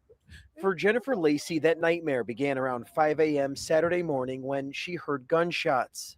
I heard the shots, not thinking anything of it, not knowing that people were intentionally shooting into my apartment. Once Lacey got out of bed, she saw the damage from the bullet holes inside the home on May near 57th in the Inglewood neighborhood. Then she found her fiance, Antoine Washington, in the living room. Someone intentionally pulled up to our house and fired 16 shots towards our house, and 4 shots hit the house and 1 hit Antoine in the head. He never got a chance to get up. Lacey says in his final moments, Washington was having an ordinary morning, sitting on the couch, drinking coffee and watching TV before going to work at Chipotle. I tried to alarm him that, someone shot up our house. He didn't wake up. Police say someone inside a gray sedan fired into the home and was last seen driving north on May. Outside the home, shell casings covered the street. Investigators could be seen taking pictures and collecting evidence as they search for whoever is responsible. I'm just so heartbroken. An online fundraiser has been set up to help Washington's 5 children. Lacey says the couple stayed to themselves and never imagined becoming targets. Of all these apartments on the block and the buildings, why would all these apartments on the block?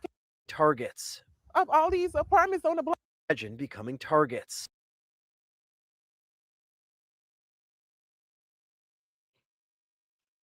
I ain't gonna even lie, man. I'm just gonna get my opinion on this shit. Man, y'all killed the wrong motherfucker. Y'all shot up the wrong house, man. Dude look like he played video games, smoke Black and Miles, and eat Chipotle, man. And then I look at all his kids, bruh. All his kids, they gotta suffer now, man. Crazy, bruh. Motherfuckers just riding around, shooting up cribs. Y'all don't even know who the fuck y'all ops is, man. This shit crazy, bro. I hope they saw the 16-year-olds too, man. I don't give a fuck what they did, man. Yeah, bro. Nah. The mother gotta raise them. And this how the system started, bro. This how the oldest one, now he don't want to listen to his mama. Then the youngest see him disrespecting the mama, so now they think they could do it. And then they crash out, bro, unless you got a strong, system that they fear you. That's why I say, man, your kids they supposed to fear your mom, bro, like for real. Like your kids supposed to at least fear you if they don't fear nobody else. They supposed to be quiet when you talking than anybody else. If they don't shut up for nobody, you supposed to shut it down when your mama or your daddy them come. It's over with. This shit just wicked though, bro. The reason why I'm showing this picture, man, because he gone. We could crop him out now. He gone. Just a broken family, bro. This shit hurt, bro. Like, this family finna be hurt. A motherfucker who they depending on. Because if he working at Chipotle, they ain't rich. They was living check to check or however they was living. But they ain't rich. Motherfuckers be taking out anybody, man. This what pissed me off, bro. This what pissed me off, man. And this is what, like the gang members. Bro, you killed dude from Chipotle, you shot up the wrong crib. Oh, you got to turn yourself in, man. Because I know they done came back to a block and told the motherfuckers who did it. Or if it ain't the gang, might be somebody she was fucking with. But they got 5 kids together, bro. They got literally 5 kids. You don't got no ex stalking and they got that many kids, bro. A motherfucker shot up their crib thinking it was somebody else's crib, man. And now that you know that you killed the wrong motherfucker, turn yourself in, bro. It's over with. Niggas just killing anybody, man. Shit crazy. Man, condolences to this family, bro. All them kids, man. God bless y'all soul, man. Whatever religion y'all end up in, man, I hope that God carry y'all, man. To not do no retaliation, man. Because it's one thing, bro, to be a kid and hear your father got killed because somebody just shot up your crib. Now you get older and try to do your investigation. You got to eat that charge, bro. The gang member's supposed to turn you in. At least if y'all gonna talk about it, some rules and no cooperation with the police, at least get on your homie ass, man, for killing the wrong people, man. Like, that's the least you could do. You could talk about somebody snitching all day. But when is you gonna hold your friend, a homie, accountable if you kill somebody innocent, bro? Or is that still gang? He ain't do nothing. Free him. Shot the man right in his head one time. Man sitting on the couch, having a cup of coffee, watching The Price is Right, get shot in the head one time. His wife telling him somebody's shooting. He can't even respond. He dead. Fuck out of here, man. Hey, that's why I say, man, if you get a chance to get a better life, like she got 5 kids, I would have been moved my stationator or whatever out of town. Out of town is way cheaper than Chicago. Especially if you moving like Iowa, Missouri, any of that shit, Midwest, is way cheaper. And some towns you ain't gonna run into no crimes. Like Iowa. You ain't running into no shit in Iowa, them fake ass gangsters.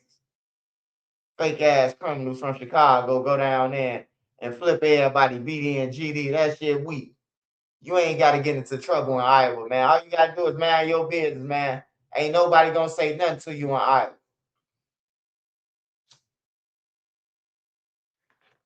Yeah, they got 5 kids. They supposed to be up out of here, man. If I got 5 kids living in Chicago, we gone. I'm telling my girl, we could transfer this. Because evidently we ain't got nothing going on if he working at Chipotle. I don't know what she work at, but you can't have too much going on. We got to get up out of here. That's just my thoughts, man. I ain't trying to look down on nobody who work at Chipotle. I'm just saying, bro, like, they done killed the motherfucker who work at Chipotle. That's what I'm mad about. A person who got 5 kids. He got 5 kids, man. His kids with him in the car, all of them. He ain't into nothing, bro. You ain't gonna tell me he did shit. He look like a motherfucking phone technician. A nigga, when your game go out, hey, Steve, hey, you can look at my motor. The motor on my fan burnt out. And he fix you. Give me an hour. I have it fixed for you. Geek Squad. Yeah, that shit crazy out here, man.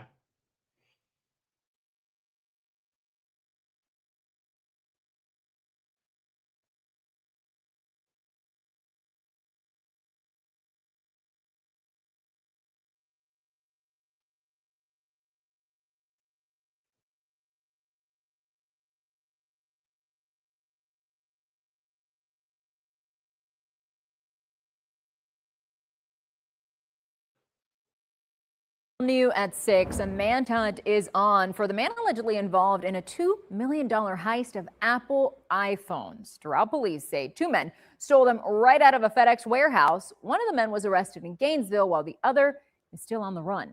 CBS News Miami's Nakaya Carrero is your reporter at Doral Police Headquarters. The Doral police chief said the 2 men pretended to work for the logistics company and said they were there to pick up their order of brand new iPhone 17s. And they got away with nearly 2,000 of them. 38 boxes, each box containing approximately 50 iPhones. So that's over $2 million. Caught on camera, Doral police say Jeffrey Lydell Moore and Robert Rashawn Soto orchestrated a plan to walk into a Doral FedEx warehouse and steal thousands of iPhones. According to the chief, the pair contacted the FedEx warehouse saying not to deliver the package, they would come pick it up. In this video, the chief says you see Soto at the front desk showing a badge to the employee. Produced an identification with the name of the individual who owns the warehouse and was able to build a rapport with the individual and then gain access to the delivery area. The pair are seen on camera, Moore in beige and Soto in navy blue, loading up the boxes into a U-Haul.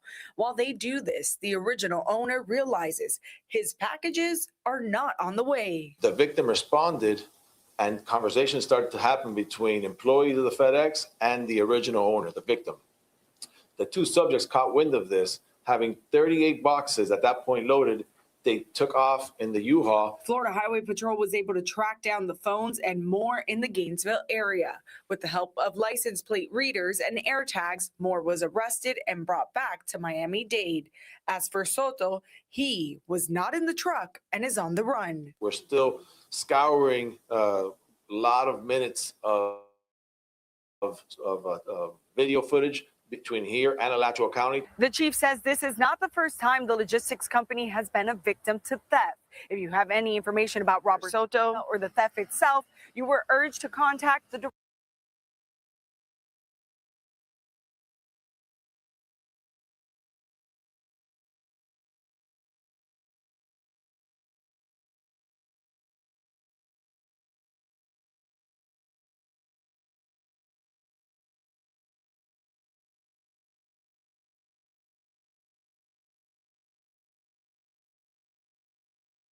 Imagine being able to build an app with your name on it, just by thinking about it. Meet Base 44. Tonight, the FBI releasing surveillance video of the man they are calling the Sub-Zero suspect. Sub-Zero, he's wanted for robbing 3 banks in the last 5 years, and tonight the reward increased because investigators say he's becoming more brazen. The FBI is speaking to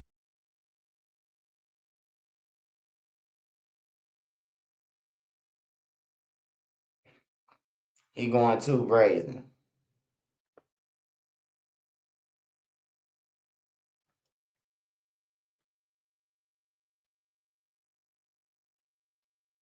New at 10, a convicted killer may have been trying to manipulate inmate release dates while running an organized crime ring inside of a Houston area prison. That is according to a bombshell search warrant. And as ABC 13's Jessica Willey found out, the scheme didn't stop there. From inside the walls of the Pulaski unit in Livingston, investigators with TDCJ's Office of Inspector General believe William Patrick Alexander was part of an organized crime ring that has, quote, grown in spite of law enforcement efforts to deter it. In a search warrant made public this month, investigators detail an effort to hack prison-issued tablets like these to use them to run illegal operations behind bars, potentially giving inmates access to technology they would never have before. According to the warrant, Alexander, who is serving a life sentence for the murder of his 17-year-old girlfriend in 1992, is not only accused of hacking, but also believed to be involved in attempted drone drops occurring in TDCJ and corrupting prison staff through bribery. In this case, investigators believe he worked with at least 2 other people, the warrant says. Rooney Smith, a civilian who ABC 13 has confirmed was arrested, and a second woman named in the warrant but not charged, according to online records, who used to work for UTMB inside the prison. It's got to be a team effort. IT expert and licensed private investigator Coleman Ryan reviewed the documents for ABC 13. It just blows me away what the criminals have done with technology. According to the warrant, Smith bought and delivered things like tablet parts, SIM cards, and prepaid cell phones. She was the one who allegedly communicated with Alexander, while the former UTMB employee smuggled the contraband inside. At one point, she was paid $1,000 via Cash App, the warrant says. On February 20th, 35 Securus tablets, the same devices used in Texas prisons, 3 cell phones, multiple thumb drives, and 5 computers were seized from both Smith's tax office in Southeast Houston and her home not far away. The tablets were in varying stages of what's called jailbreak. It means modifying the device to give it capabilities that it would never have otherwise.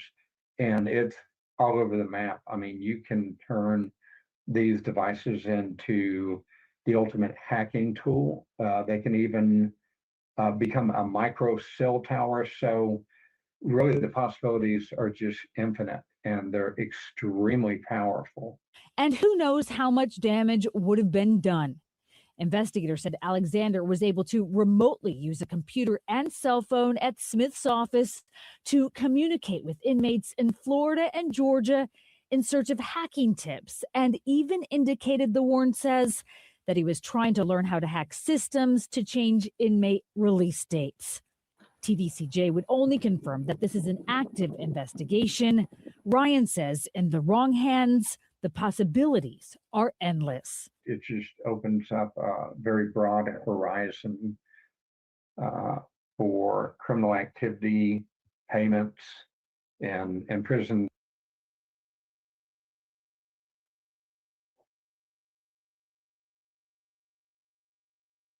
Yeah, James Broadnax has a team of attorneys working for him from Dallas to D.C. to New York. And now in new filings, those attorneys argue this confession by his co-defendant cousin is new evidence that undermines the state's case for James Broadnax's conviction and death sentence, a case that took the breath of the nation and the idea that 2 men were killed for $2. In addition to that, my interview, where both of them voluntarily told their story and their roles in this case, roles that with this confession now change. This was the crime scene outside a Garland Christian music recording studio in 2008. Stephen Swan and Matthew Butler were shot and killed during a robbery. The double murder shocked North Texas. James Broadnax, 19 at the time, and his cousin Demarius Cummings were arrested and charged with capital murder. I interviewed both in jail. Cummings showed remorse for the violent crime, adding he did not kill anyone. Broadnax, in an expletive-filled conversation, told the story and said he kind of regretted what he did.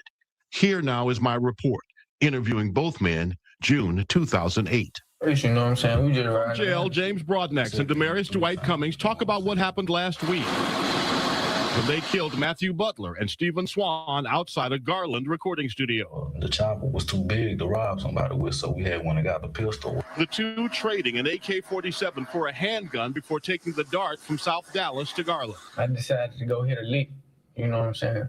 And one of the best spots to go, because that's where all the rich white folks stay at, you know what I'm saying? So I caught him up slipping, shit, and popped his. That's what it is. Without as much as a blink, James Broadnax talks about how he took 2 lives. Blank, you know what I'm saying? I shot him, like stumbled back, shot the driver. He hit the ground, you know what I'm saying? But he like leaned up like he was finna try to get back up.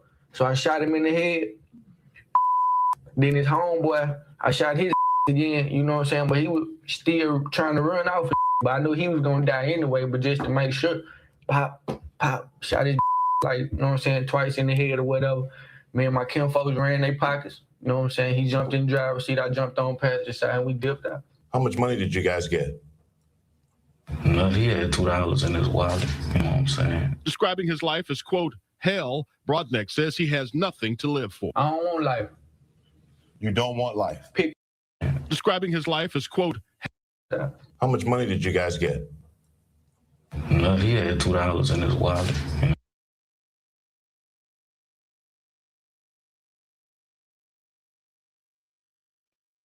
Bro, $2 in his wallet, bro. Like, this the shit that pissed me off, bro. Like, this the shit I'm talking about, man. He had $2 in his wallet.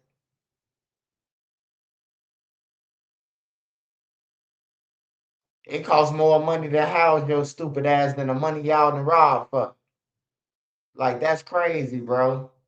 I don't give a fuck what color they was. $2 ain't worth losing your life over no matter who you kill. White, black, orange, I don't care about that shit, bro. Nobody deserves to lose their fucking life over no $2, bro. This the shit that this the thing that make me mad, bro. With life, bro. Like, come on, man. Then he on the phone talking about it freely. We got $2 in the wallet.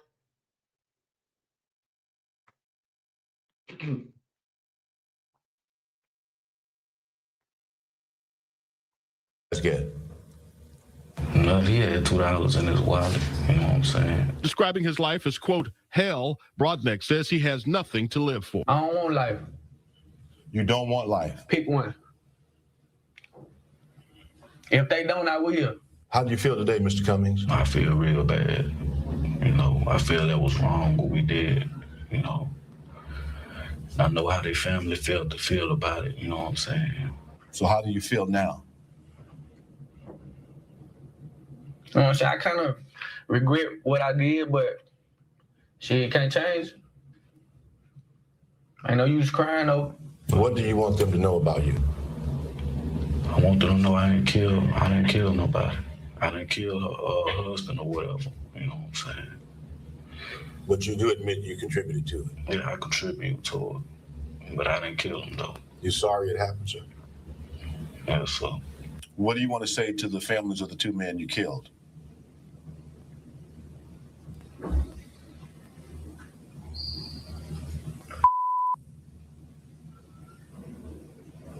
Straight up.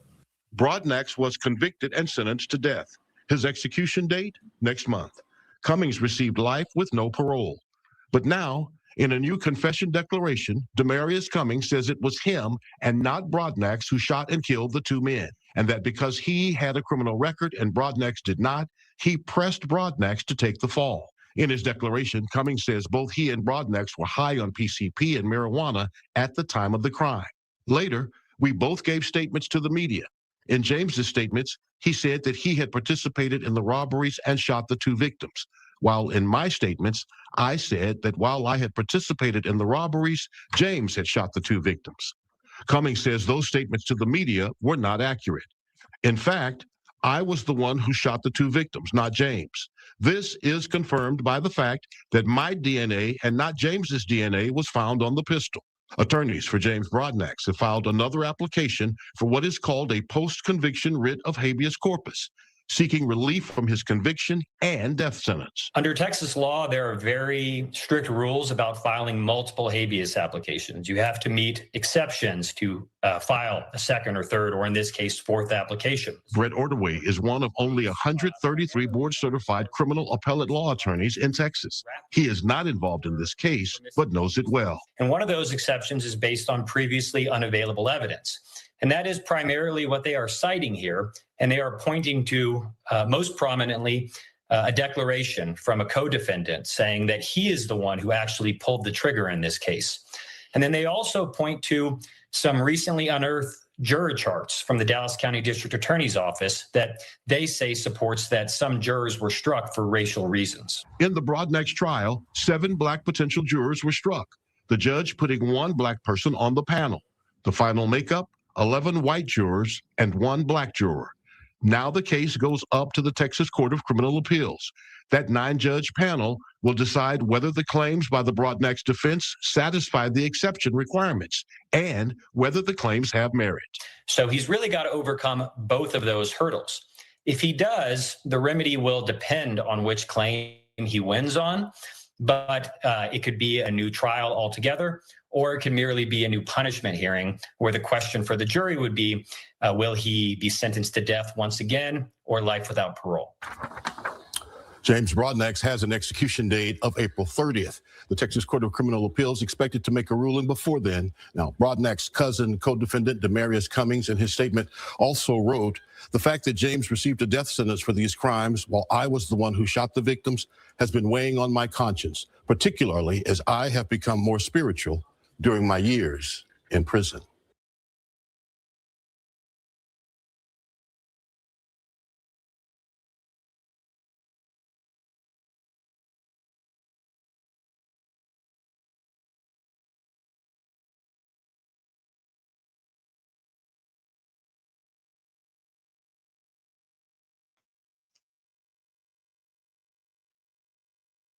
So that truly means it could have been any one of us.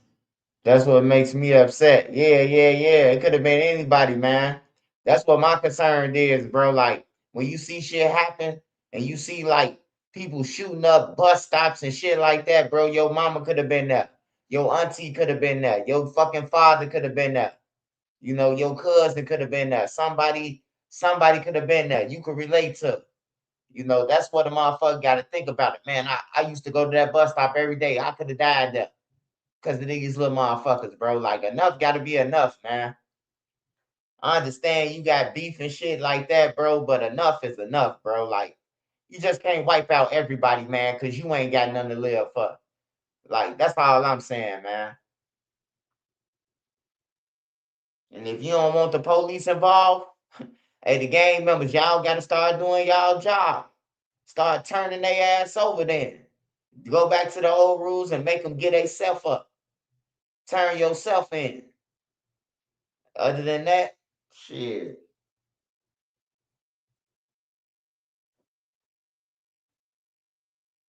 Yeah, it could be any one of us though, man. Motherfuckers better stop looking like you ain't me. So what? That's how our community look at shit. It ain't happened to me. They ain't try my family. And then, like, I had a lot of people who was talking shit to me, bro, in 2023. Bro, 2024, 2025, they done lost brothers. They sister done got killed. They come through my inbox. They swipe. Hey man, my mama heart broke, bro. I just lost my brother. Can you talk about it? You know, they don't think shit funny of the duck trial no more. Once they hit home, that shit ain't funny no more. They trolled me for the duck trial though. But then they came back through my shit. Hey, Swipe, man, I understand what you're saying. Yeah, I know you do. On that thing, I know you do, bro. I know you understand. Because shit is real. More breaking news your news leader is following now. We're learning more about an FBI search party at a home associated with Memphis rapper Pooh Shiesty. Now take a look. This was the scene earlier this morning outside of a Cordova home belonging to Lontrell D. Williams, otherwise known as Pooh Shiesty's birth name. Now, the house deed didn't specify whether the homeowner is Pooh Shiesty or his father, Lontrell Williams Sr. But the FBI confirms they were at that home to execute a court-ordered search and arrest warrant. Our Drita Patterson has been at the scene of that search all morning long. Drita, what have you learned? We've learned quite a bit. It just so happens this is a community where a family I'm very close to live. So they were able to sort of walk us through what happened. They are telling us it was well before, several hours before sunup when they first heard a boom.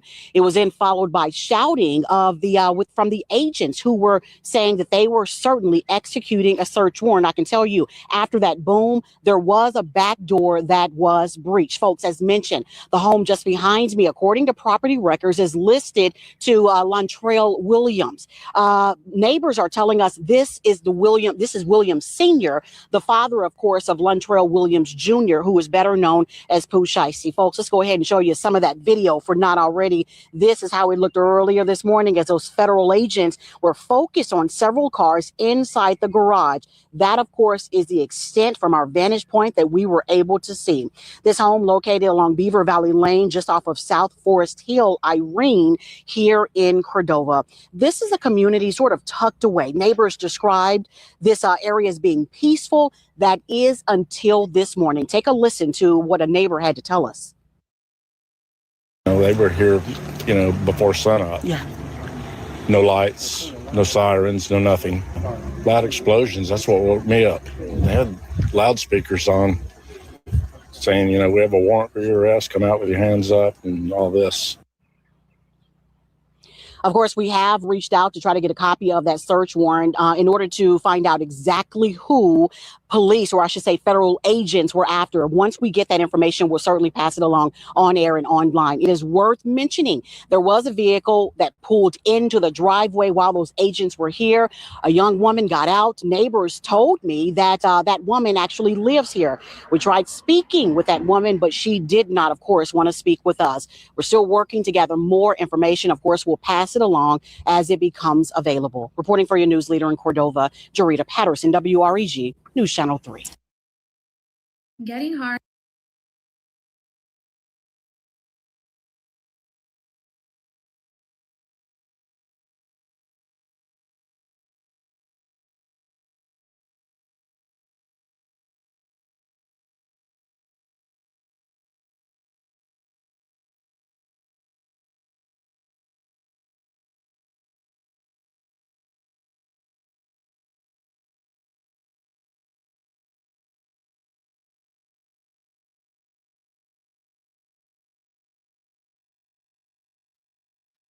That's a HOA subdivision. They ain't finna be at the house too much longer. Yeah, man, it looked like they should have brought their own land or something with that type of shit.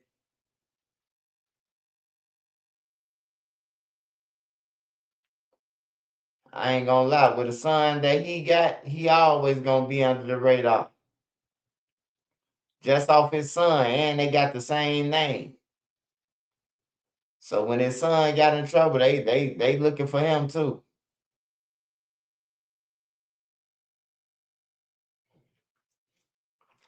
They gonna stuff them cars in the garage and hunker down. Oh yeah, they ain't just come for shit. They came for something. Somebody ain't do something right. They ain't throwing flashbangs for shit. They gotta hide. They gotta have that shit signed. They gotta have that shit signed and make sure everything. Yeah, they said the pops a gangster too. Yeah. They said the pops took the weight for Pooh Shiesty. They said the pops took the weight for him when they was co-defendants. I seen TMZ. I think TMZ had an article like Pooh Shiesty daddy a mob boss or some shit.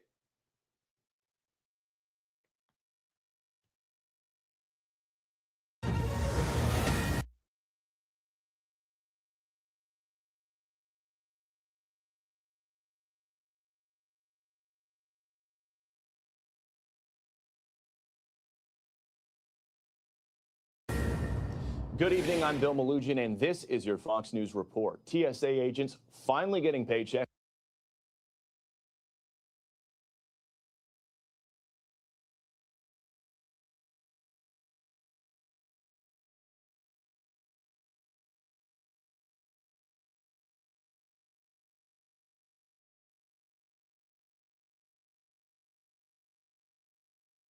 Reporting overall violence is down in the city, but shootings remain high compared to recent years.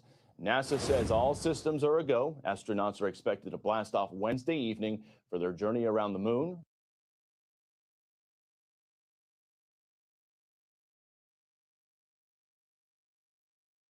Chicago investigator Megan DeMar joins us now. And Megan, for years we've been digging into these allegations made against employees at Aunt Martha's Integrated Care. Right, Joe and Erica, it's a facility that provided emergency placement for kids under the care of DCFS. And the abuse accusations are no longer just allegations, with one of the former employees being found guilty by a jury late last week. Court records show Trulon Henry worked for Aunt Martha's Youth Center as a manager from January 2023 to April 2024. during which time 5 kids between the ages of 12 and 17 disclosed grooming and sexual abuse. More than a year and a half after he was arrested and charged last week, a Cook County jury found him guilty of predatory criminal sexual assault of a child. It's still a mystery how Henry was hired in the first place because the once standout linebacker at the University of Illinois was a convicted felon. I sacrificed my body and my life. His a real-life redemption story after being convicted of armed robbery when he was 19, a fact highlighted in several news reports and in a Big Ten Network feature story in 2010. Trulon was sentenced to 5 years in federal prison. He was the second Aunt Martha's employee arrested and charged with abuse of a child. First came Antonio Hopkins, who worked at Aunt Martha's through a third-party security firm, A-Alert, the subject of a letter obtained by the CBS News Chicago investigators to the Inspector General of the Illinois Department of Children and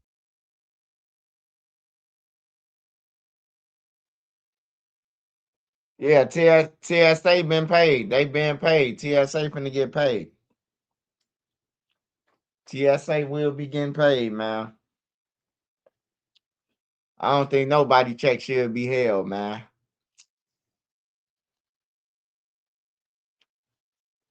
That's some bullshit. Hey, just imagine you smoke weed heavy. And you spend your last $40, $50 on some weed or $100 on some weed thinking you about to get paid. And you get high before work, spray, cologne, and everything, think you about to get your check, and they say, man, ain't no checks.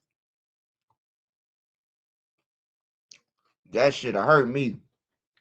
I ain't gonna lie. That should have hurt bad.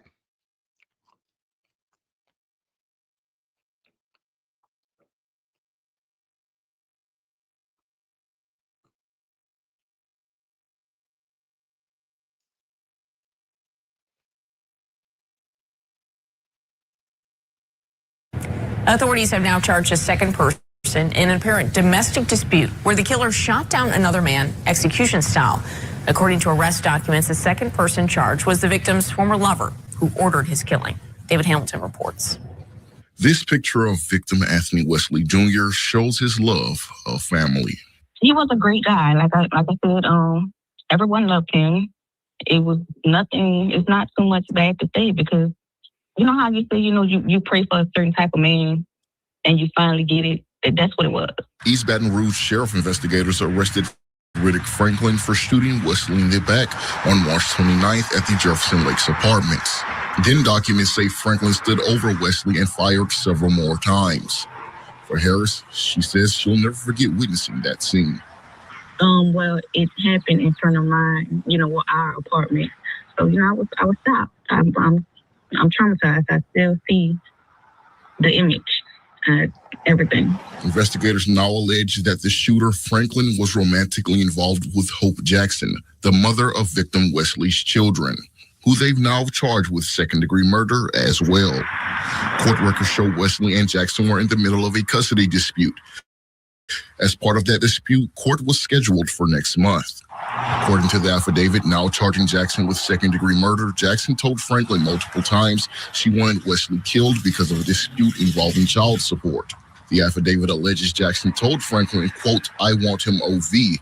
Authorities say OV is street slang for eliminating or killing someone. It's shocking because, these are your kids' father.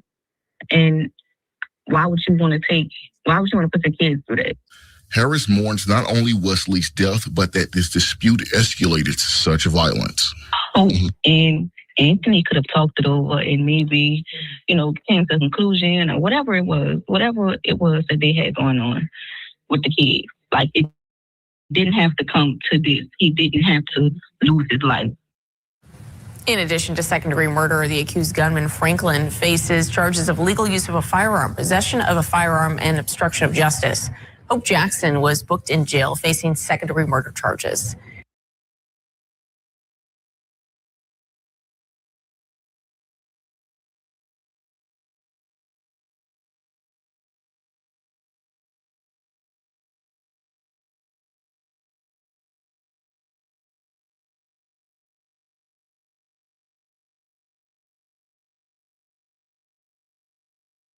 tragedy in Brooklyn this afternoon. A baby shot and killed on a Williamsburg street. We are live on the scene where it happened. Good afternoon. I'm Richard Giacobas. Thanks for joining us for the News Block. Police say the baby was being pushed in a stroller by its mother when gunfire erupted. We'll get right to Fox 5's Duarte Geraldino. He's live in Williamsburg with more. Duarte.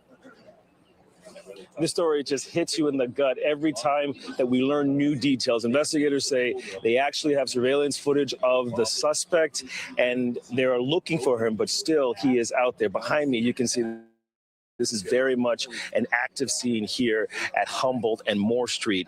According to police sources, that young woman, as you mentioned, she was just walking across the Humboldt Street when she heard gunshots. She ran inside a corner deli to protect her baby, and when she looked down, she realized it was her baby in her baby's own stroller that had been shot in the head. Now, news travels fast in this neighborhood. I spoke with one senior citizen who was always walking up and down the street. He was just inconsolable. When I came out, I saw a woman yelling and screaming.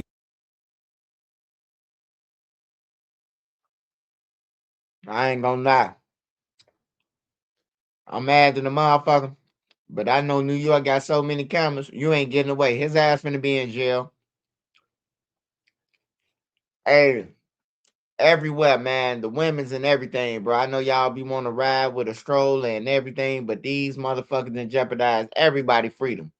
The people in your neighborhood who's outside every day, they fucked up y'all neighborhood where y'all can't even walk with y'all kids.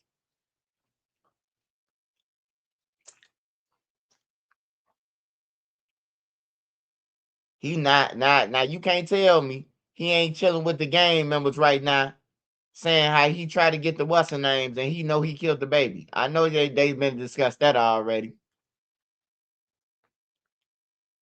They hiding them out though instead.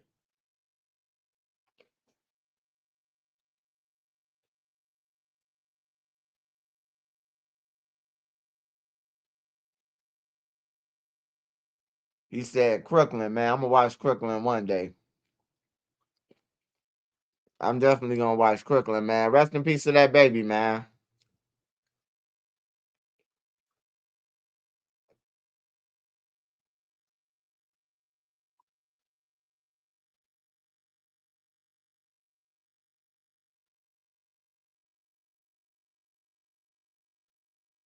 Chicago mom ambush shot by 17-year-old son. That's what I'm saying, man. Nigga shoot they mama, you will kill anybody.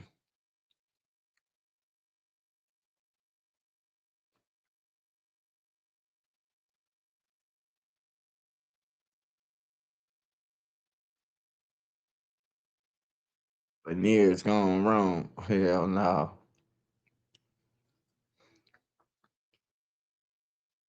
Hey, they say, man charged with murder. Another one is found.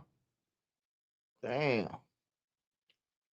DC police have made an arrest in a gruesome murder in Logan Circle. The suspects allegedly beat 40-year-old Syed Hamad Hussein to death and then set his apartment on fire. Our Melissa Kim has an update from police headquarters. Well, police say 36-year-old Rico Barnes of Northwest was arrested just yesterday in connection with the murder of that 40-year-old man. And a lot of what happened was caught on surveillance video, according to DC police. They say Hussein was walking back to his apartment on Rhode Island Avenue Northwest around 1:30 in the morning on February 11th when Barnes and another man knocked on his door. Hussein let them into his apartment, and the two men then allegedly beat him and strangled him to death, then set his apartment on fire. Police say they don't think Hussein and the suspects knew each other. In the meantime, D.C. Interim Police Chief Jeffrey Carroll calling this situation very, very scary and a heinous crime. They knocked on the door. He let them inside. I'm sure he probably. Hold on. Hold the fuck up. They knocked on the door and he let him inside. And y'all saying that he don't know them. Well, either he's a stupid motherfucker, rest in peace to him, or it's some bullshit. He knew who them was. You ain't opening the door for nobody. That's like me going to the door and just opening it. Just busting it down. Man, I gotta see a police car. I gotta see the some type of sign, bro. Well, I know. And even if I think like, nah, that ain't them, they faking it. I'ma call in to see. Hey, can you check to see if any of your squad cars at my door? You can't trust shit no more, man. Thought it was somebody else from the building and things like that. And unfortunately, we see things like that all the time where there may be a fellow neighbor in an apartment building or things like that, and folks will let him in. In this case, they just took advantage of him completely. And as I said, this is a heinous crime as far as the injuries that he was inflicted upon him. It's just terrible. I mean, there's no words to put in there. And then they just casually leave the scene there. So it's a tremendous impact overall to the community. Barnes has been charged with first-degree murder while armed felony murder, and Interim Chief Carroll says that they have not yet named the second suspect because he's currently in custody for another crime. But he also says in the meantime, this serves as a good reminder to never walk alone by yourself at night and don't open the door for anybody that you do not know. At MPD headquarters tonight, I'm Melissa Kim, WUSA 9.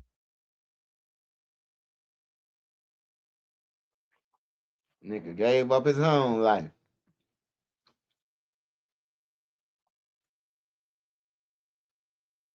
That's crazy, bro.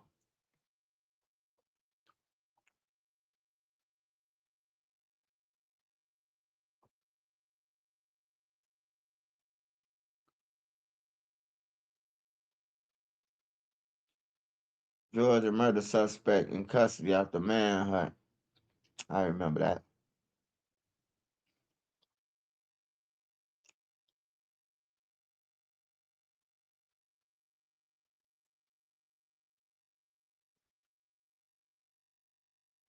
That shit was good.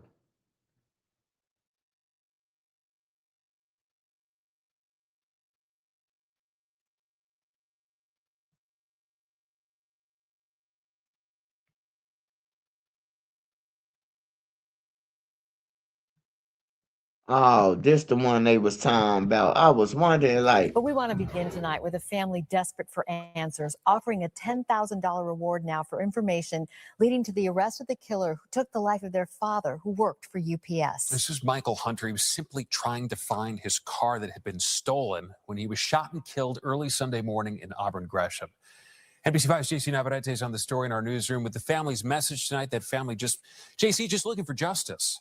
Yeah, and you heard it off the top of the show, just the grief in this family's voice. Good evening. It was a peaceful show of force today by friends and loved ones. And as one Chicago family stands together now to search for Michael Hunter's killer, they're asking witnesses to come forward and do the right thing.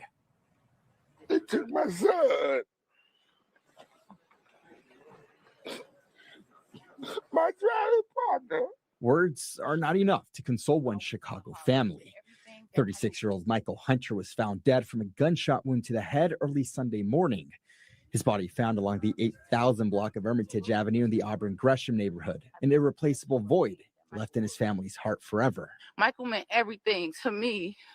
Michael was my heart, my soul. He was the provider, the protector of my household. My son is fatherless. He was there for me. He was the father figure that I never got to enjoy. The pain, too much for Michael's father, wearing his son's UPS jacket, breaking down in tears. What led up to the violence is still not clear. What we do know is Hunter was looking for a stolen truck, asking potential witnesses if they'd seen anything when he was killed. He had just returned from a week on the road with his father and looking forward to spring break with his children when his life was cut short. I don't accept this. I will not allow this to continue to happen. Michael's death will not be in vain.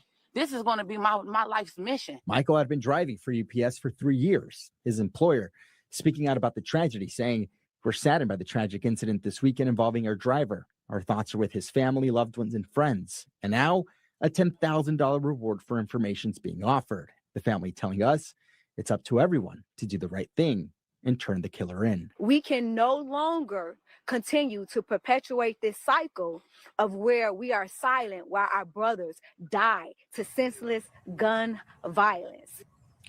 Hunter leaves behind 3 children and a grieving fiance. He had just bought his family a home last year, and the truck he was looking for, I'm told, was his dream car. Stefan. So much sadness there tonight. JC, we appreciate the update. Thank you.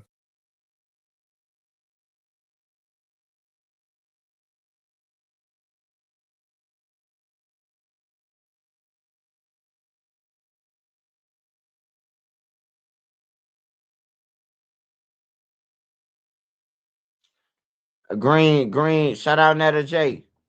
Green, great stars. Ben lost it. Might lose it again. People still playing. Yeah. I ain't going to look for no motherfucker. Con Chicago, man. You gonna have to wait for the police to find that motherfucker. You might run into 5 gunmen looking for your shit. All right, for real. And then he going with a car. If they stole it, they finna shoot out of it. If you come out your house and your car gone, just report your shit missing. Hopefully you got insurance. Cause you gonna run into the gunman who got your car who about to go and kill somebody already, and then they gonna kill you.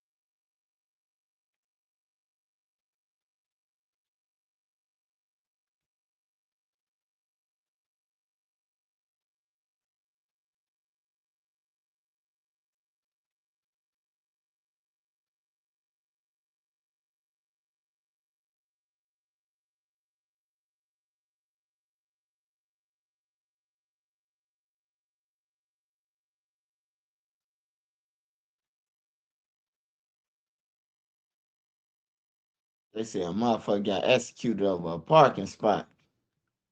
Man, you can hide that motherfucker. Hell no. Let me go to Atlanta, see what's going on in Atlanta. Hey, yeah, somebody said, did I see Charleston White and Young Thug? I seen that shit, man. Young Thug finna pay Charleston White some money, man. You finna pay Charleston White some money because Young Thug ain't finna go to jail for that shit. I'm pretty sure prosecutors already called Charleston White. And Charleston White say, no, we was doing a skit for the kids to show that we can come back together. They gonna come up with some bullshit.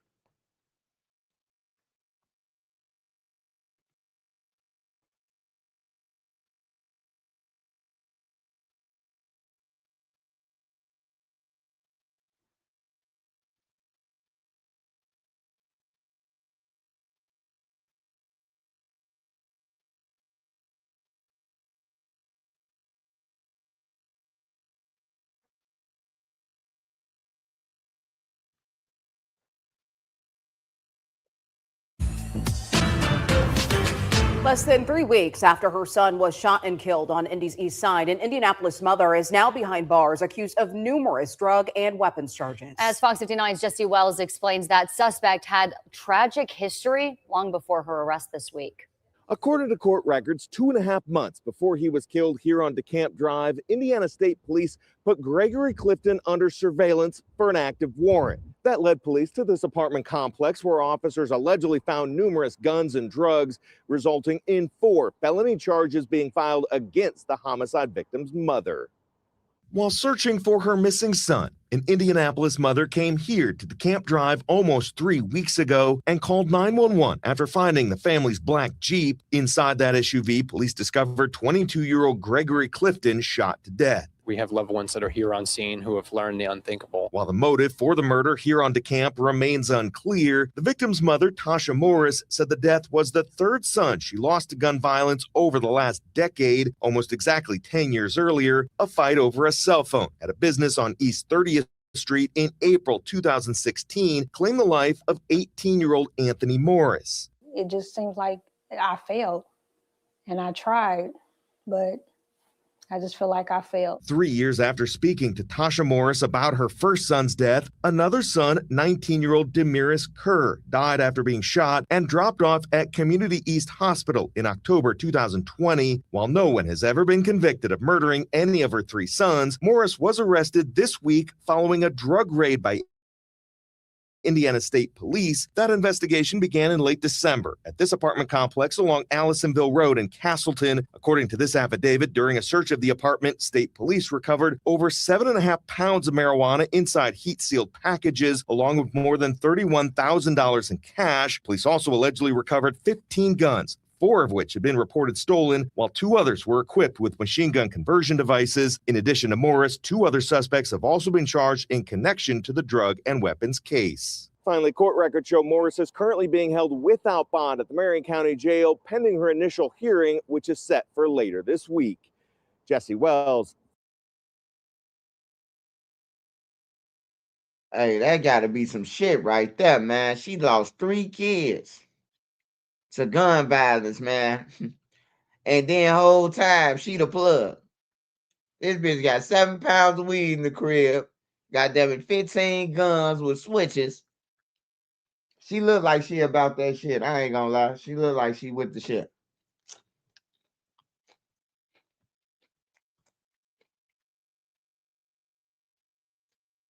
Look like she'll help her kids get some get back.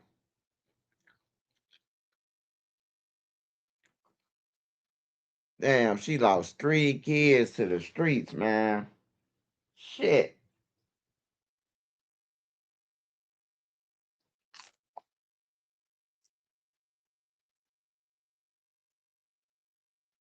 That's crazy, bro. I ain't gonna even lie. That's crazy as fuck. She lost 3 kids, bro, back to back to back. And now she locked up. You know what that was?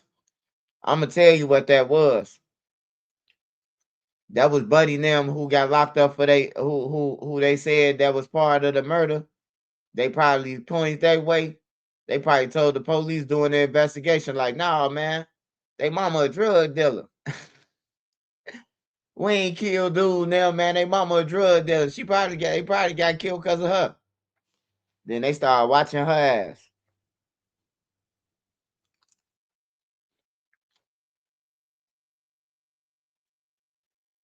She definitely getting to the money, y'all.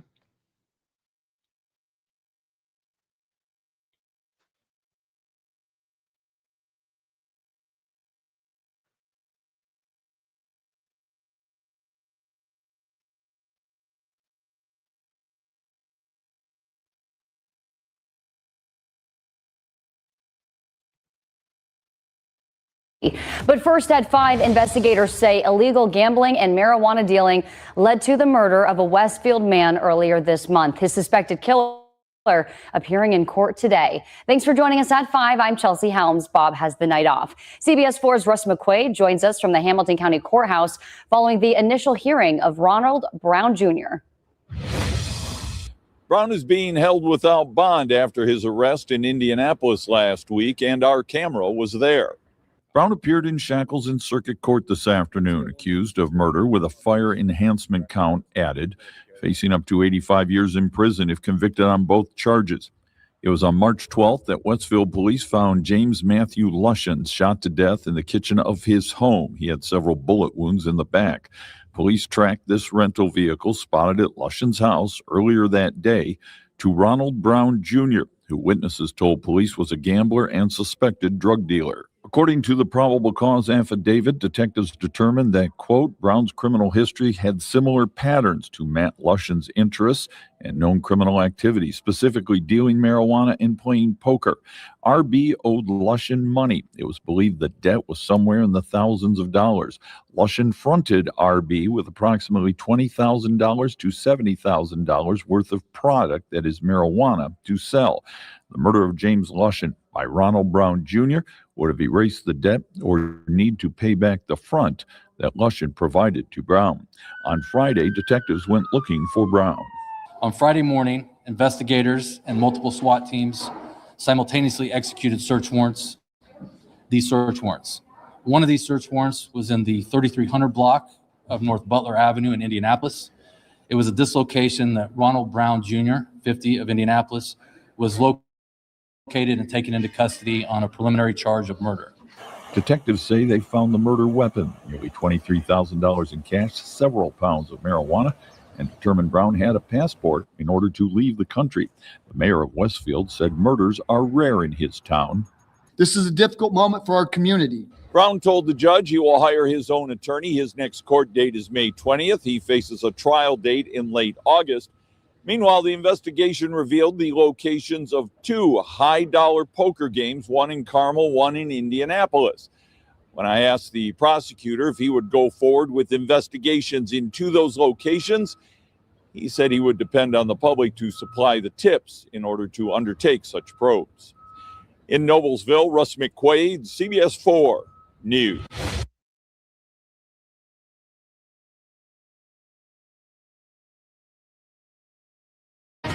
A weekend drug bust in Tennessee leads to several arrests and shines a light on a pipeline bringing drugs from Detroit across several states. Investigators say it's part of a much larger effort to get drugs, dealers, and guns off the streets. 3 men are now the latest to now face several charges, including possession and tampering with evidence. Local 4's Erica Erickson has the details on what investigators seized and the bigger operation behind it. Erica. Yeah, let's take a look at this right here. We're talking about 11 pounds of drugs, 3 arrests, but as you said, part of a much larger initiative to get drugs, dealers, guns all off the streets in different states. And we're told it's all coming from one place right here in Detroit. All right, this bust happening over the weekend. The Knox County Sheriff's Office Narcotics Unit and Organized Retail Crime Unit, while specifically targeting the Detroit to Knoxville drug pipeline, tried to stop a Dodge Caravan, but it took off. Now, after a short chase, detectives seizing thousands and 11 pounds of meth and marijuana. 21-year-old Domeno Ferris and 41-year-old James Costner, both of Roseville, arrested, along with 33-year-old Kevin Foy of Detroit. Now, Foy just released from prison not even a year ago after pleading no contest to manslaughter and home invasion charges out of Macomb County. Now, this is all part of that 313 initiative, not only to decrease overdose deaths, but to identify, target, and dismantle drug trafficking organizations, specifically from Detroit all the way down to Knoxville, Tennessee, and the surrounding areas. There's about 25 agencies involved in this. We're talking FBI, DEA, U.S. Attorney's Office, Detroit Police, Knoxville Police, and take a look at this. Since December of 2022, the Knox County District Attorney says investigators working in the 313 initiative have seized about 145 pounds of meth, 84 pounds of fentanyl or heroin, over 7 pounds of crack cocaine, thousands of prescription pills, nearly $800,000, 251 guns have been taken off the street, and they've made about 453 arrests. And of course, that's not even including these 3 guys right here. There's more than a dozen charges between them, including possession and tampering with evidence. And these 3 are due back in court on April 1st of this week. Damon and Kimberly, back to you.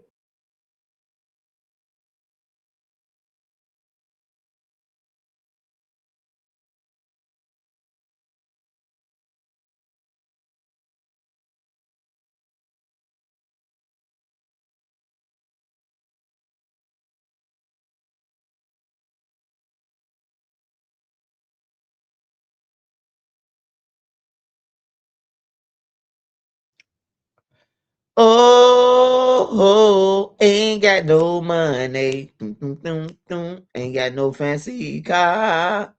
Don't live a life of a millionaire. A movie star. Look here, baby. Don't got no diamonds. Don't need pearls. As long as I got you, I'm the king of the world. 'Cause I got nothing but love for you, baby. I'm watching Foul Heartbeats tonight, man. See, no, Tiger Woods, he still getting locked up too. Tiger Woods been getting locked up since I was 15 years old, man. He got money. Fuck is he doing getting caught with opiates? I thought rich people do their shit at the crib and then get a driver to drive them around.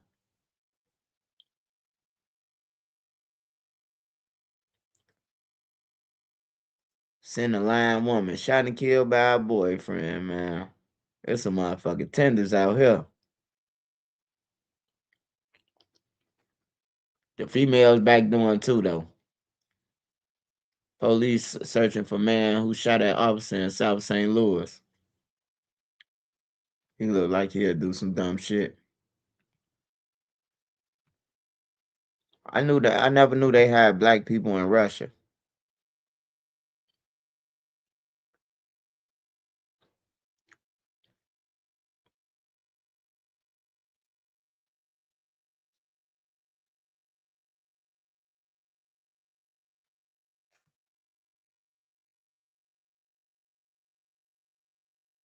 Oh, they finna let off a rocket.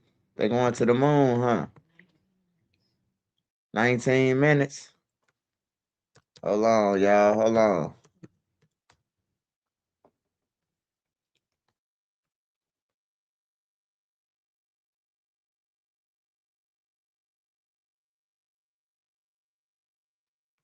Where they at?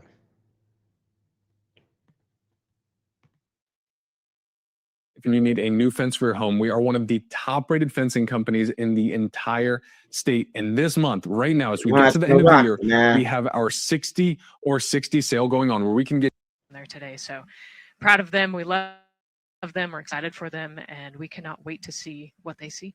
Just leveraging everything we've learned so far as an agency, taking us from Apollo now to the launch pad here, 39B, with Orion and SLS poised to again fly us into the history books. And before we leave you now here at the host desk to get back into operations, we just wanted to answer one question for you guys. We asked you earlier on today, what are you most excited for? And we asked you to go vote on Instagram and Twitch. Instagram, you guys said launch.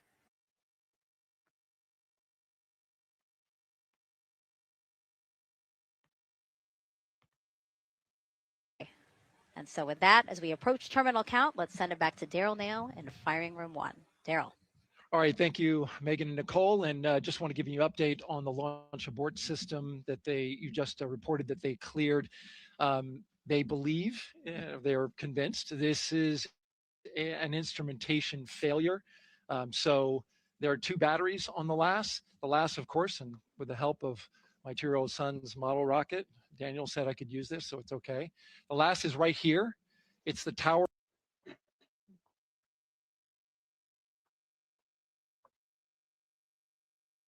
Hey, yeah, I'm gonna watch it, but I ain't trying to listen to this. I ain't trying to listen to Ed McMahon. I'm trying to get the flight. God damn it.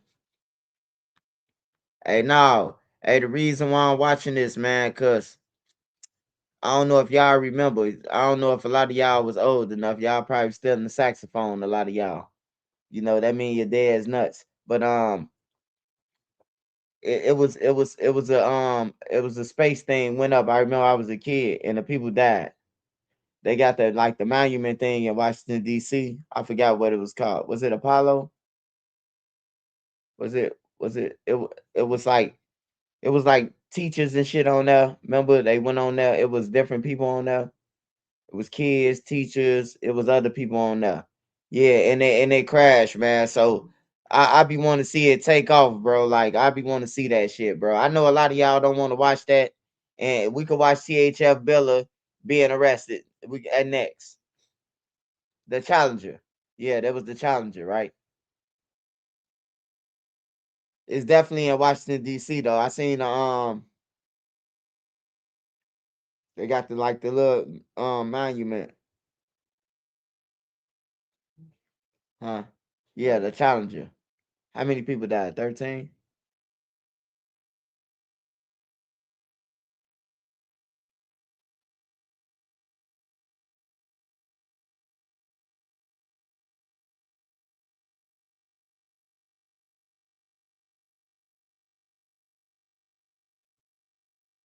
Yeah, it blew up. It blew up.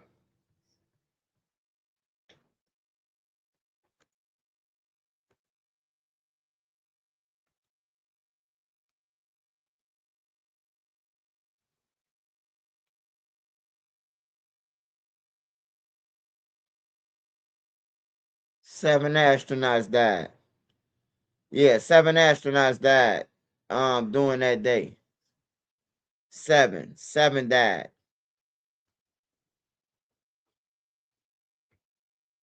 And I remember they were showing it when we was in Washington D.C.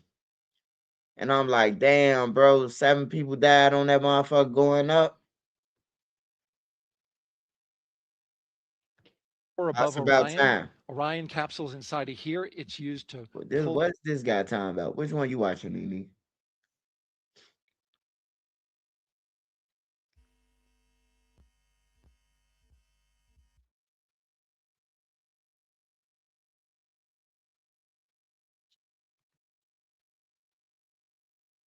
What the fuck?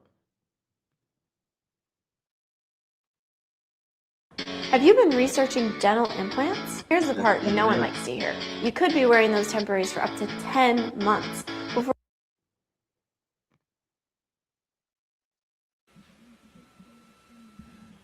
There will be 2 polls that we'll hear. One from Spaulding, the NASA test director, confirming the ground systems and the launch team are ready to proceed. At this point, we have a clear board. Oh, there they go right there, y'all. There go the astronauts and shit. But we need confirmation from each individual TV different. on the NASA test director team. It's 12:55.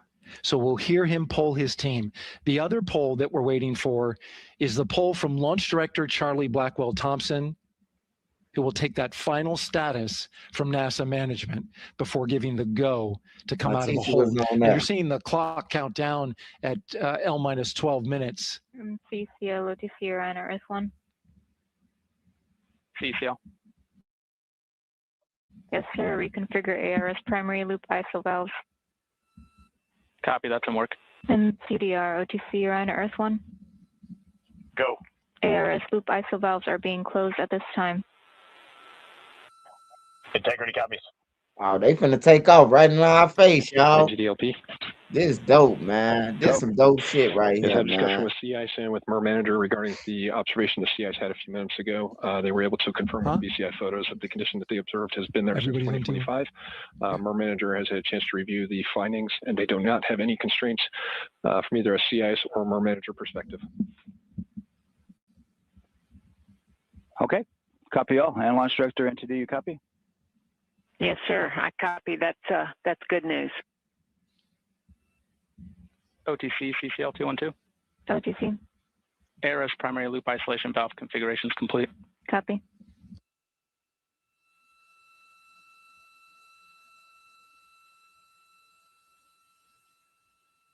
And CGLS NTD, cancel pending, please. GLS copies, and that's complete. All right, and for all personnel, we got a little bit more work to do before we pick up the clock, and we're about a little over a minute from getting to T-minus 10 minutes, but we've canceled the resume time there, and then we'll pick it up after we get through all of our work and anything else that we need to do to get to the remainder of count. So we'll continue working that to I get to our ain't 2 never hours today. seen this. No thing So take when off. we get to Never about in like 50 in my seconds face from now, or we'll up close. extend Like that I hold. never seen it. I never paid CVSE attention that much. OTC. I just seen when them people went up and they died. It exploded. CVSE 400, 290, looking to verify that we are configured for ascent.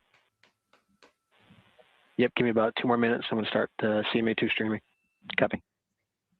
NTD, Yeah, me and Big COS Mike gonna hold do a requested. podcast together, man. That's what I'm gonna do it with, man. Copy that. I want Big Mike I to have an win. LCC violation of O-CT-004, S-band transponder anomaly.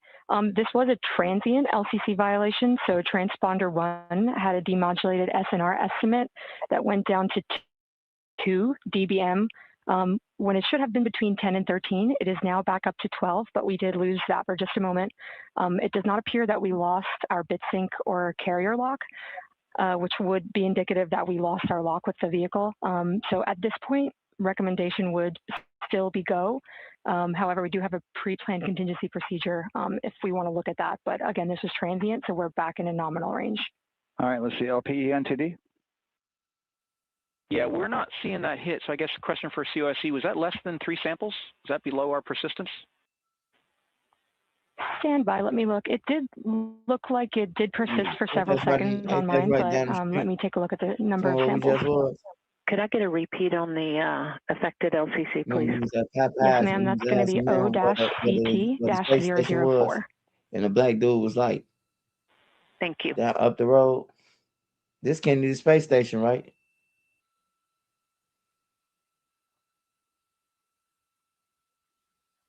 Yeah. Yes.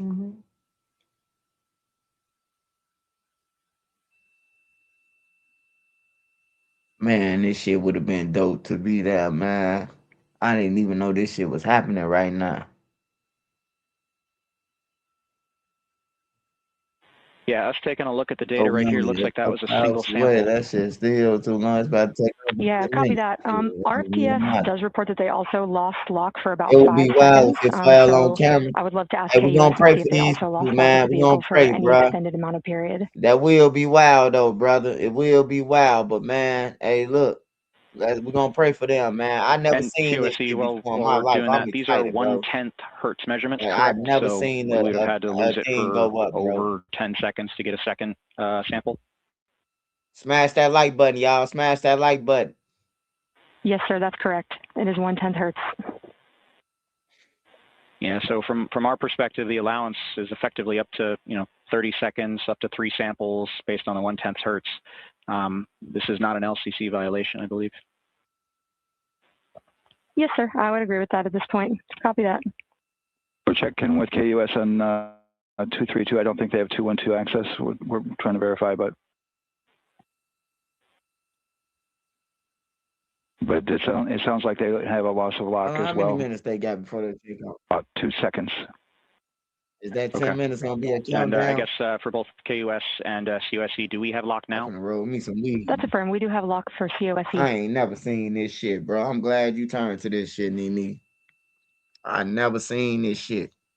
Yeah, so from the integration console perspective, we did have You a ain't never temporary watched loss this shit, there within the Nene. Like, allowable and per the what made you requirements. watch it Let's go. today? And this is Houston You flight. just We have seen it? lock and we have good telemetry here in GSC. And KUS is reported to they have good lock now. How long, So y'all? with all of that, OSC, then are we in a go configuration? How long LCC? is it, Nene? 10 Yes, minutes? sir. Recommendation would be go. Right, LP, you concur with that? It has already been a couple of failed And launch attempts. director.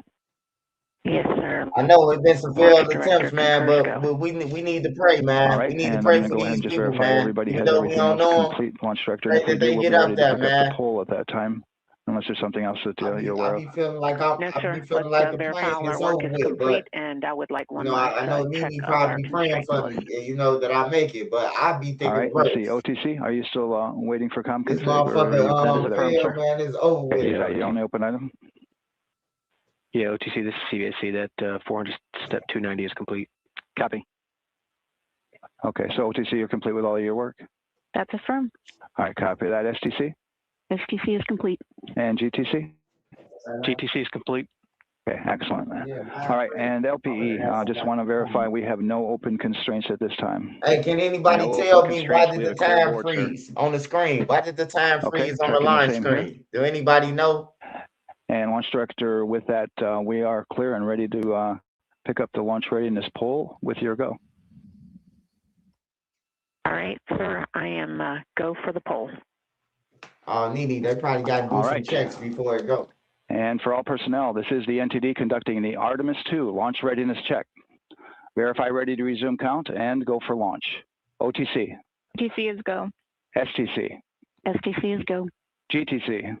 C's go. MCO. CO's go. Safety console. The safety console is go. LPE. LP's go. RTD. RTD's go. Houston flight. Houston flight is go. ROC. Rock is go. And CDR. Cruise go. Copy that. Thank you, Reed. And launch director NTD, our launch team is ready to proceed at this time. All right, NTD, I copy all. At this time, I'll perform my poll. Attention on the net. This is the launch director performing the final poll for launch. Verifying Sam, I no don't think the constraints count and started go yet. for It's launch. about to. All right, thanks, Sam. That's for the EGS, final Program Chief countdown. Engineer. All right, so this Artemis 10 Chief minutes Engineers on are the go. screen is like the final Copy, 10 thank minutes you. before it take off, right? EGS, Chief Safety Officer. The Artemis CSOs are go. Copy, thank you. Range weather. Launch God, weather pray for is these people, go. man. Cover these Thank people you, who go on the earth, LWO. man. Let And them make it Artemis up there, man. MMT Chair. MMT's go. Thank you, John. And Integrity Launch Director. Good Airways, Charlie, PLT. Thank you, Charlie. This is Victor.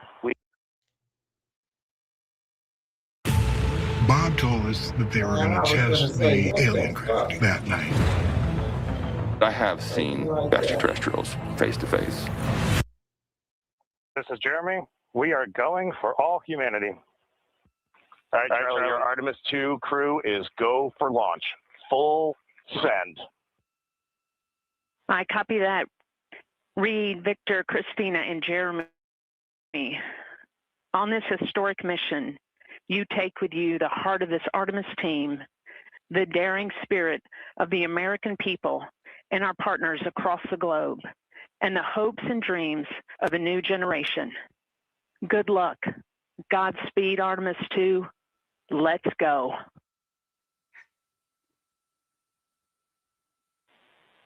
And NTD Launch Director. Go ahead, Launch Director. Yes, sir. You have a go to proceed with countdown. Copy that. I'll put it in work. CDR, NTD. Go. Your risers and initiate short purge per your EPROC 10.1.1, steps 8 and 9. 10.1.1, 8 and 9 going to work. Copy. CVSE NTD, start and verify recordings of our Orion cameras. Copy. Okay. Well, there you heard it. RSR NTD. RSR. They're getting ready to start terminal count. ARM rotation enable at this time, please. It's currently at T-minus 10 minutes. Once we wrap up this last bit of work, SNA arm rotation enable I don't complete. know. we're going to start that We watched clock. it in school, though, before we went to Washington, D.C. We watched it in school. We went to the White House, Lincoln Memorial, Martha Washington and George Washington House, the Capitol building. We walked inside the White House. We did everything, man. We got a tour of the White House, the green room, the red You room. heard an issue, worked in real time with telemetry lock on the Orion. It was transitory. It was very short. They checked the data, confirmed that they had a good lock. This was with the S-band transmitter on the Orion. Worked through that issue, looked at the data, and cleared it. All with the world watching. Impressive work by the launch team. So we have a 2-hour window, which starts in just a few minutes at 6:24 p.m. Eastern Time and goes until 8:24 p.m. Eastern Time. And ECL NTD will be waiting for your verification on the short purge. ECL copies. And for all personnel, once we get that short purge verification, we'll verify that we are clear to go, and then we'll proceed with the terminal count.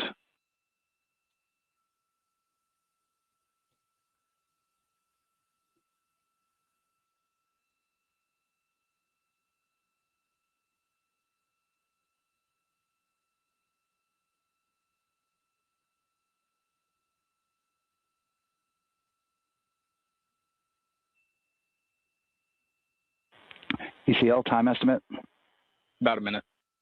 Copy.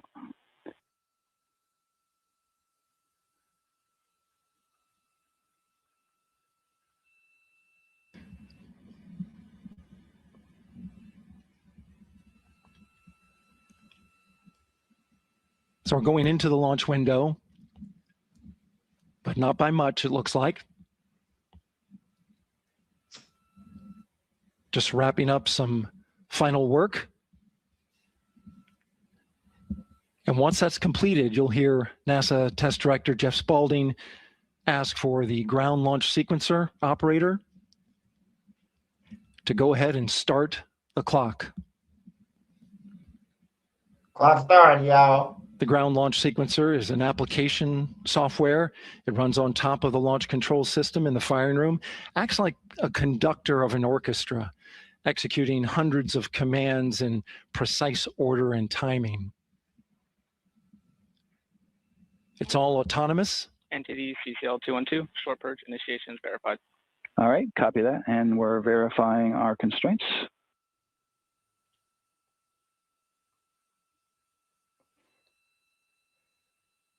Yeah, the second time was in 03. I remember that one. I was in high school.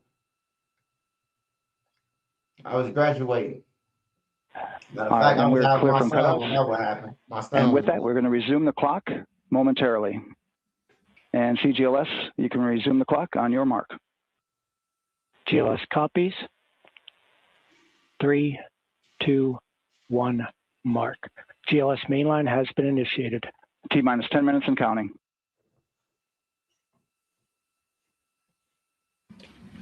And that begins terminal count. Our new T0 is 6:35 p.m. Eastern Time. 6:35 p.m. Eastern Time. We are now counting down to liftoff of Artemis 2.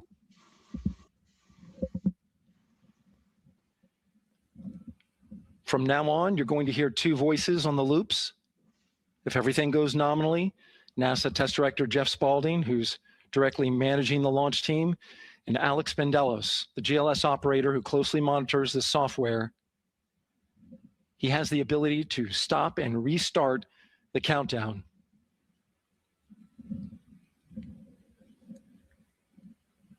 A lot of people ask about whether there's a launch button. There certainly is Houston not. flight and Rock, our new T0 is 22:35:12.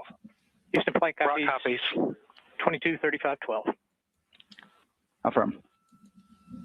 There you heard confirmation of the exact T0, 6:35 and 12 seconds p.m. Eastern Time. Again, our T0 is 6:35 and 12 seconds p.m. Eastern Time. But as I was saying, there's no launch button. This is autonomous.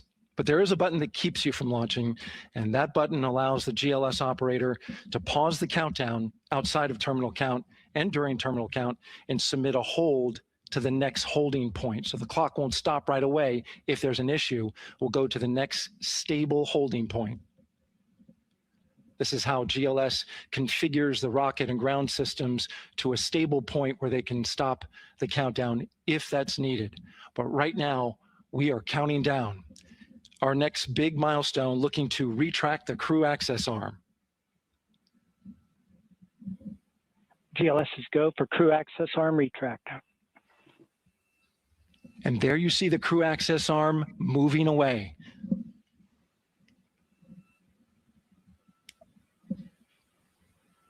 That's the path that the astronauts took to ingress into the rocket.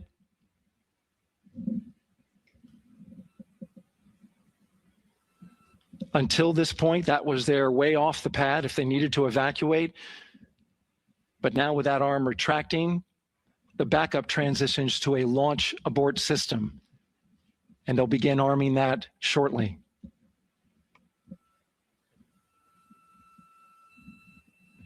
Of course, the launch abort system, great shot there of the crew access arm retracting away. The launch abort system is the tower at the top, and that's what would pull Orion and its crew off the top of the rocket in case of an emergency, whether it's on the ground or in flight. This is critical safety hardware that protects the lives of the astronauts.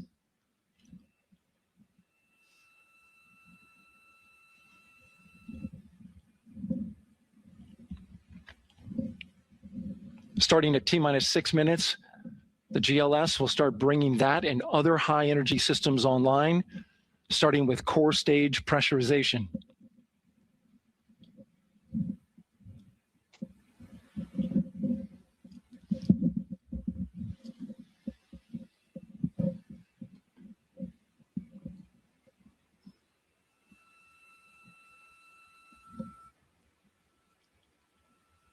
Weather is 90% go. The range is go. All systems are go.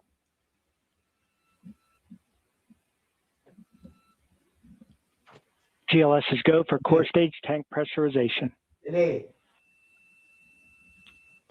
That means the replenish valve for the liquid hydrogen tank has now closed, and that tank is beginning to pressurize to flight levels because that hydrogen is naturally boiling inside the tank.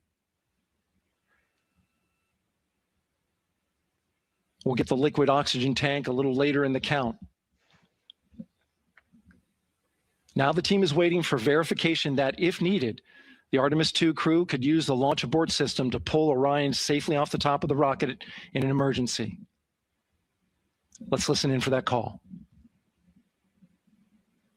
GLS verifies last capability available. And CDR, copy? CDR copies, last available.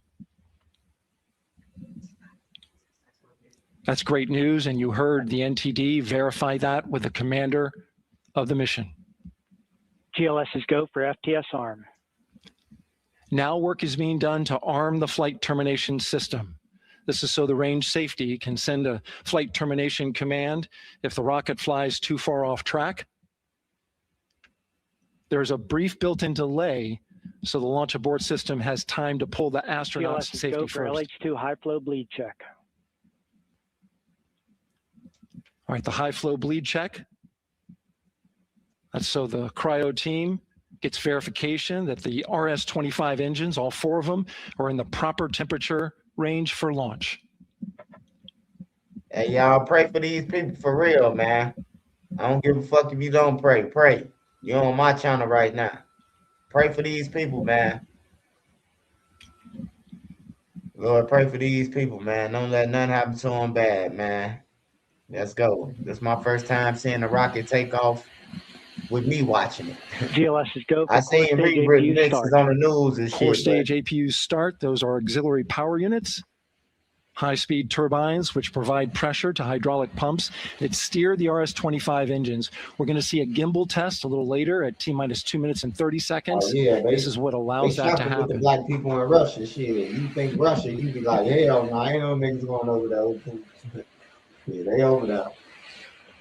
Coming up in about 20 seconds, we're listening for go for purge sequence 4. That's a helium purge of the 4 core stage engines downstream of the propellant valve. This gets all the air and moisture out of there.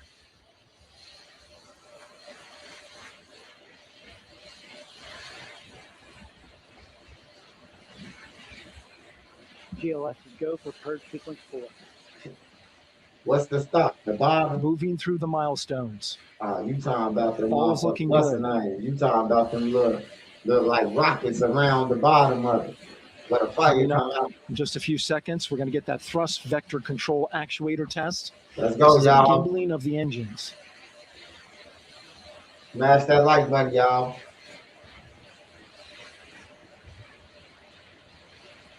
There are the 4 RS-25s, 3 of them shuttle heritage, 1 of them built from shuttle parts. And there you see them moving.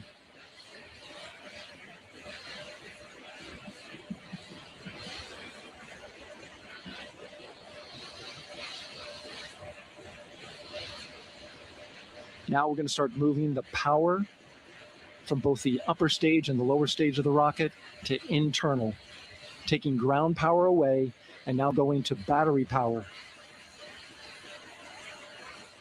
GLS is go for upper stage to internal power.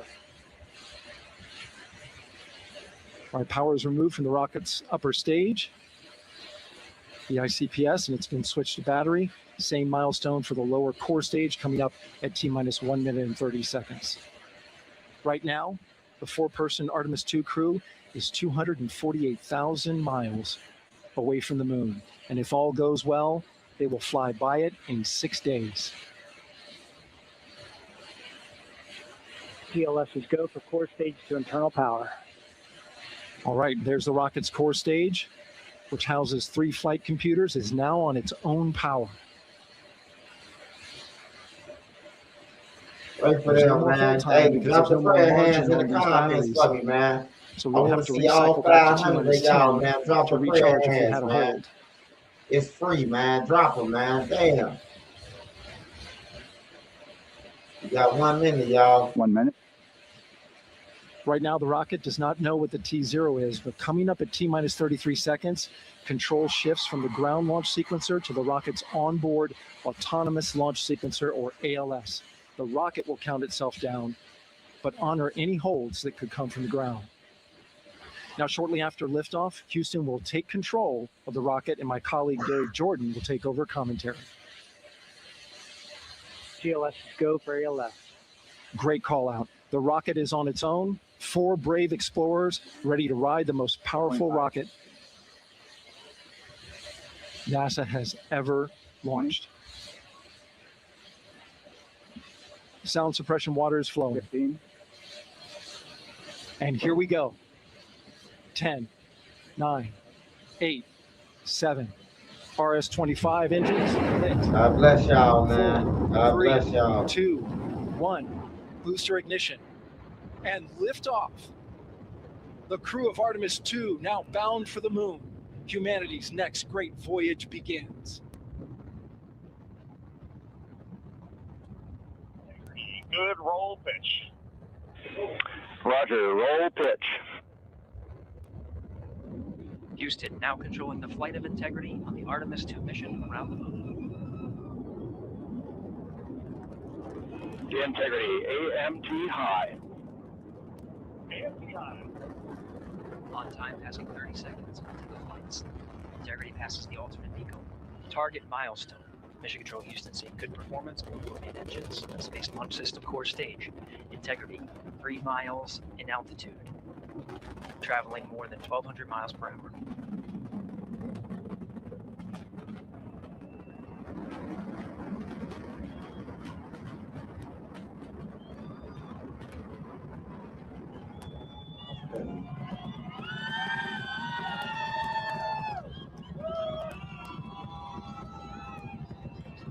Mission elapsed time, passing 1 minute, approaching max Q. On, Ponce de Leon. Stan, we have you loud and clear on Ponce de Leon. Have you the same? Communication signal transfer confirmed as Integrity and its crew go supersonic. Approaching 90 seconds into the Artemis II mission. Integrity is 14 miles in altitude, 8 miles downrange, traveling more than 2,600 miles per hour. Damn, I know that is like 2,600 miles per hour. Fuck. I don't know if y'all ever did 220 or shit like that, but man, 2,600, I'd be 1 minute 50 man, seconds I'd of be mission elapsed nervous. time, standing by for main engine throttle down to 85%, ahead of solid rocket booster separation expected at the 2 minute 9 second mark. We see throttle down.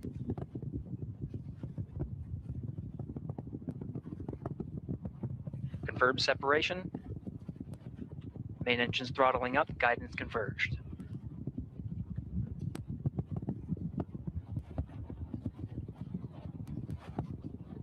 Oh, Integrity, guidance converged, performance nominal, upper stage RCS ready. Copy all, Stan. Integrity, SM priming complete. SM priming complete. Looking for the perfect desk to elevate your workspace? Amen, Choose from a man. wide range of sizes, God bless styles, y'all. and finishes to match your.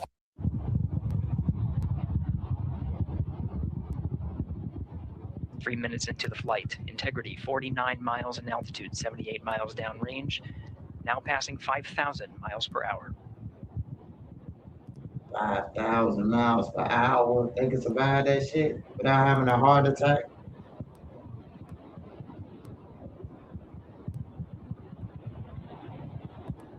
Standing by 5,000 for miles launch per abort system hour. jettison. It's gotta be scary, man. Houston Integrity, good last jettison, great view. Copy jettison, Team Eco 8+02. We see the same on board, Stan. And Houston has you loud and clear on Tidris at the Carmen line. Outstanding, Stan, we have you the same. 3 minutes 50 seconds into the flight of Artemis II, Wiseman, Glover, Cook, and Hansen cross the boundary to space with good comm checks. GPS signals acquired after last jettison now working on internal checks to verify accuracy. Flight Dynamics Officer analyzed the time of main engine cutoff, confirmed at 8 minutes 2 seconds, time of MECO.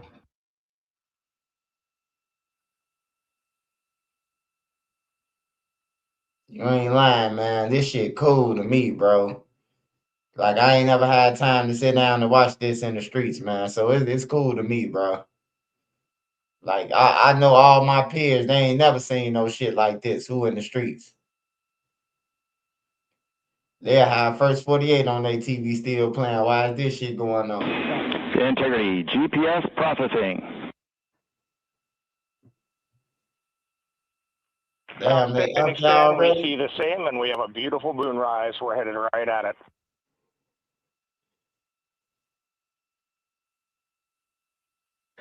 Approaching 5 minutes into the flight, Commander Reed Wiseman confirms he has visuals of his destination. GPS guidance, navigation, and control software finishes internal checks and sends to navigation channels. Integrity, 3 engine press. Yeah, this wild, man. I'm trying to see though. Like once they get in On space, time is they now, still passing 5 going minutes, 20 5,000 seconds miles of per mission hour, elapsed or do time they into the slow down? Artemis II mission. At this point, 3 At some good point, main you like engines are float, all that's right? needed to carry Integrity to a nominal main engine cutoff target. Though at this time, we're seeing 4 good engines here in Mission Control Houston. Integrity, 75 miles in altitude, 330 miles downrange, approaching 10,000 miles per hour.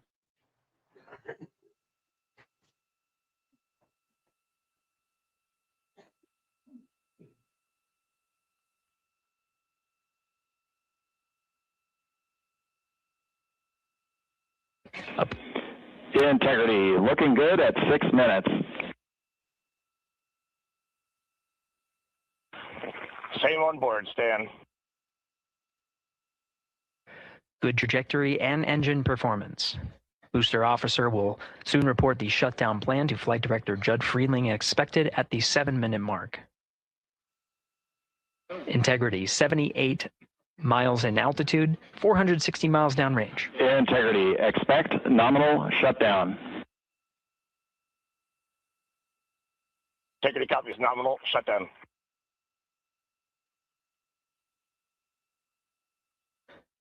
Six minutes, 40 seconds of mission elapsed time. Shutdown plan is as expected. Again, the time of MECO was confirmed at 8 minutes, 2 seconds into the flight.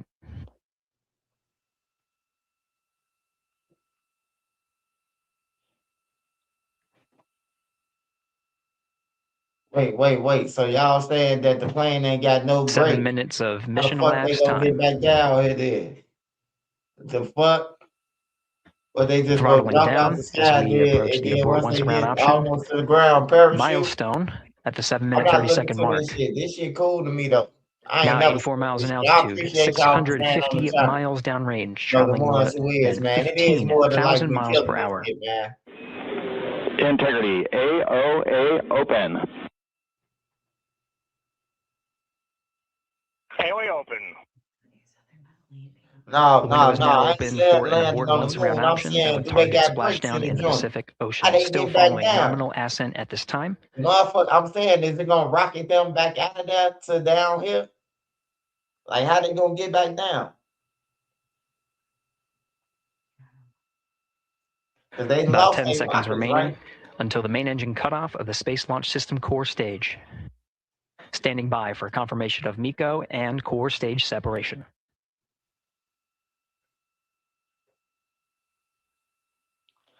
Yeah, it's probably easy going up, man, but they coming back down, shit, man. I'm telling you. I almost died on that airplane when that motherfucker was dropping down. Integrity and nominal MECO, core stage separated.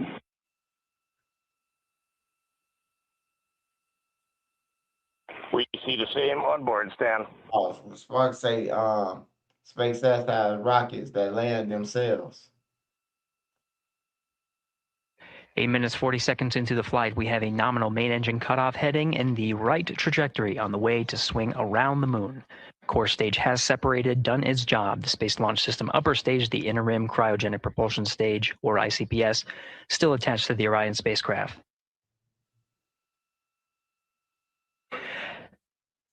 Nine minutes of mission elapsed time. Integrity crew of Reed Wiseman, Victor Glover, Christina Cook, and Jeremy Hansen now in orbit around the Earth at the beginning of their journey to the moon. Smoke a blunt with the alien. Yeah. Hey, so look, Sparks, good fella. Integrity Houston, Who else I looking seen? ahead to PRM numbers so my far boy per the pad. on here too. Always fuck with me. Phil baby. Hey, is there in this little capsule right here? Copy that. Stand numbers for the pad.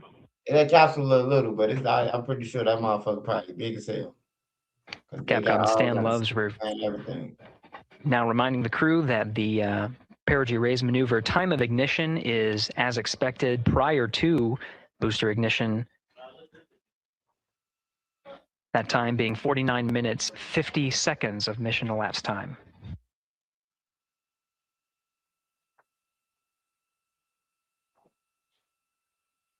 So that motherfucker that went from that long ass rocket thing to this little shit. And that shit probably cost a lot of money, that shit that was connected to it. Yeah, that's dope. I won't ever want to go up there, but yeah, that's dope though. Now if they can get us up there on some jets and shit, well, we ain't gotta feel all that going up and fast shit. I'll go up there. Integrity, good. Neds deploy. Yeah, that's good, man. Them people got up there. Copy that. Stand good, Neds. Hey, how long before they come down? I'm gonna be tracking them. I'm finna get a tracker on my phone, see if I can track them or something. And Integrity Houston for PWD setup. Just a reminder, halfway open on the secondary. I know. I'm saying, how is that little capsule? How they gonna get back down here? Is some shit gonna attach to them in space and then it's gonna blast them back down? Like how they gonna get back Passing down? 11 minutes of mission elapsed time. Here, overhearing the conversation between Capcom Stan Love and Commander Reed Wiseman, already passing some milestones. We have a good nozzle extension deployment system. That is confirmed. Complete. We also have the visors are confirmed up. Now past the dynamic phase of flight, that is ascent. Their launch and entry suits that provided them an extra layer of protection. Now not as needed. They're going to raise those visors. They say the boosters don't work in space.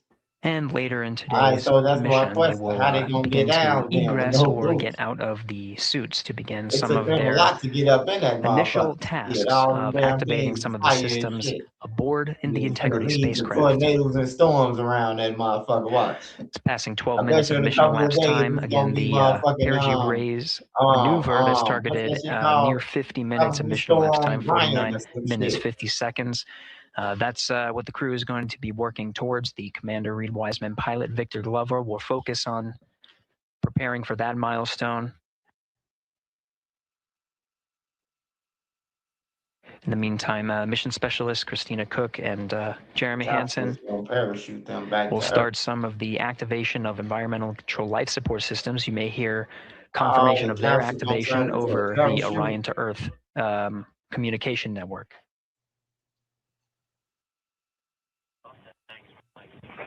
Houston, C3 aux power back in auto. Copy, C3 aux and 2 minutes to maneuver. Up and close. Won't that be wrong, DD? That's scary too, right?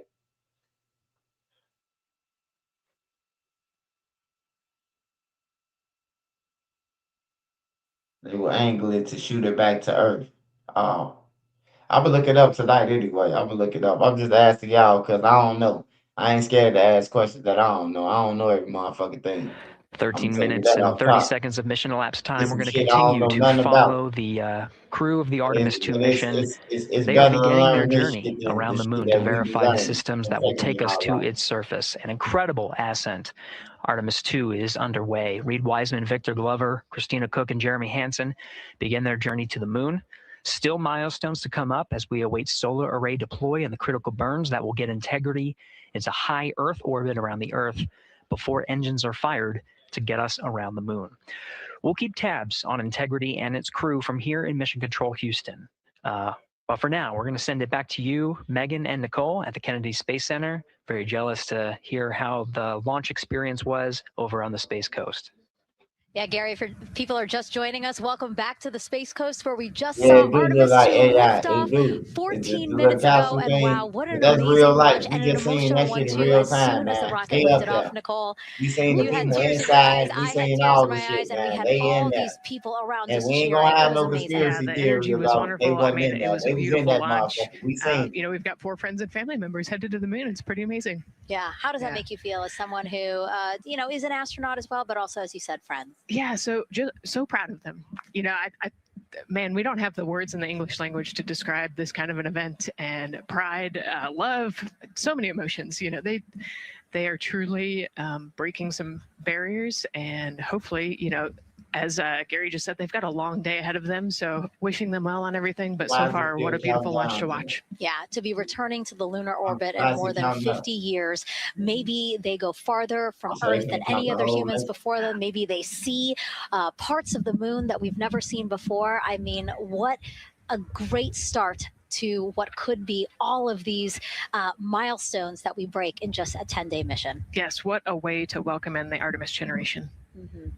Yeah, how do you feel? I mean, we saw some beautiful shots we were covering of course, the rocket, of course, the Earth falling away as we continued up into our ascents, but also some of those crowd shots where we saw young and old just emotional, overcome by this history-making moment. Man, we are going back to the moon for all, and we saw that today. We saw that in all the crowds. And yeah, you guys just saw that view, the sunrise or sunset, I guess. They just made it over the crest of the Earth, and you could see the sun peeking over. One of my favorite views from space, and I can't imagine what they're looking at now, and I can't wait to see what they're looking at in about 5 or 6 days. Yeah, and I know a lot of people are like, you know what, I'm surprised this launched on the first try, because we know, like any little thing, we have to be keeping safety in mind, and we want to make sure we're ready to go. But we were ready to go, and I think it surprised a lot of people. What a wonderful surprise on this Wednesday evening. It did, and it kind of surprised me as well. But it's just a testament to the team here that has been working so hard on Artemis. Artemis 1, we learned a ton of lessons. We learned a ton from the wet dress for Artemis 2. We were able to go in, fix those things. We even had a couple mishaps today, not mishaps, but a couple, anomalies today that the team creatively came up with solutions for. It's just a testament to the teamwork that gets us to the moon. And so we can continue to watch Christina, Reed, Victor, and Jeremy on their way now to the moon in Earth's orbit and awaiting the next in-flight milestones, deploying Orion's solar arrays. So why don't we get back in with Mission Control and Gary. Hey, thank you, Megan. Again, we're following along in the action. It is a long day. They have a number of procedures they need to get to immediately in their timeline. And Integrity Houston, cross-tie is on board per the FTDM. We copy Houston. Thank you.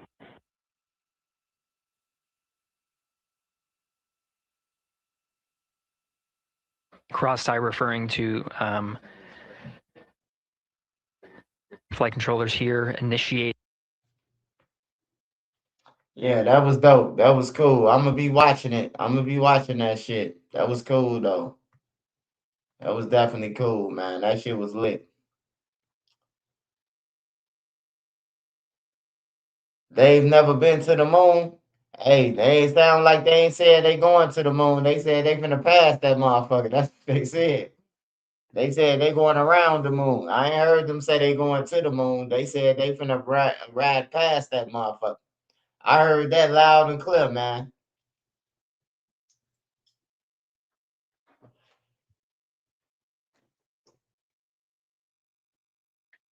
They say, why the earth not spinning? Hey, man. Hey, Swiper don't know that, man. I don't know. They said they gonna be there to 10 days or something, 5, 6 days. They'll be passing the moon. I don't know. I knew it was cool seeing that motherfucker take off. I want to see it come back down now. I ain't never seen it take off or come back down. Watching it on TV or not. I never watched no old takeoffs. Only takeoff I seen was the takeoff when the plane, when it took off and then that motherfucker exploded. That's the only thing I seen, man.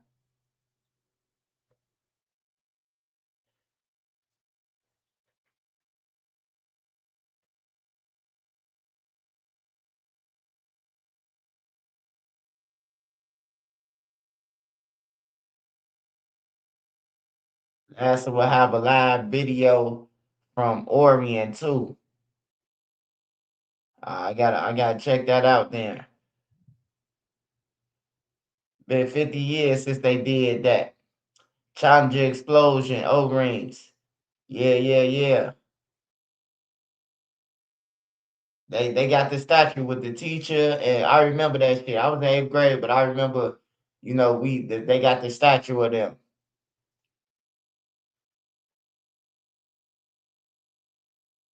He say, "Where the stars at?" I don't know where the stars at. No, it happened twice. 1996 and 2003. 1996 was with the teacher, I think. In 2003, it happened again. It happened twice. I mean, yeah, 1986 and 2003. So you was alive for one of them. No, not live. On TV. On TV. You know how the teachers in the classroom, they showing us what we gonna go to and see. They showed us the shit of the motherfucking explosion. I was alive when it happened, but I ain't see it on TV until the teachers had showed us when we went to Washington, D.C. to go and see the White House, the Capitol building, the Federal building. We went to Virginia to see the JFK internal flame. We went to George Washington House, his motherfucking slave quarter in Martha, Washington. We went a lot of places, man. We went a lot of places, man.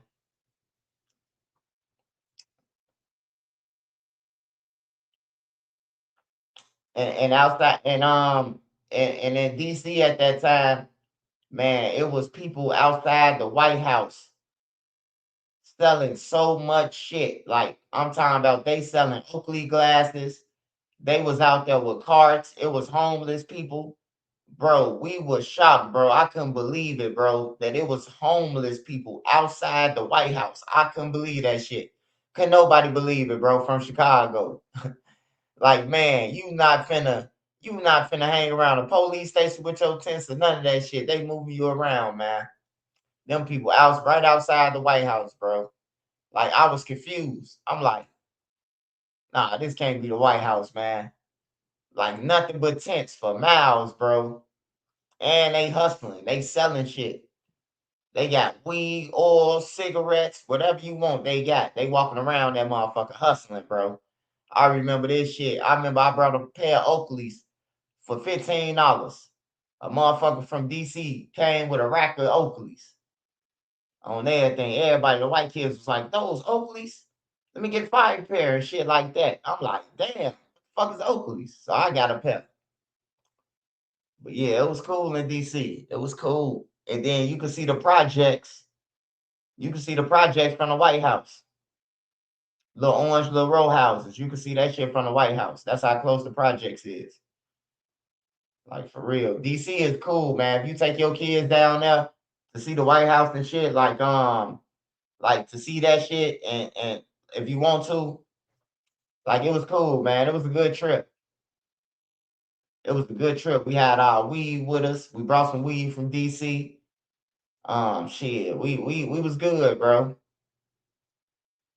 Yeah, DC Projects was right there when I went in 1998. Them motherfuckers was just like our row houses. Orange brick houses. Orange brick homes. On everything, probably 2-floor townhouses or some shit. My mom, I remember all that shit, bro. The gang member, we seen a nigga with a do-rag, a flag on, like a crip rag or something he had on his head. We asked him where the weed at on everything. He went to the projects, got the weed, and came back for us. My teacher and them didn't give a fuck. One of our teachers who was there, he didn't give a fuck. Well, he wasn't our teacher. He was a chaperone. So he ain't give a fuck. He smoked weed. He said, "Man, just don't get caught. Don't get me in trouble, you know." So shit, we waited on dude to come stall. Dude came right back. We paid him, got the shit. We around that bitch smoking weed and everything, man. The Lincoln Memorial, all that shit, bro. It was nice though, bro. It was nice. It was nice to see, like, where they hold the Senate at on, and they let us in there. We went on the Senate floor, the house where they meet at. We went in there. We went everywhere, man. That shit was dope, though. I advise everybody take their kids to go and see all that shit, man. I mean, some people think that history, oh man, we ain't going to see that white history. Man, you learn about all history, man. You see where all this shit came from and everything. Because just as it was a slave owner, it was a nigga telling on the slaves. So, you always got to take the yin with the yang. It was a black dude who sold the slaves. Like, them people ain't just go over there with rifles and say, oh, y'all slaves. No, bro. They already knew they was coming. I got 300 people. They strong. They could lift a whole building, And then they get over there and they tell them, y'all going on the boat for work. They just ain't go to Africa up in guns and shit. It would have been a war. They was getting paid, man. They was getting paid to go around the world and motherfuckers selling their own people, man. Just like they doing now. My daughter said she was going to Hampton University. I thought she said Howard. I started cursing for 5 seconds until it registered. Oh, hell no. Yeah, I got a niece who about to go to a good law college.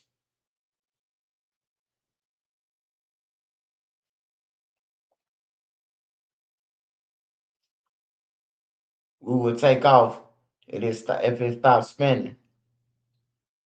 Yeah, that shit was dope though. I thought the Capitol building was the White House when I was little. And yeah. I thought it was too, the Capitol building. I thought it was the White House until they told us that we're going to the White House next. I mean, we're going to the Capitol building next. And then we went in the White House. You got to stay on the carpet, and then you can walk around. Like, you can walk around that motherfucker. But you just got to stay on the carpet. If you get off the carpet, an alarm will go off to let you know that you stepped off the carpet. Shit was decent, man.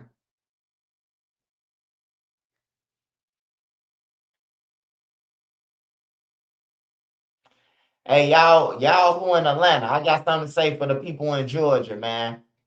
I see y'all killing each other. I see y'all arguing and protesting about everything. Why is them damn slave quarter still up? I mean, who the fuck going to visit a slave quarter, bro? Like, I don't understand that, man. Like, every time that I ride past Georgia, through Georgia to go to Florida, and you got to see these slave houses. Like, who the fuck going there? Like, why is they still up? It's like creepy, bro. You ride past and you see like slave on the house and shit. Like, that's crazy, bro. A slave quarter. They let you know that it's the slave quarters, bro. Like, what? This 2026, man. Y'all would tear down everything, smash and grab through that motherfucker or something. They are part of parks and histories of the county. Man, them motherfuckers should be towed down, man. Don't nobody want to see that shit, man. They protect it like the museum. Damn.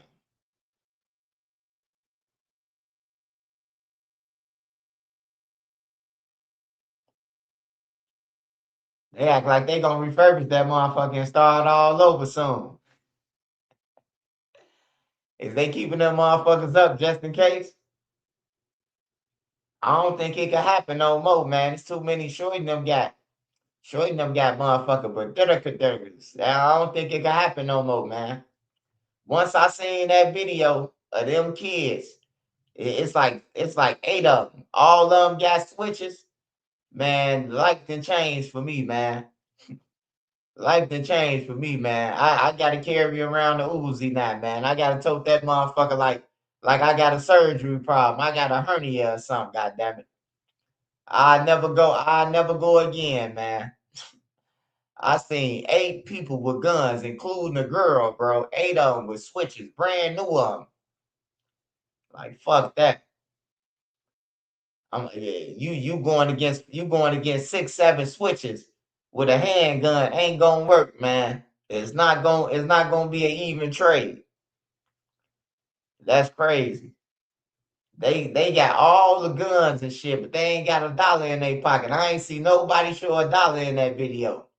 I ain't see nobody say, man, we get money around here. They talking about we got all the buttons. The button only costs $8. They act like the button costs $1,000. Y'all buying that shit from China, man.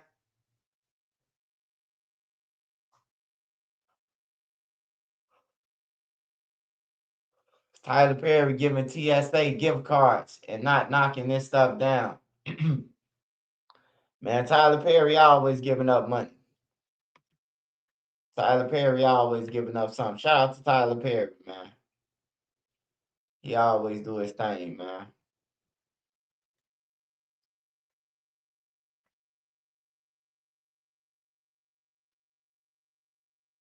Imagine being able to build anything just by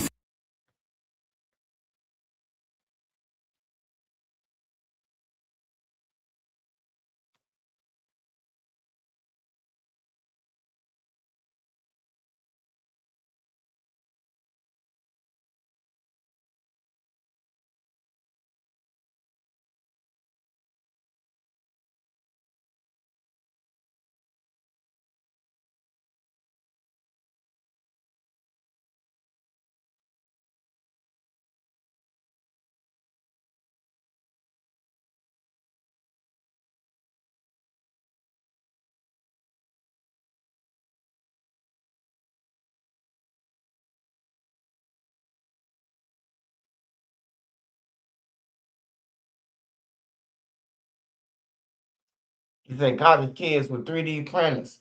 Oh no, we seen two 14-year-olds. It was two 14-year-olds, man. They got caught with a whole bunch of guns, bro, and they was making them motherfuckers and selling them. They was from Indiana, man. They was making them about a boatload, bro. Like they was making them motherfuckers about a tons, bro. Like 14, 15 a day. They had like 5 machines in their basement, bro. And they was making them motherfuckers.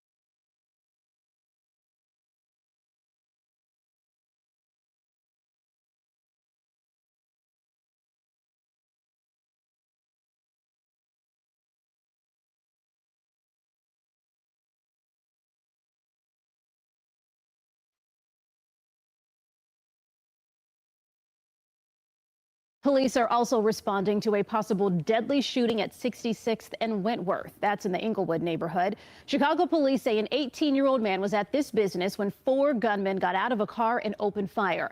He later died at the hospital. No one is in custody.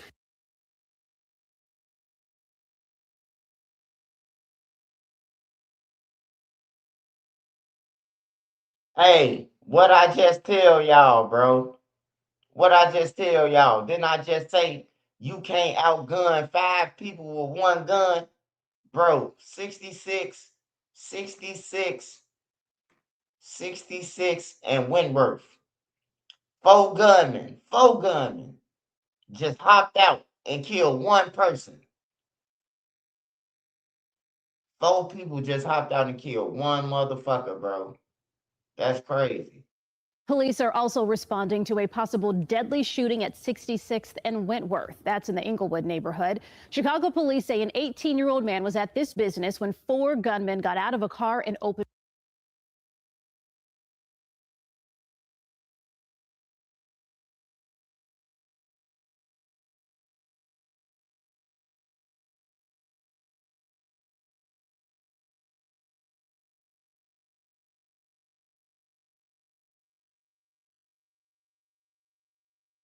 He was trying to go and get that pan of seafood boil off the link card. That's where he was going.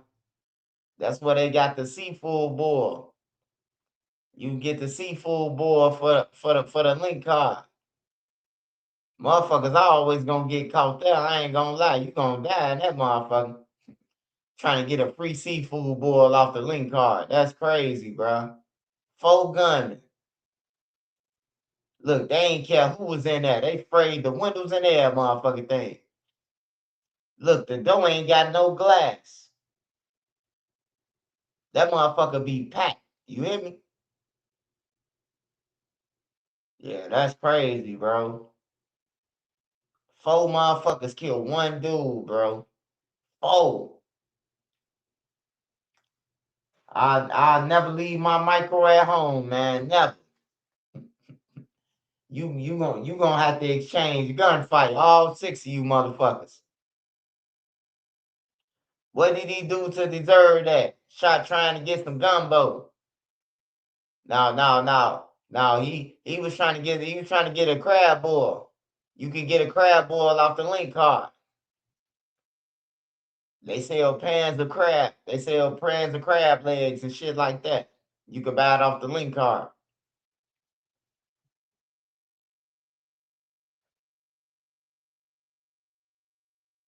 They stole up. Hey, look. But the good thing about this though, it's always a good thing. When they get caught, it's 4 people who gonna be off the street. So that's the good thing. So all these 4, 5 motherfuckers running around killing people together is better than 1 person. Because when they all get caught, now that's 5 more people that's gone off the street that be shooting people. You hear me? So go ahead and take your whole block on the hit. One day y'all gonna get caught, the whole block gonna be gone. If we gotta start with peace that way, let them crash out. Hey, they always say it's destruction, and you gotta tear down before you can rebuild. You know, in order to rebuild, you gotta tear it down. Can't just keep on. You just can't keep on you know. But yeah.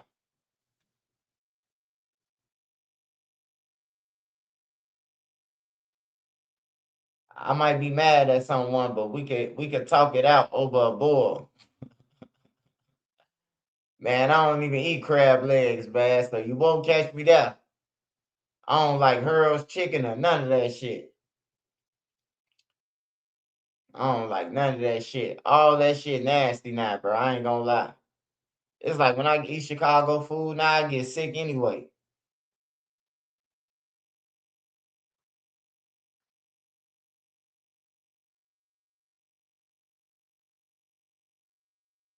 Oh yeah, he definitely with Jesus now. He definitely with Jesus or Allah.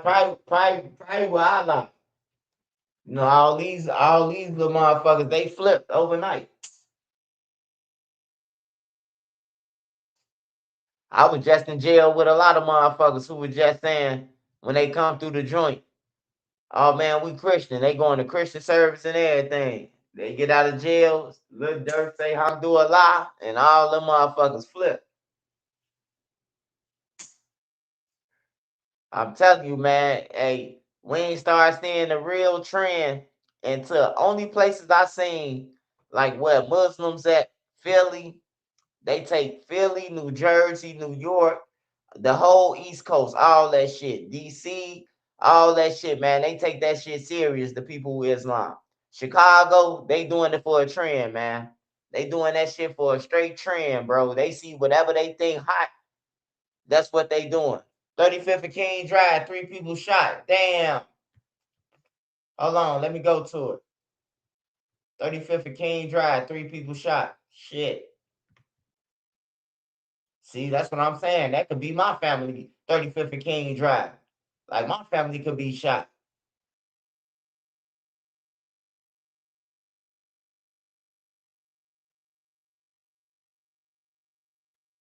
What that, Spot News?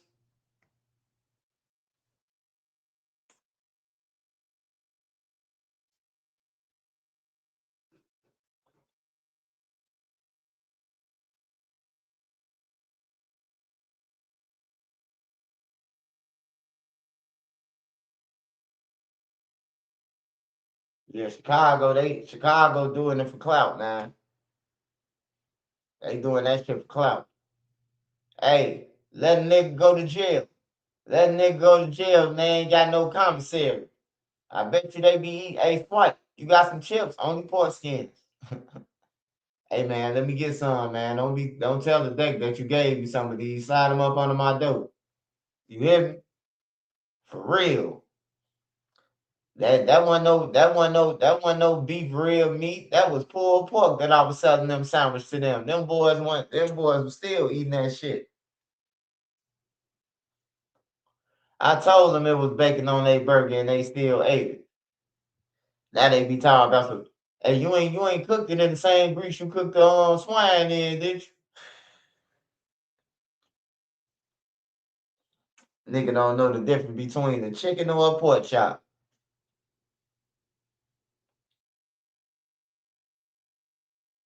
Yeah, that's what I'm saying. I had some Celtics who say they was Islam. But shit, I had a pork summer dog. I had a chicken and pork summer dog. On there, everything wasn't always beef. You hear me?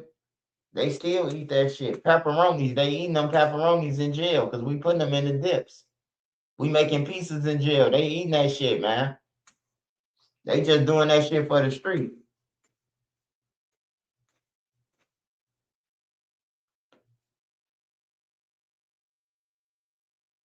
Say, just put the gravy on it. Yeah, they can't tell the difference between a piece of chicken or a pork chop. Just throw that gravy on there. Niggas gonna eat that shit.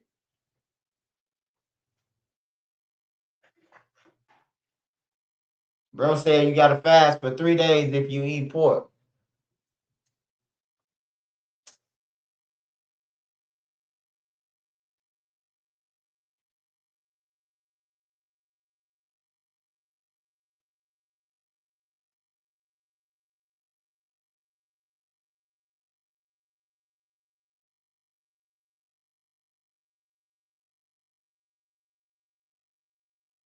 Hey man, they some strong people. I give it to them, bro.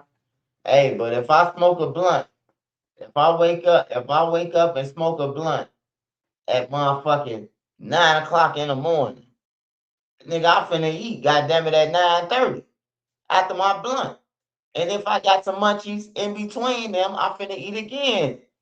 And if I'm finna, and if I smoke a blunt at 2 and I get the munchies again, I'm gonna eat again on everything. I'm not finna motherfucking starve or none of that, man. I know they say discipline. No, I'm not. I'm not going on everything. I'm not.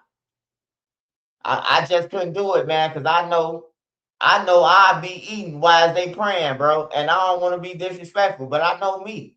If my stomach growling, bro, and I'm home, I'm finna eat, bro. Like I'm finna eat. I ain't trying to hear that shit. And I'm free. I ain't in jail or none of that. Well, I can't eat or none of that. I'm finna eat.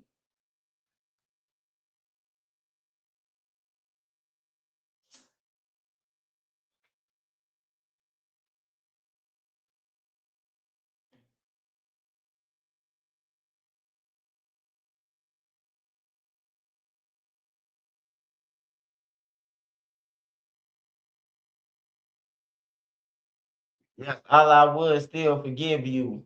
My Imam said a sinful Muslim is a better Muslim than a non-Muslim. Hey, Plea from New York. Hey, man. Hey, see, that's what I'm saying, man. That's what make it sound bad, bruh. You know, you ain't gonna get on the one who's saying and ass. You gonna say a person who don't believe, man. Hey, look, whatever you believe in, that's what you believe in. You hear me? Hey, look, whatever I believe in, that's what I believe in. If a nigga say they believe in Bigfoot, that's what they believe in, bro. I ain't gonna, that's what they believe in. But it's one thing to, honor your religion, but it's one thing to be going off a trend because somebody else joined on and now you going on, because we see people who take their shahada, they still out here killing right after that. They go back on the thing. They think because they joined the Muslim, you know what I'm talking about? They still killing out here, doing shit, destructing the community. Like everybody who died, I'm gonna keep it real with you. All the rappers who died and shit, they all Muslims. They all Muslims who died. Bezu, Money Do, Lil Ray, Ray, all the Muslims who turned Muslims, they got killed, man. Go back and do your homework, man. On some real shit. It wasn't sincere, man.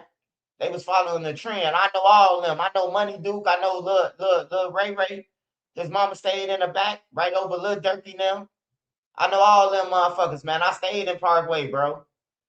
On some real shit. New Beginning Church right there, bro. That's the church that they was going to every day. All of them was going to New Beginning for the weight room and all that shit. We ain't got no mosque on ain't no mosque on 63rd. Ain't no mosque. Only mosque is what Zoo them at. Or on 73rd and Stony. Zoo them on 46 Woodline. It's a mosque. Temple Jubilee. That's what Zoo them. That bitch been at. Zoo them been Muslim. Zoo whole family been Muslim. You know what I'm talking about? I'm talking about the rest of them motherfuckers. They just joined on, bro. Or for protection in jail, bro. You don't do that. I just feel like you don't do that shit. Like when I always told myself, when I'm ready to go to church and shit like that, I stop doing bad shit, then I'll go to church. But then I thought about it like, fuck I'm going to church for. To give a motherfucker my 10% so he could dance around. God said get this. God said get that. And then he out the back door with a sack every week. Like, hell no. I pray in my closet. I ain't getting shit to no motherfucking no pastor plate around. I ain't now they passing garbage bags around.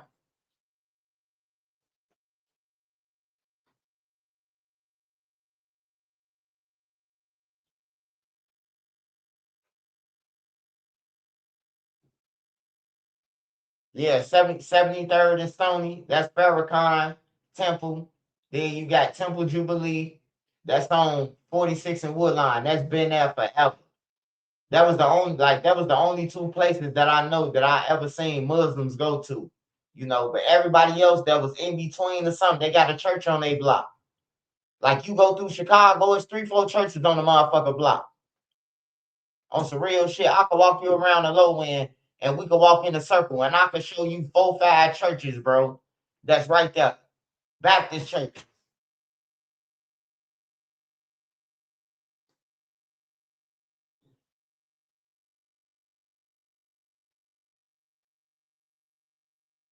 When it comes to meat and Islam, halal meat is more than just pork.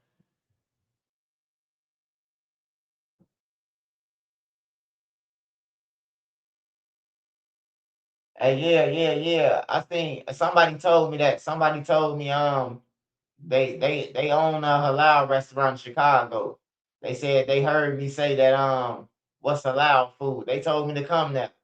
They told me when I come to Chicago, stop there. They said they got halal Chinese food. They said they got halal all that shit, bro. I'm gonna stop there and check it out though. Cause I don't know the difference between halal and what my wife cook. I don't know the difference, man. Like, does all this shit taste the same, or halal gonna taste better? Like, I don't understand it.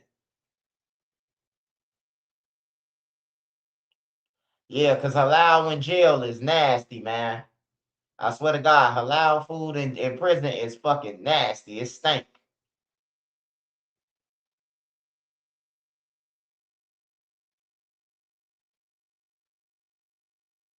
You say it's not starving yourself.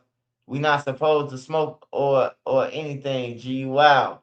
Hey, no. I ain't say you ain't supposed to smoke or drink. I say when I smoke. See, look, smoking is your own option. You know what comes with smoking.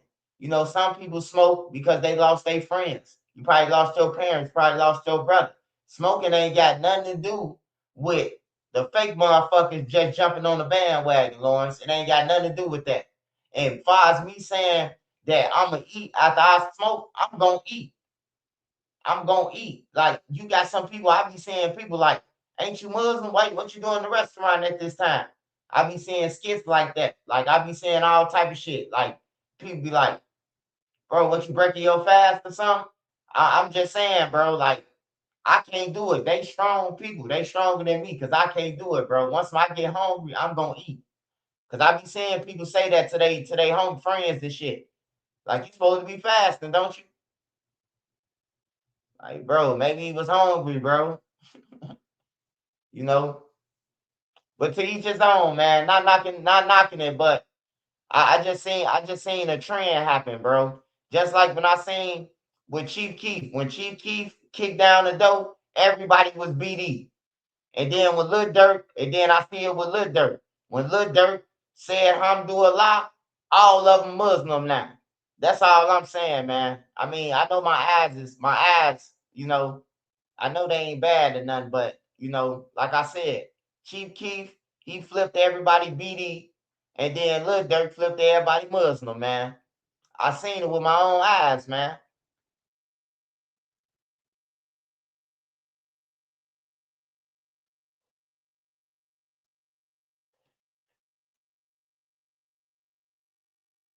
I remember going to jail, man. It was just 2 BDs on each deck.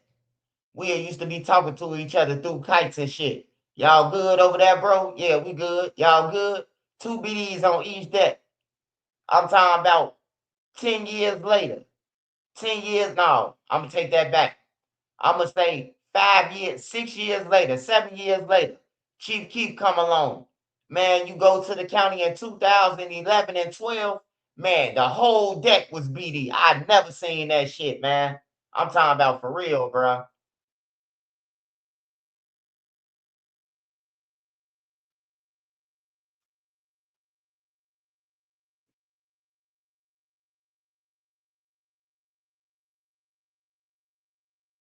Like, you would be like, hey, bro, where you from? Oh, man, I'm from Allendale. What that say? In the northwest suburbs. Oh, man, Lil Durk and Chief Keef came down there and rode my dirt bike. They said I'm PD. You be like, damn, they influence big, bro. Like, Keith influence was big than a motherfucker, man. His influence was so big, bro. I'm glad he just changed his life, though, man. Like, he changed it around to just get money, man, because you'll lose it all, man. Your homies will help you lose all that shit. Your own race will help you lose it. And then laugh at you once you use it, call you a used to. He used to be rich. You know, your own neighborhood.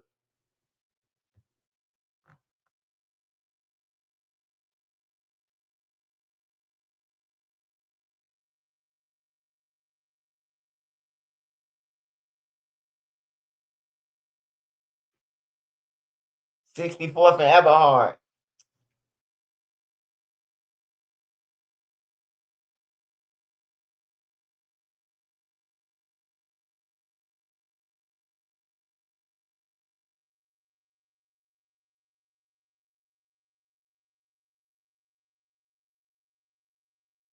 Oh yeah. I understand that. I understand that. Bone Yak say, but see, that's what I'm saying, Bone Yak. You been that way, man. You been that way. Like I just be saying them, man. I just be paying attention, bro. Like Lil Ray them. I remember when they was when they kept on asking him every time they got on video, like, you ready to join Islam? And he'll be like, I gotta learn a little bit more about it, man. I gotta learn a little bit more about it. At least Shorty was like, he gotta learn about it. You hear me? Like you wanna learn about something, bro. You don't just be wanna be shit because everybody else being it, man. It make you look like you a follower, bro. Do something because it's in your heart. And not because another motherfucker. No matter what your beliefs is, if you believe like what you believe, Allah to God, bro, believe that. That's what you believe, bro. Everybody deserve to believe what they want. But just don't join in no shit as no motherfucking as no motherfucker like it's a fan base or something. You know. I just be seeing the little young motherfuckers, bro. And then I see all of them dying, bro, after that shit. I just see them be getting took out, bro. Soon they should take their shahada. Couple of weeks later, they dead. They gone, bro. Doing evil shit still, you know. When you take that shahada, man, like go your way, bro. Change your life. You gotta start over. It's like a fresh start, man. You know, ain't nobody gonna be perfect, but you know, some shit you just know not to do. You know, some shit ain't no mistake.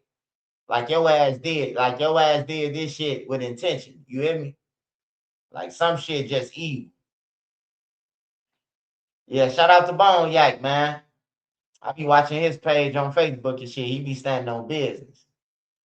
He be standing on business with his kids and shit. Shout out Law, man. Shout out Law.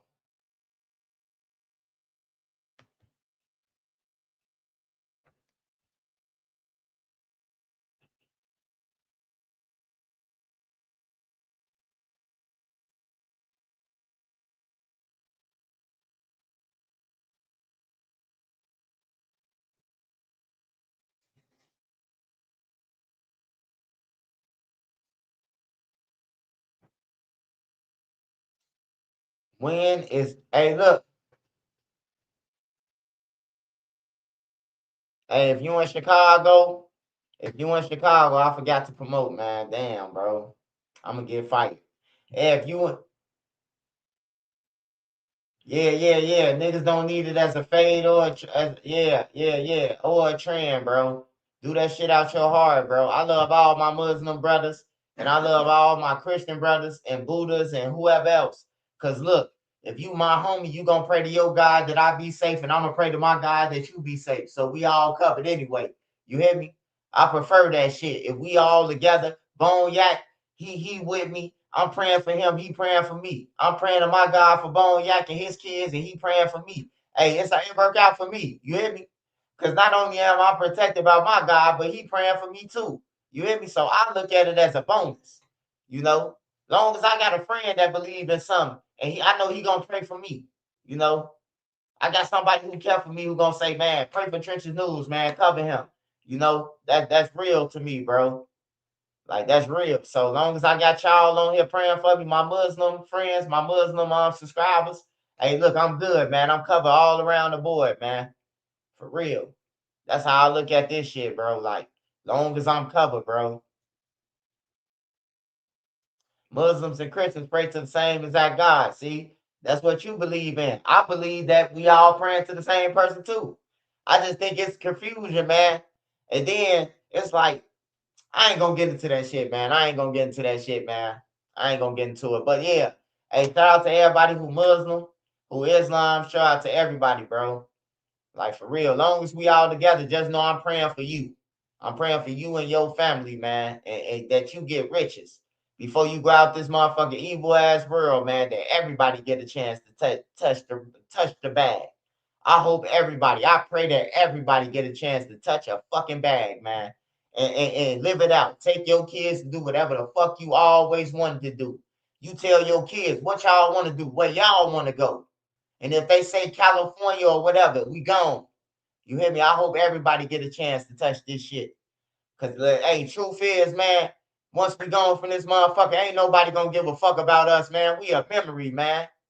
We a motherfucking memory after this, man. It's just the truth. Even your family members, bro. They hey, look, slowly. I be forgetting about my family members sometimes that's gone, bro. I gotta even check myself sometimes, like, damn, I'm only saying her and him.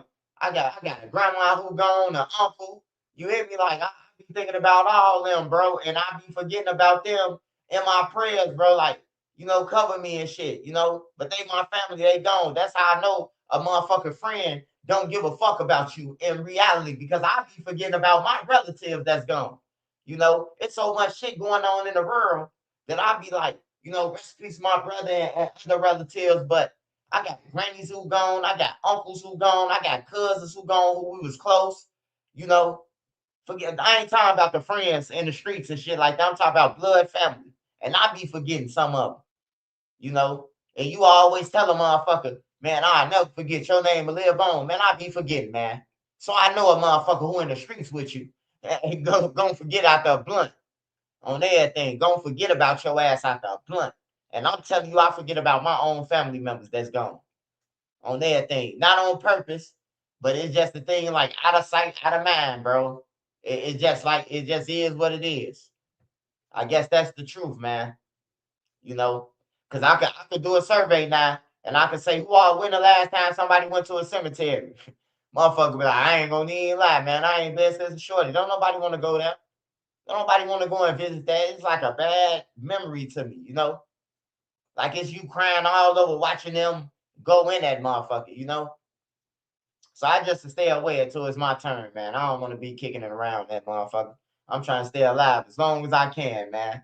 I ain't trying to be going to no funerals every motherfucking week, dressing up and all that shit. They think that's cool.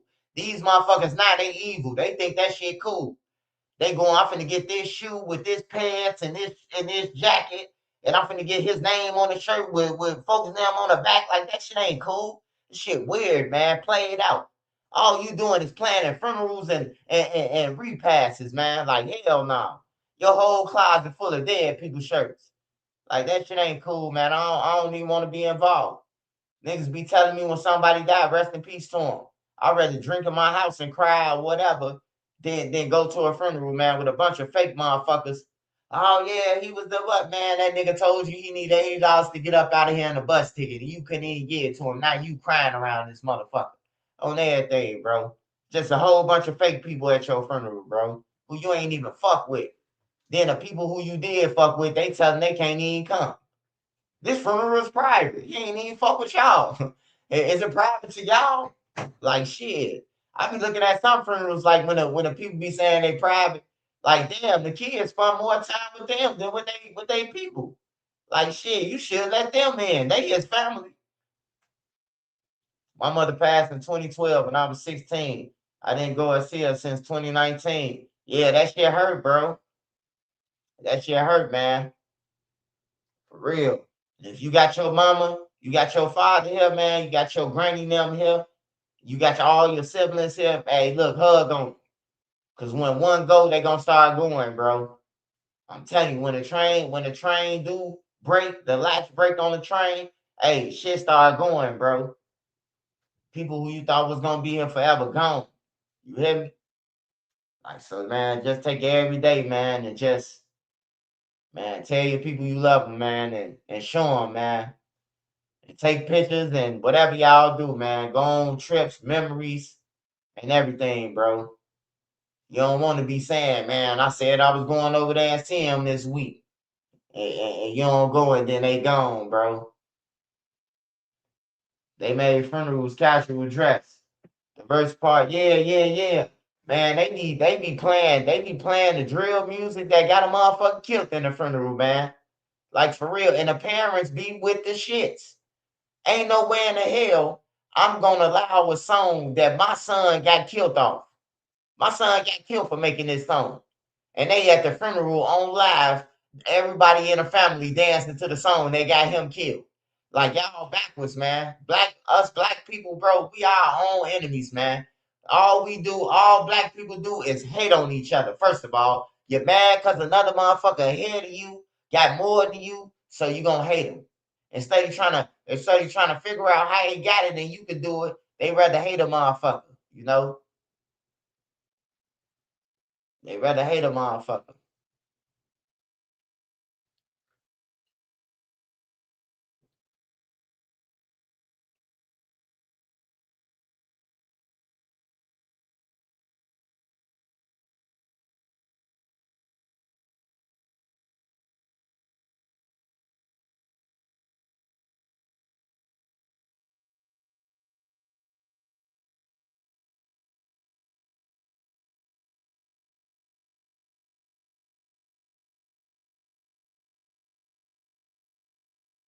They be making that shit normal.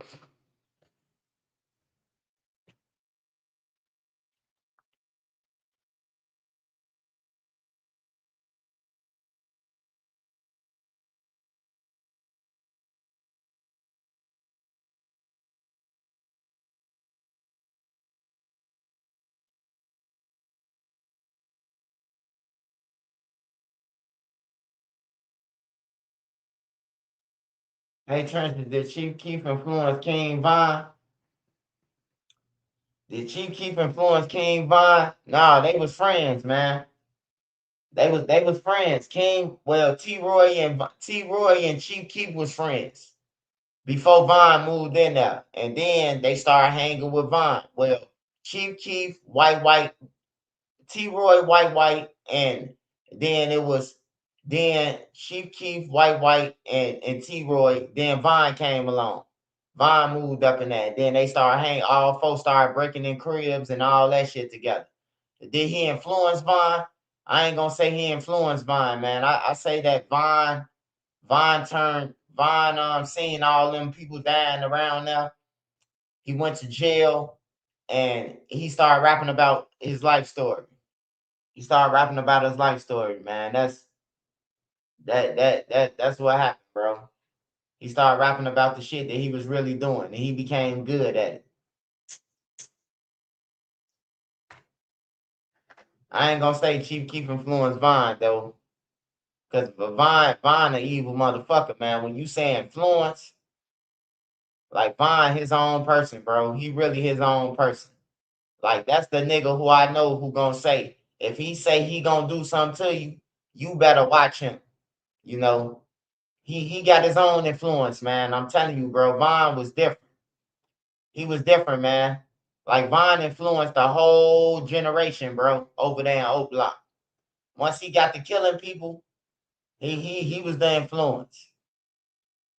He been killing people since 2012, man. So he been the influence. He been the influence, man. Keith and them got on in 2011, but you know, they was still trying to play Keith like he was a simp, you know.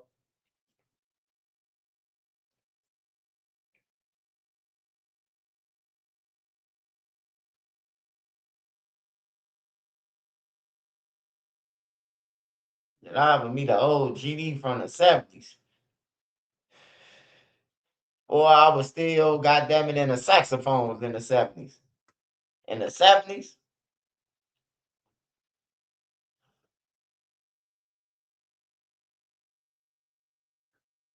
man, I don't know Larry Hoover. I don't know none of them motherfuckers. I don't know none of them, man. I don't know King David. I know Jeff Ford grandkids. I know his family. Mama Dixie them, Lil Mali and Motown. Then I know his other family on the low end and shit. His grandkids. But I don't know Jeff Ford personally. Like, nah, I don't know them, bro.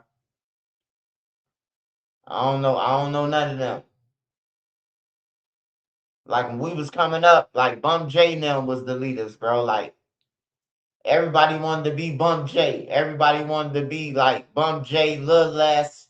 Like Lil Les was the first motherfucking kid that was like a leader in Chicago. He was like one of the first kids that was running blocks, you know, and it was getting around viral. Lil Lester from Pocket Town. He was like the first person, man, to be doing that shit, to take over a block from some grown motherfuckers. Like he was the first one, and then, you know, everybody started spinning out radicals and shit. But if you ask me, like the first kid that I was hearing about it, like doing the shit, Lil Lex from the Pocket. He was the first person that was a teenager. They like, yeah, Lil Lex. I'm like, the fuck? A 14-year-old doing this? Like, yeah, man. Let's go over there, bro. He just took over a whole block from his homies now. I'm like, a 14-year-old took over a block. Hey, that motherfucker took over his block. He took over all that shit. He had his own little crew.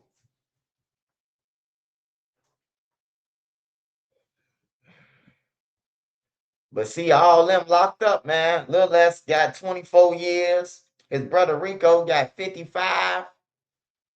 Man, it don't work out, man.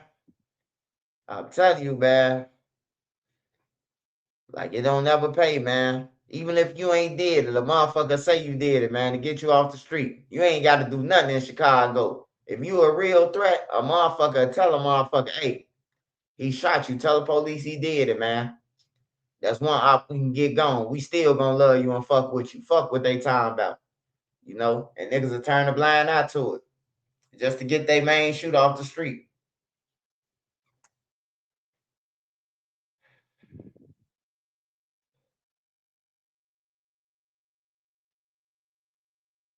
Beating that body made Vine look good. Oh, it made them look good, but it really made them look stupid, man.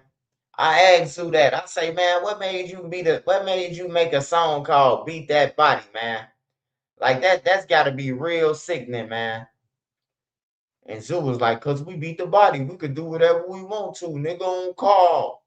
You hear me? Like for real. That just look bad, bro, when you really go down for a case. And they show the judge that you rapping about beating the body. Like he has no remorse.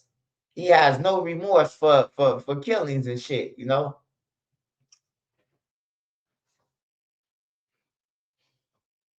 Smash that like button, man. Smash that like button. Oh yeah, I'm gonna put my best in soon.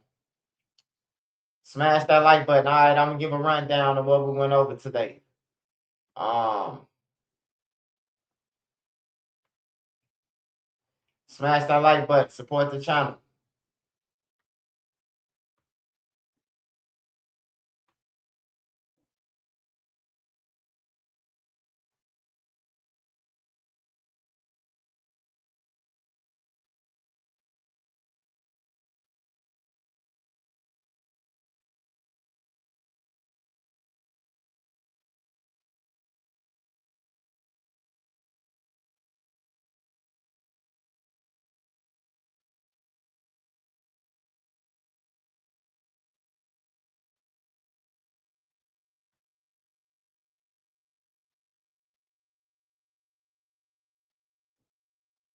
All right, y'all. So this right here is the latest paperwork on Lil Durk. Well, not Lil Durk, but this is Anthony Montgomery Wilson. I don't know if y'all remember who AJ is. AJ is the guy who went to $1 million worth of game after Stephon Mack was killed a month later. After Stephon Mack was killed, about a month later or so, AJ went to go and collect the money. How do we know that AJ went to go and collect the money? Because AJ told his celly that he only got $20,000 and that Lil Durk and them owed him. They was supposed to give him 50, 90, 100. Y'all heard the conversation. Jam tipped them off though. Jam was the one that called the guys, and that's how him and Lil Durk and them fell out because Jam called the guys and told them, "Hey, how much they give y'all?" And he was like, "Man, they gave AJ 20," and he like, "No, man, Durk gave up 50." That's why the feds say individual A contributed $50,000. Individual A, they saying is Lil Durk. Now this guy AJ, not only did he leave his phone in the car for the police, he went in a cell and told a federal agent everything that happened. He told them everything that happened. He told them who murdered, who he murdered dude. He told them that he got paid for it. He told them that he went to $1 million worth of game. He told them everything. So last week it was a motion for him to dismiss the cell phone. You know, he was trying to get the cell phone dismissed because he's saying that they obtained the cell phone illegally, even though he left the phone in a car both times. This the second phone. He left another phone after this. So now the new paperwork that came out yesterday on the 31st, it reads United States of America versus Anthony Montgomery Wilson defendant. Notification of docket entry. This docket entry was made by the clerk on Tuesday, March 31st, 2026. Minute entry before the Honorable Thomas M. Duncan as to Anthony Montgomery Wilson change of plea. It's set for 4/16/2026 at 10 a.m. in the courtroom 1441. So Anthony, the killer of Stephon Mack, the one who went to $1 million worth of game, the one who got paid at $1 million worth of game, he's changing his plea from not guilty to guilty. So it's all bad for Lil Durk.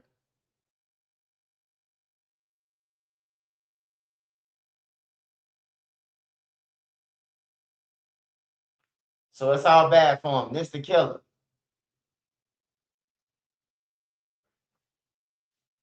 He said, "You remember when they got locked up? They got locked up 2020, 2023. 2023. AJ got locked up, and then AJ got locked up 22.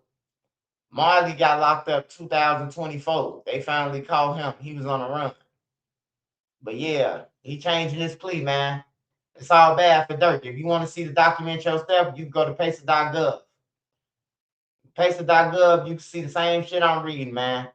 Change your plea in the federal custody. Hey, look, don't let no blogger tell you that you could plea out without telling them that Durk did it. Hey, look, in order to plea in a murder for hire, you got to tell them who paid you. You got to tell them, did Durk know about it? You got to tell them who was with you. You got to tell them what you did, what gun you shot, and where you threw the gun at. Because they know where they found the gun at. So he got to tell them everything, man, if he changing his plea, bro. And if he changing his plea, the Fed showed him some shit. Like, hey, look, you caught. So it might be really locked in for Durk, man. You know, then Durk come out and say, let's save the kids and shit like that, man. I ain't gonna lie, Durk. Man, you should have been saying that shit, brother. It's too late, brother. You should have said that shit when you was free, man. Durk said he tired of being a pawn for the industry. He woke up a little bit too late, man. He woke up when he was in federal custody, man. It's crazy, man. It's crazy, y'all. But yeah, that's the newest document that AJ, also known as AJ Hook It Up, Facebook Market, the guy who sold the stolen car that he was shooting out of, sold that to try to sell it on Facebook Market while he was committing crimes. You know, left his cell phone in the car, got a new cell phone, and then started texting, you know, about Durk paying them, bro. It's all bad, man. I think it said before it's all said and done, I think Durk gonna be hit with a couple of more murders, man. Because they want Durk, and they willing to make a deal with anybody that know that Durk paid for something, you know. And you got to be around these guys, man. These guys, everybody who on this Durk case, they told on, they know Durk. They hung around them, bro. You can't be nobody who don't know these guys who was out of town and watched them shoot somebody. That ain't how to fit. You got to be somebody, you know. You got to know a lot about them about this case, and all these people who on Lil Durk case is his friends. All the witnesses is his homies. That's OTF. All the witnesses. It's no witness that just came out the blue. It's all his homies on everything. Everybody who he gave $50,000 to and $100,000 to, them the witnesses. Everybody who Lil Durk paid money, who had a credit card and shit. Them the people who telling on him. Ain't Lil Ray from the block telling on him. All the people who he gave money to, big money. Bro, hotels, took on tour. Them the people who finna make sure he never come home, man. Durk did it to himself, though, man. He did it to himself, bro. I ain't gonna lie. And then, hey, look, if you think about it, they beat AJ out his money. So AJ, just like Jam got beat out his money, they beat AJ out the hit money. AJ was supposed to get $50,000. Hey, look, just say if Durk did give it up, right? Because they got it on the wire. AJ said that he was supposed to get the money, and he only got $20,000, so he got paid. And Jam saying that Durk gave up $50,000. That's what he's saying on the paper. That's what AJ saying. Jam had called and said that Durk gave up 50, but they only gave me 20. So they beat AJ out his money. So if AJ tell, hey, that's on them. They should have paid him that money. They should have gave him his money instead of trying to beat him out. They beat him out his money, bro. When somebody kills somebody, bro, you gotta pay them, bro. You can't pay them, oh, can I give you $500 today and give you $1,000 next week? Like, hell no, nigga, we didn't kill somebody. You better up that money. Like what the fuck? This ain't no fucking payment plan. This ain't no rent a center, nigga. A motherfucker is dead. You know, like you can't be doing that with nobody, bro. And they did that shit, bro. And it's gonna hurt Lil Durk in the end. That his homies who he gave the money to kept that shit and beat out the killer. Because it happened in the murder for Hollywood Jam. That's what Boona was saying. Boona was saying on the thing when he was saying Jam say he ain't get paid. Marley said he ain't get paid all the way. You know, you gonna have trouble. You gonna have motherfuckers changing their plea. He ain't give me no lawyer.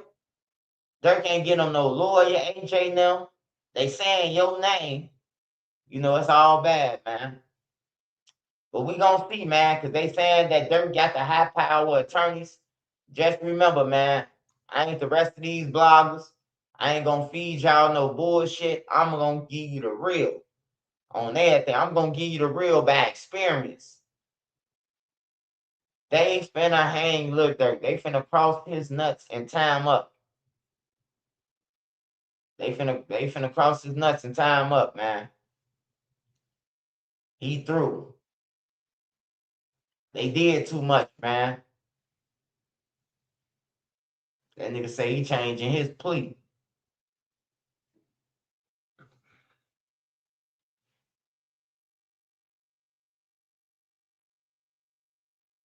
If the killer changing his plea, a motherfucker who wasn't never indicted, you finna be indicted soon. That's crazy, man. We ain't never seen no rapper had 2 murder for hire indictments out. Lil Durk gonna be the most. He gonna go down in history for this shit. He gonna have 5 and 2 indictments and 1 RICO.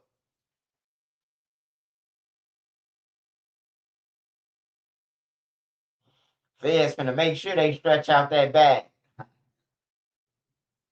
They finna make sure they stretch out Lil Durk bag. They trying to stretch his shit out. Marley didn't get no money. Marley didn't get no money. Trop. Marley didn't get no money. AJ said AJ cut off his phone at $1 million worth of game, bro. So when he got to $1 million worth of game, Marley texted him one more time. Hey, did you get the money? And AJ never answered no more. And then 2 days later, he went to jail. He went to jail, and that's when he told the agent in the cell that was put in the cell about the murder of Stephon Mack and who paid him and shit. He thought it was an inmate or something though. The whole time they had him under a wife. And if he changing his plea, it's over with for Durk. You just can't tell the feds, I'm taking my way, I did it. Let's close this case. This a murder for hire, bro. Somebody paid y'all. Somebody gotta go down. Somebody else who paid y'all finna go down, bro. We finna see. We finna see soon, bro. Change your plea. All you gotta do is Google what change your plea means on everything, bro. And in the feds, change it when you plead guilty, bro. You gotta tell everything, man. In a murder for hire case, in a conspiracy, you gotta tell everything. You just can't say, "Oh, I did this. I don't know what everybody else did." Nah, motherfucker, who paid you? Who gave you that money? Who told y'all to do it? How did y'all know to go and kill Stephon Mack? Who told you it was money? How did y'all find out that it was money on his head? He got to explain the whole thing. He got to explain all that shit, man. All that shit finna come out. All that's finna come out. And if he lie on his deal, he ain't gonna get no deal. If he lie one time, he ain't gonna get the deal, man. So yeah, it's bad for Durk. But this federal paperwork that I'm showing y'all, y'all can go on there y'allself and research it y'allself, and y'all gonna see the same shit. I get all my information from there. So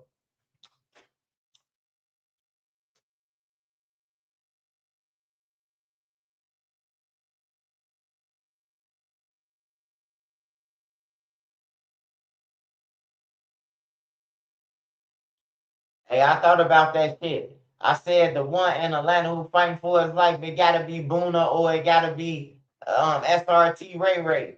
It gotta be one of them, bro. Them the only people I know that's from Chicago that's fighting for their life right now. That's in Atlanta. That's in Georgia. Period. Them the only 2 motherfuckers that I know personally.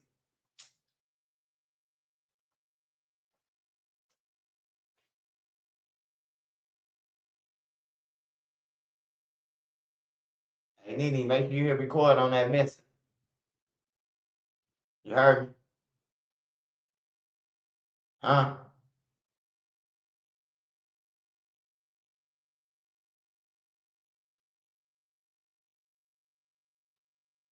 I can't go to that trial, man. That's why they trying to get an order. I can't go. I can't go, man. I can't go, man. I gotta be 100 feet away from Bonnie, man. I can't go. 100 feet away from his home, his office building. So I can't even go in the building if I wanted to. I gotta wait out the trial, man. They violated my freedom of speech. It's cool though.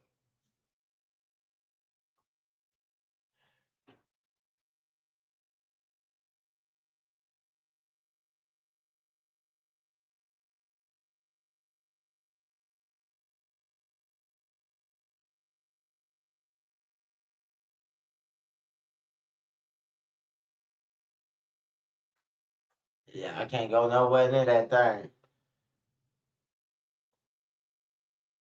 I love to catch Big Durk outside to interview him though with the trenches news, Mike.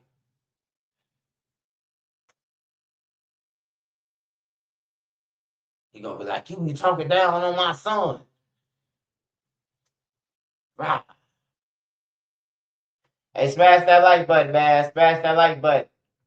Smash that like button, y'all.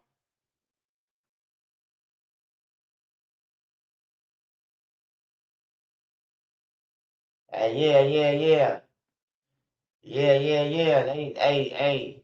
It's all good though. After it's over with, I promise you, I'm pressing charges, man. I promise you, they going to jail for lying. You can't lie on nobody and think it's cool and then think you ain't finna go to jail. You going to jail, you lying. You lie on the oath, you going to jail.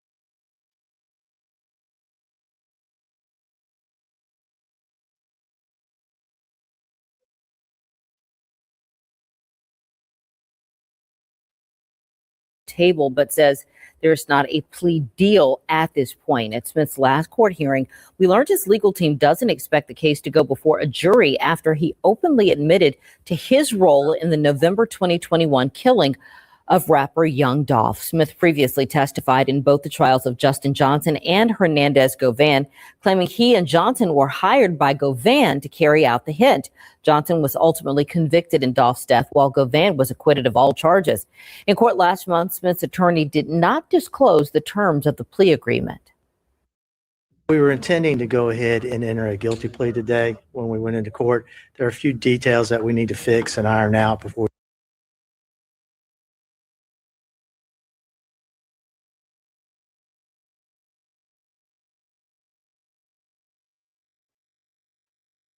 Three people shot on the low end, man. 3 people shot on the low end, right by my old elementary school, Doolittle Elementary School, right in front of Doolittle. And well, not in the front, on the side of Doolittle, by Lawless. And the 8-year-old was shot too, man. It's crazy as hell, man. The 8-year-old was fucking shot too.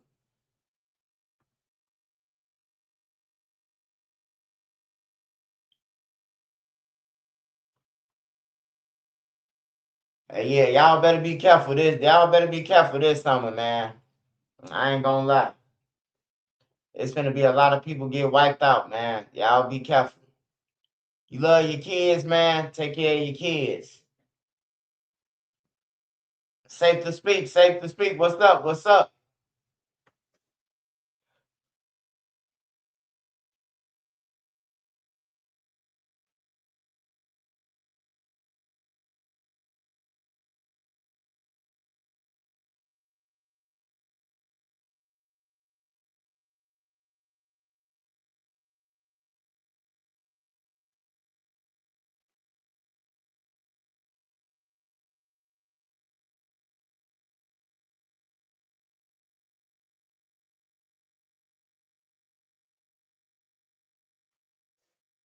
Is that on the news?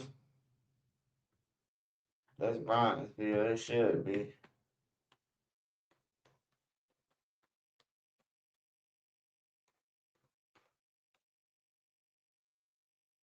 That's like right down the street from fucking headquarters. You would think.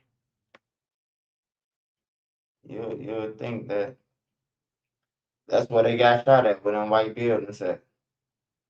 They got shot right in front, right on the side, right in front before you go through the white buildings, case.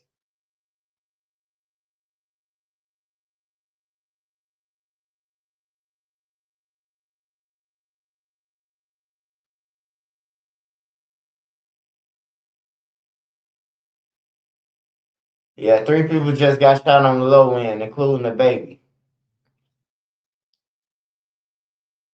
I hope you little motherfuckers get caught, man. I ain't gonna even lie to you, man. Y'all ain't even walking up on motherfuckers. Y'all spraying from a mile away, doing drive-bys like straight hoes. Hope all you little motherfuckers get caught.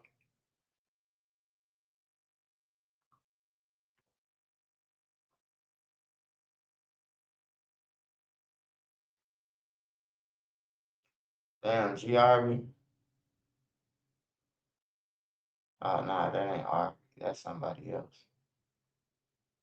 I thought that was G.R.B. when she got killed. That's another girl. Whole nother motherfucking girl.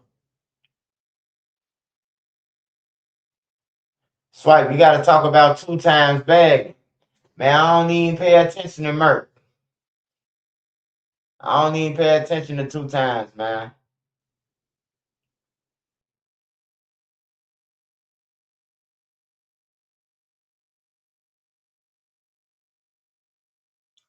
I don't pay attention to that shit, man.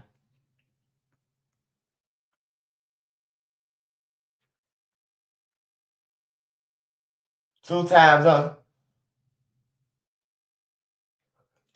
only start crying, man, when he ain't got no more money.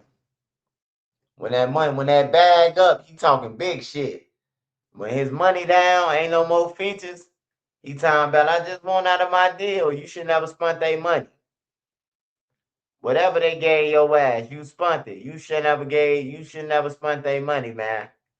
Hey, look, I don't give a fuck if a motherfucker give you $8 and you sign the deal. 5 albums for $8. That's your motherfucking fault. You can't say he took advantage of you or shit. When you needed that $8, he came through, right?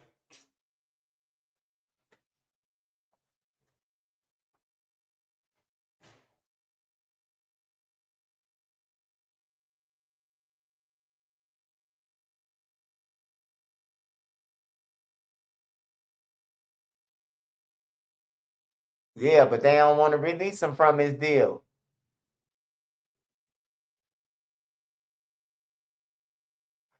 They ain't gonna let him out his deal and then he do that. Cause if he make a hit right now, then they still own him. They ain't stupid. They know Finesse 2 times could come out with a hit. They ain't finna let him go, man. Hey, sometimes you sign a deal with the devil, man. That's who he signed the deal with, the devil.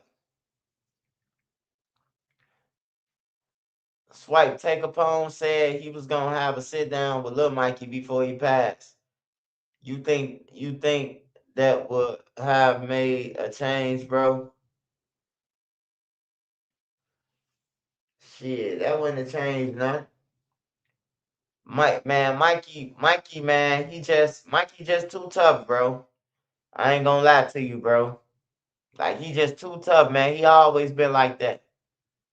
He always been the first one on the front line and all that shit. Like, trying to prove something to somebody, bro. You can't do that shit.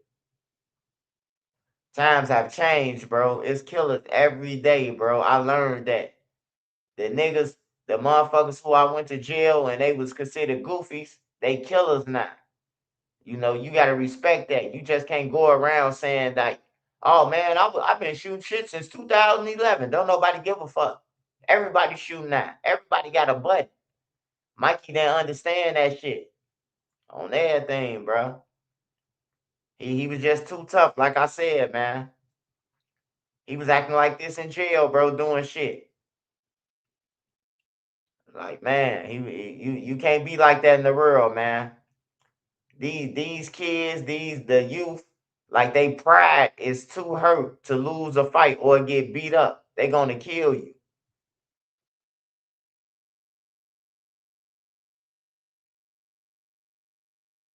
Appreciate you, Big G, 6200.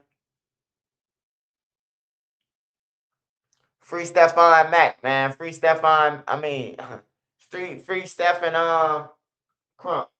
I'm talking about Stephon Mac. Free Stephen Crump. Free Stephen Crump.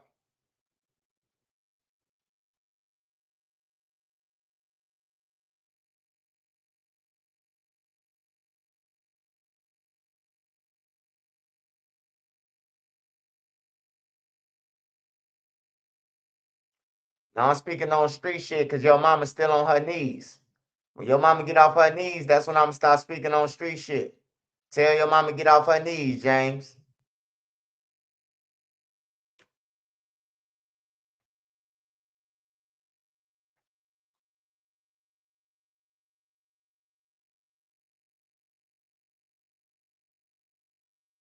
It be people who ain't never been in the streets trying to tell a motherfucker to talk about street shit. Like, the fuck out of here. Hey, a lot of you bloggers, man, y'all need just delete y'all page, bro. Like, y'all ain't never did half the shit. And y'all be talking about ain't never lost nobody or nothing. Get on, bro. Find y'all some business, man. Y'all asses in the way. Them little 200-300 views y'all getting ain't shit, man. Just go ahead and beat it, man. On YouTube, you at least need about 100,000 views or better, man, to see some money a day. You got to get that shit. Y'all ain't getting it, man. Motherfucker been on YouTube 4-5 years chasing me, and y'all ass can't get motherfucking 300-400 views, and y'all can't get 1,000 views in a day, man. Like, that's on a good day for y'all. Y'all get 1,000 views, man. I could say her chew on the thing and get more motherfucking views than y'all, man. Like, stop chasing me, following me, whatever you think. I'm getting this paper, motherfucker. On everything. That's all you need to know. I talk about content, nigga, because I'm getting paid and you watching it. What the fuck you doing on my page if you don't like me, James? You see how that shit go? Niggas hate you but watching you.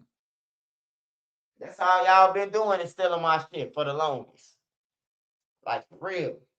You ain't gotta like me, but just know I carry most of YouTube, man. I be carrying this motherfucker on my back. Y'all ain't got no content. Y'all don't come with no breaks or shit.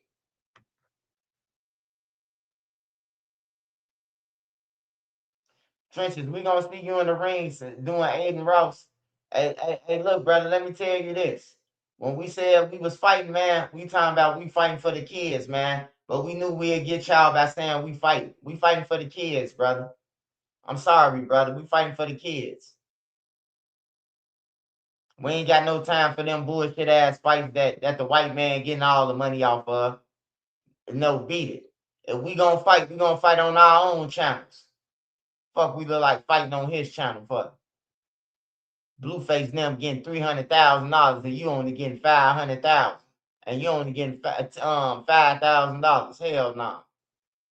No motherfucker fighting on no Aiden Ross.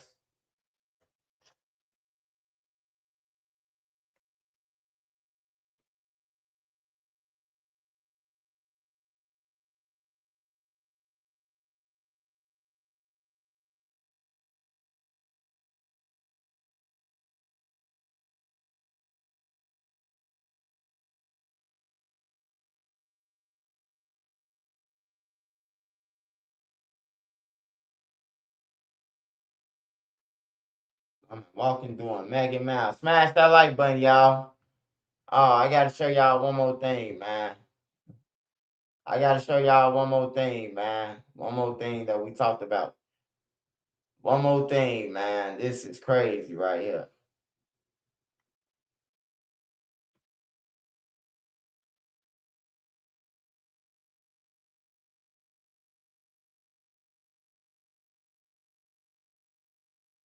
Any updates on Vic? Hey, I don't report about no motherfucking Vic. I don't know who Vic is, man. I don't know who Vic is, brother. Them gotta be some little kids or something, bro. I don't report on the little kids, man. I don't wanna make them do nothing else that's gonna be crazy. That's why I don't report about the little kids. I just get on their ass. I don't report about them. You report about them, and then they'll feel like they off steroids and go and kill somebody else. I don't want them on Trenches News. Like that. I just report about them when they go to jail to destruct, so I could show the kids an example of them. Other than that, I ain't getting their ass no airtime.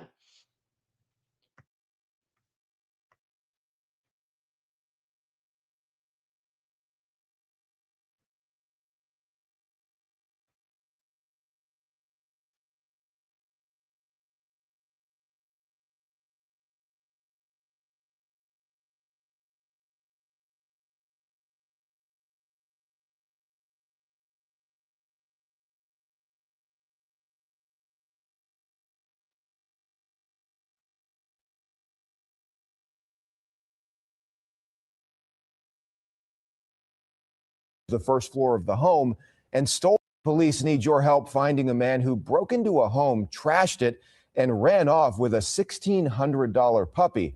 This happened on Milton Court in Avondale last March. Police say Jonathan Martin, pictured right there, broke in through a window while a family was sleeping, damaged the first floor of the home, and stole that family's puppy. He later came back and then stole a woman's keys and then drove off in her car. If you know where Martin is, you are asked to call. Police need your help finding a man who broke into a home, trashed it, and ran off with a $1,600 puppy. This happened on Milton Court in Avondale last March. Police say Jonathan Martin.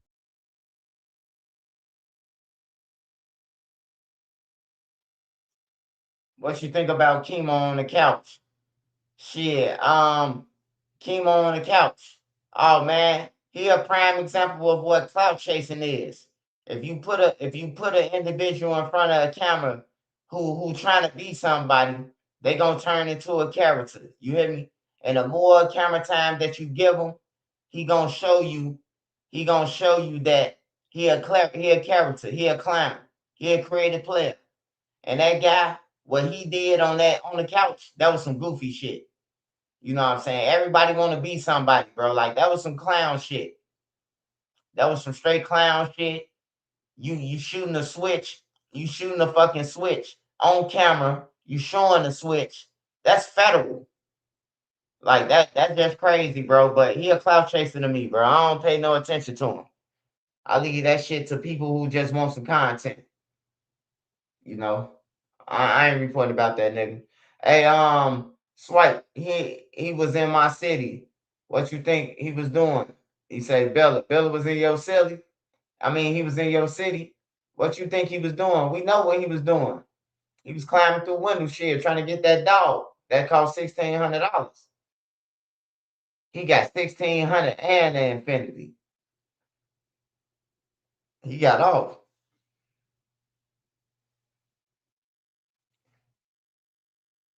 It's the doggy dog world, man.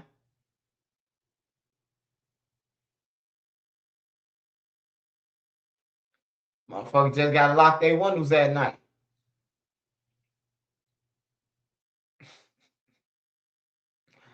Motherfuckers gotta lock their windows at night. That's all I can tell you, man. Pictured right there, broke in through a window while a family was sleeping, damaged the first floor of the home, and stole that family's puppy. He later came back and then stole a woman's keys and then drove off in her car.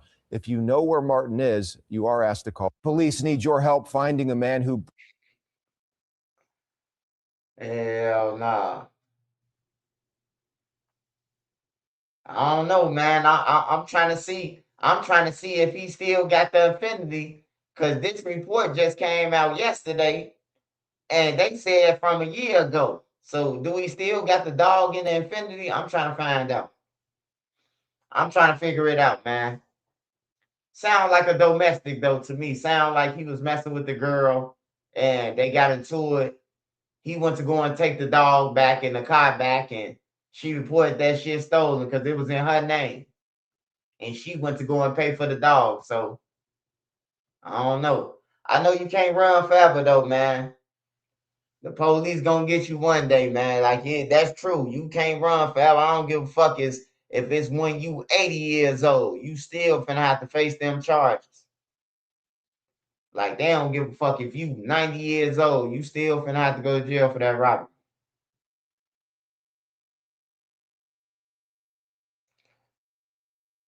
Truck broke at Truck. What's up, my boy? Shout out to Truck, man.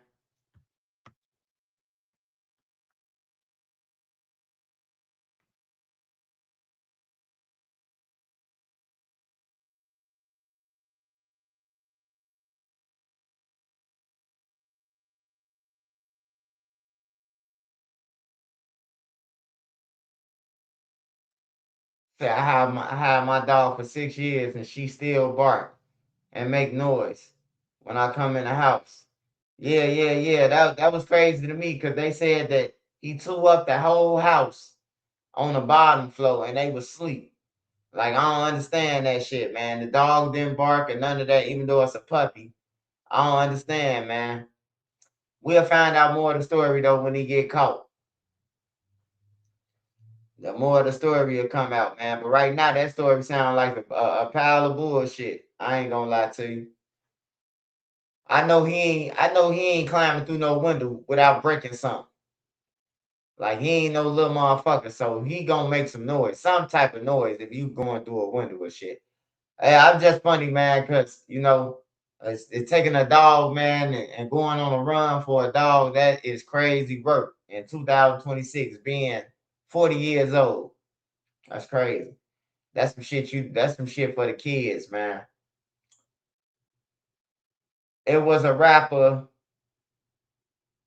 Camo Bucks from 35th, that was shot with his daughter. Camo Bucks. I don't know no Camo Bucks. I've been on the low end my whole life. I ain't never heard no motherfucking name Camo Bucks. I know every motherfucker from 35th, 39th, 43rd, 47th, 51st. Like, I'm from the low end, man. I grew up on the low end. That's what 60% of my robberies came from, the low end. So I know every motherfucker. Everything around there, every back alley, train tracks, everything. I never heard of Camo Buck. He must be some new motherfucker.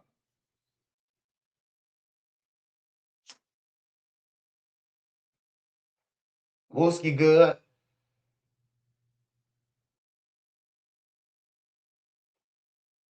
Yeah, I think they said Avondale, Ohio, though.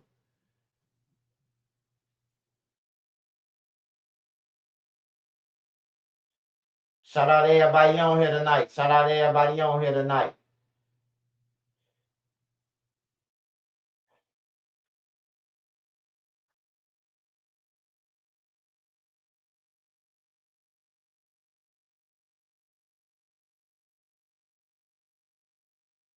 Smash that like button, y'all. Smash that like button. How many likes we got?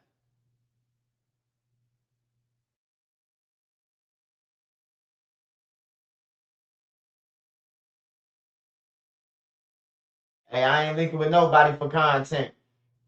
Hey, I don't link with no bloggers for content or none of that. I don't do none of that shit. Oh, that thing. All this shit is interviews. I ain't trying to link with nobody, bro. On there, I know Big Mike. I know Big Mike since he was a kid. I ain't trying to link with nobody I don't know. If I ain't never met you, I don't want to meet your ass. That just is what it is, man. Save me less problems. I ain't Martin Luther King or Malcolm X. You throw a rock at me, I'm gonna throw one back on everything, bro. Like, I ain't Martin Luther King, brother. 'Cause I ain't never met you. I don't want to meet your ass. That just is what it is, man. Save me less problems. I ain't Martin Luther King or Malcolm X. You throw a rock at me, I'm gonna throw one back on everything, bro. Like, I ain't Martin Luther King, brother. On everything. I just speak survival and shit like that. Ain't nothing gonna be dope about that shit. I don't know him.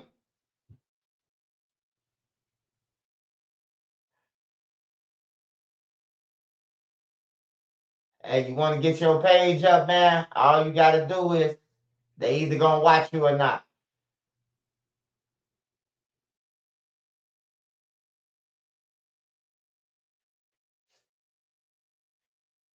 So you make friends on this motherfucker, they gonna stab you in your back. I learned already. I don't want nobody. I talk my damn self. I talk my damn self.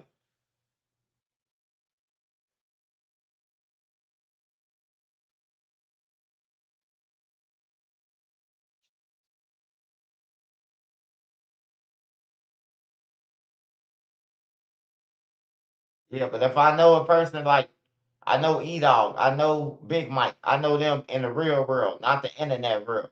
Anybody on the internet that do YouTube and shit like that, nah, I don't want to link up. I don't want to link up. I really don't want to do no interviews unless they black, you know, control settings and shit like that. Like I really don't be down up for that shit. I'd rather stay in my house, man. You know, I'd rather just chill. Let the streets cross each other. Too much movement, man. You won't be on this earth alone, man. I understand that. I'm getting older. I can't run around with these kids and chase these kids around, man. So I just chill and fall back and let them cross each other. And then when the coast is clear, that's when I come through. You know, you gotta let the streets cross each other, man.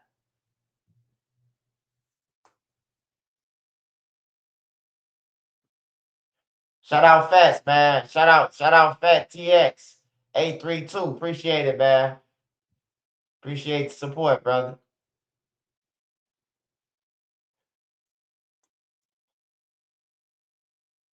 Yeah, since then though, they struck my page 53 times, man. I won't link up with nobody. I don't need nobody on my channel. If you want promotion and shit like that, then you gotta pay to holler at Nene. That's about it. I ain't doing nothing. I ain't trying to help no motherfucker. You don't see people friends helping them. Sometimes you gotta analyze the situation.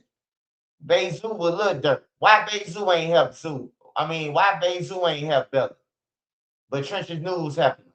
You know, sometimes you gotta look at shit like that. Like why your own people ain't helping you. You know, Dirk famous than me. Dirk could have did a song with him and had him on. It was a reason though. You know, it was a reason he ain't got no song with Lil Durk now and Zoo his homie. You know, I just look past that shit. You know, like I fuck with all the underdogs. So, you know, if you an underdog and you get counted out by your block, I usually come and swerve on you like, hey, look, come on, I'm gonna pick you up. I got the clout. You know, I tried it though, bro. Never again.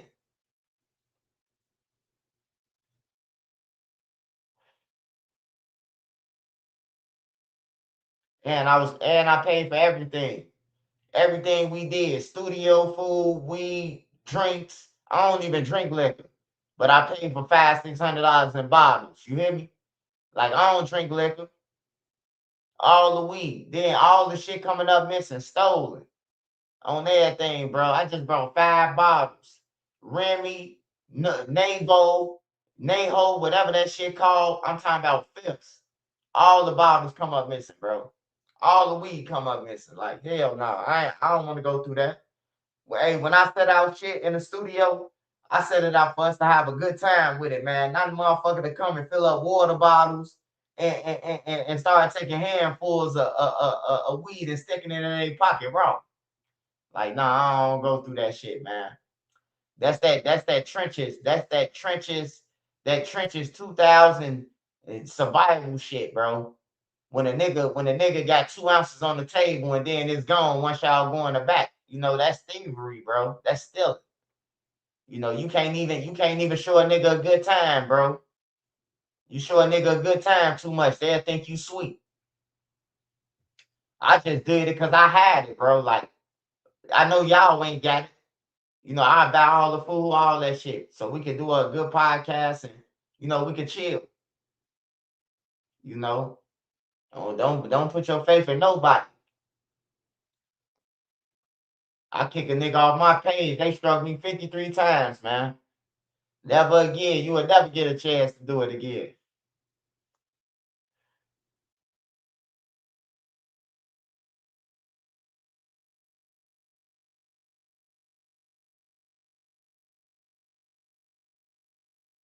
Hell yeah. Niggas stealing shit for their family when they go home and shit. Like, damn, bro. Motherfucker order 6 pieces, goddamn it. 3 of them come up missing. Like, damn, where the pizza go? Niggas, did the Ninja Turtles come and take the pizzas? Like, goddamn. Like, for real, bruh. I ain't never experienced no shit like that. If we buy 6 pieces, man, and 3 gone, man, some a problem, man. It's a problem.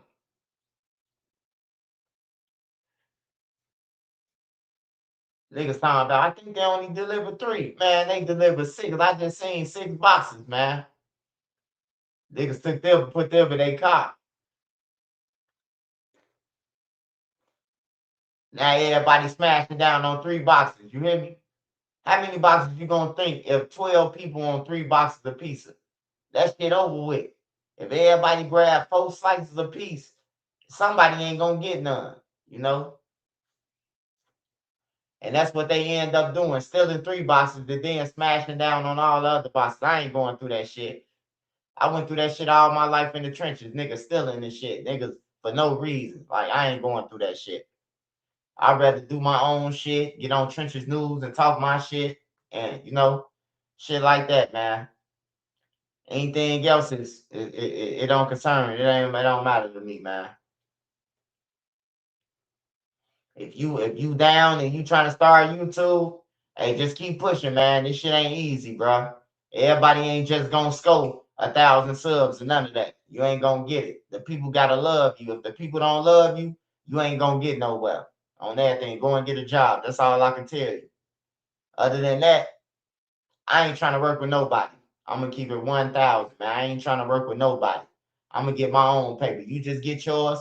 But I pray for everybody, man. I pray that you keep working and get your paper. I don't hate you. It's just I don't want to work with nobody, bro. Like plain as that. I don't want to do nothing. You know? I don't want to collab. I don't want to do none of that shit. I'm cool. Less you stay out of, the less you will be in, man. Soon you link with a motherfucker. You don't answer your phone fast enough, they talking about you. You hear me? Can't fuck with everybody, man. Everybody ain't to be fucked with, man. But yeah, man, shout out to everybody who's on here tonight. I'm finna get ready to get up off here. I will be dropping a video tonight that I already got made. It's an update on the fruit people. You know what I'm saying? I already got it made, so I'm gonna drop it at 9 o'clock, man. So make sure y'all be oh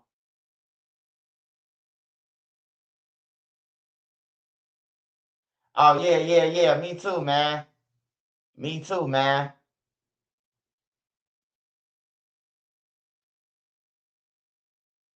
I'm trying to get my followers up on TikTok. I started to go live this week. Yeah, man, just keep on pushing, bro.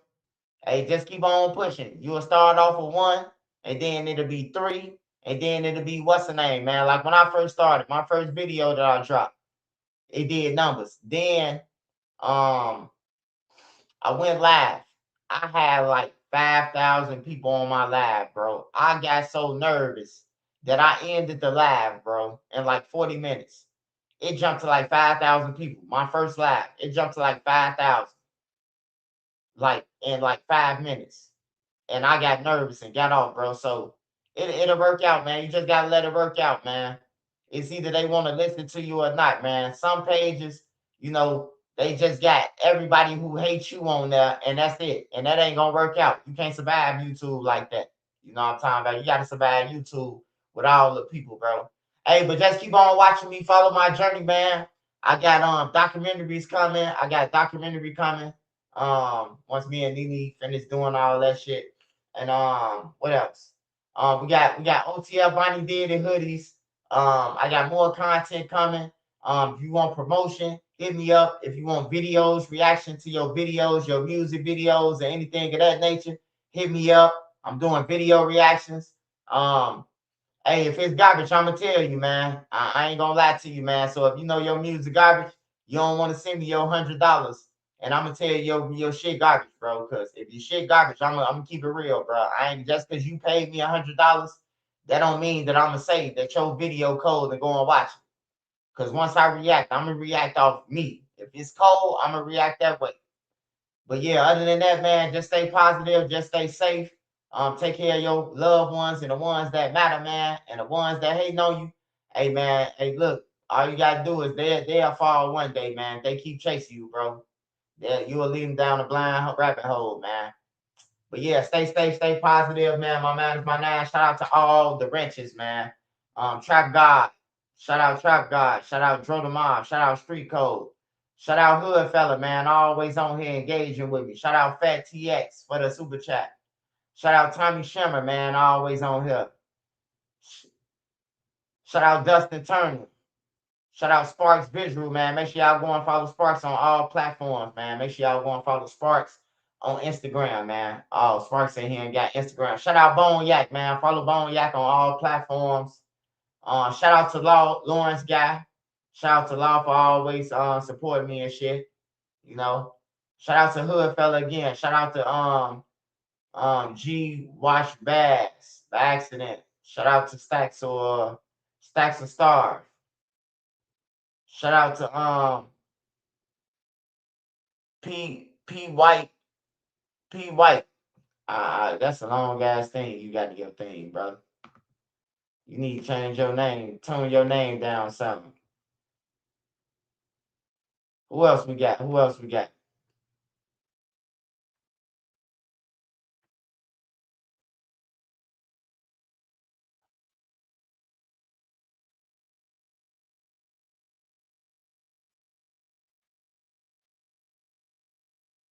Shout out Phil, baby, 5 time. Mr. Infectious.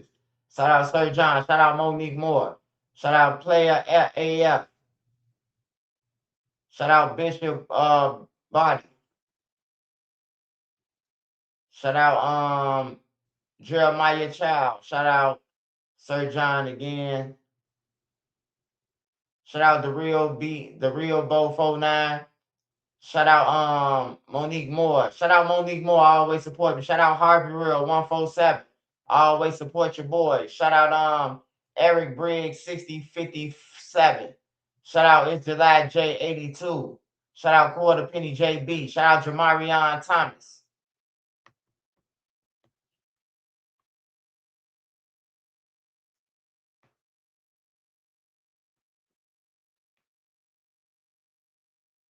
Shout out man YTJ. Shout out Lil Ye 2 times. Matthew Liggins. Shout out Fat TX 832. Shout out Mr. CJ Talk. Make sure y'all go and follow Mr. CJ Talk, man. Make sure y'all go and follow him, man. He funny as hell. Shout out Mr. CJ Talk, man. Shout out all my moderators. Shout out Street Code too, man. Make sure y'all go and follow Street Code, Main Media Magazine. All my moderators, man. Dro the Mod, Dro the Columinati, Tommy Dustin, Trap God. Shout out Trap God, man. Make sure y'all go and follow him on all platforms too.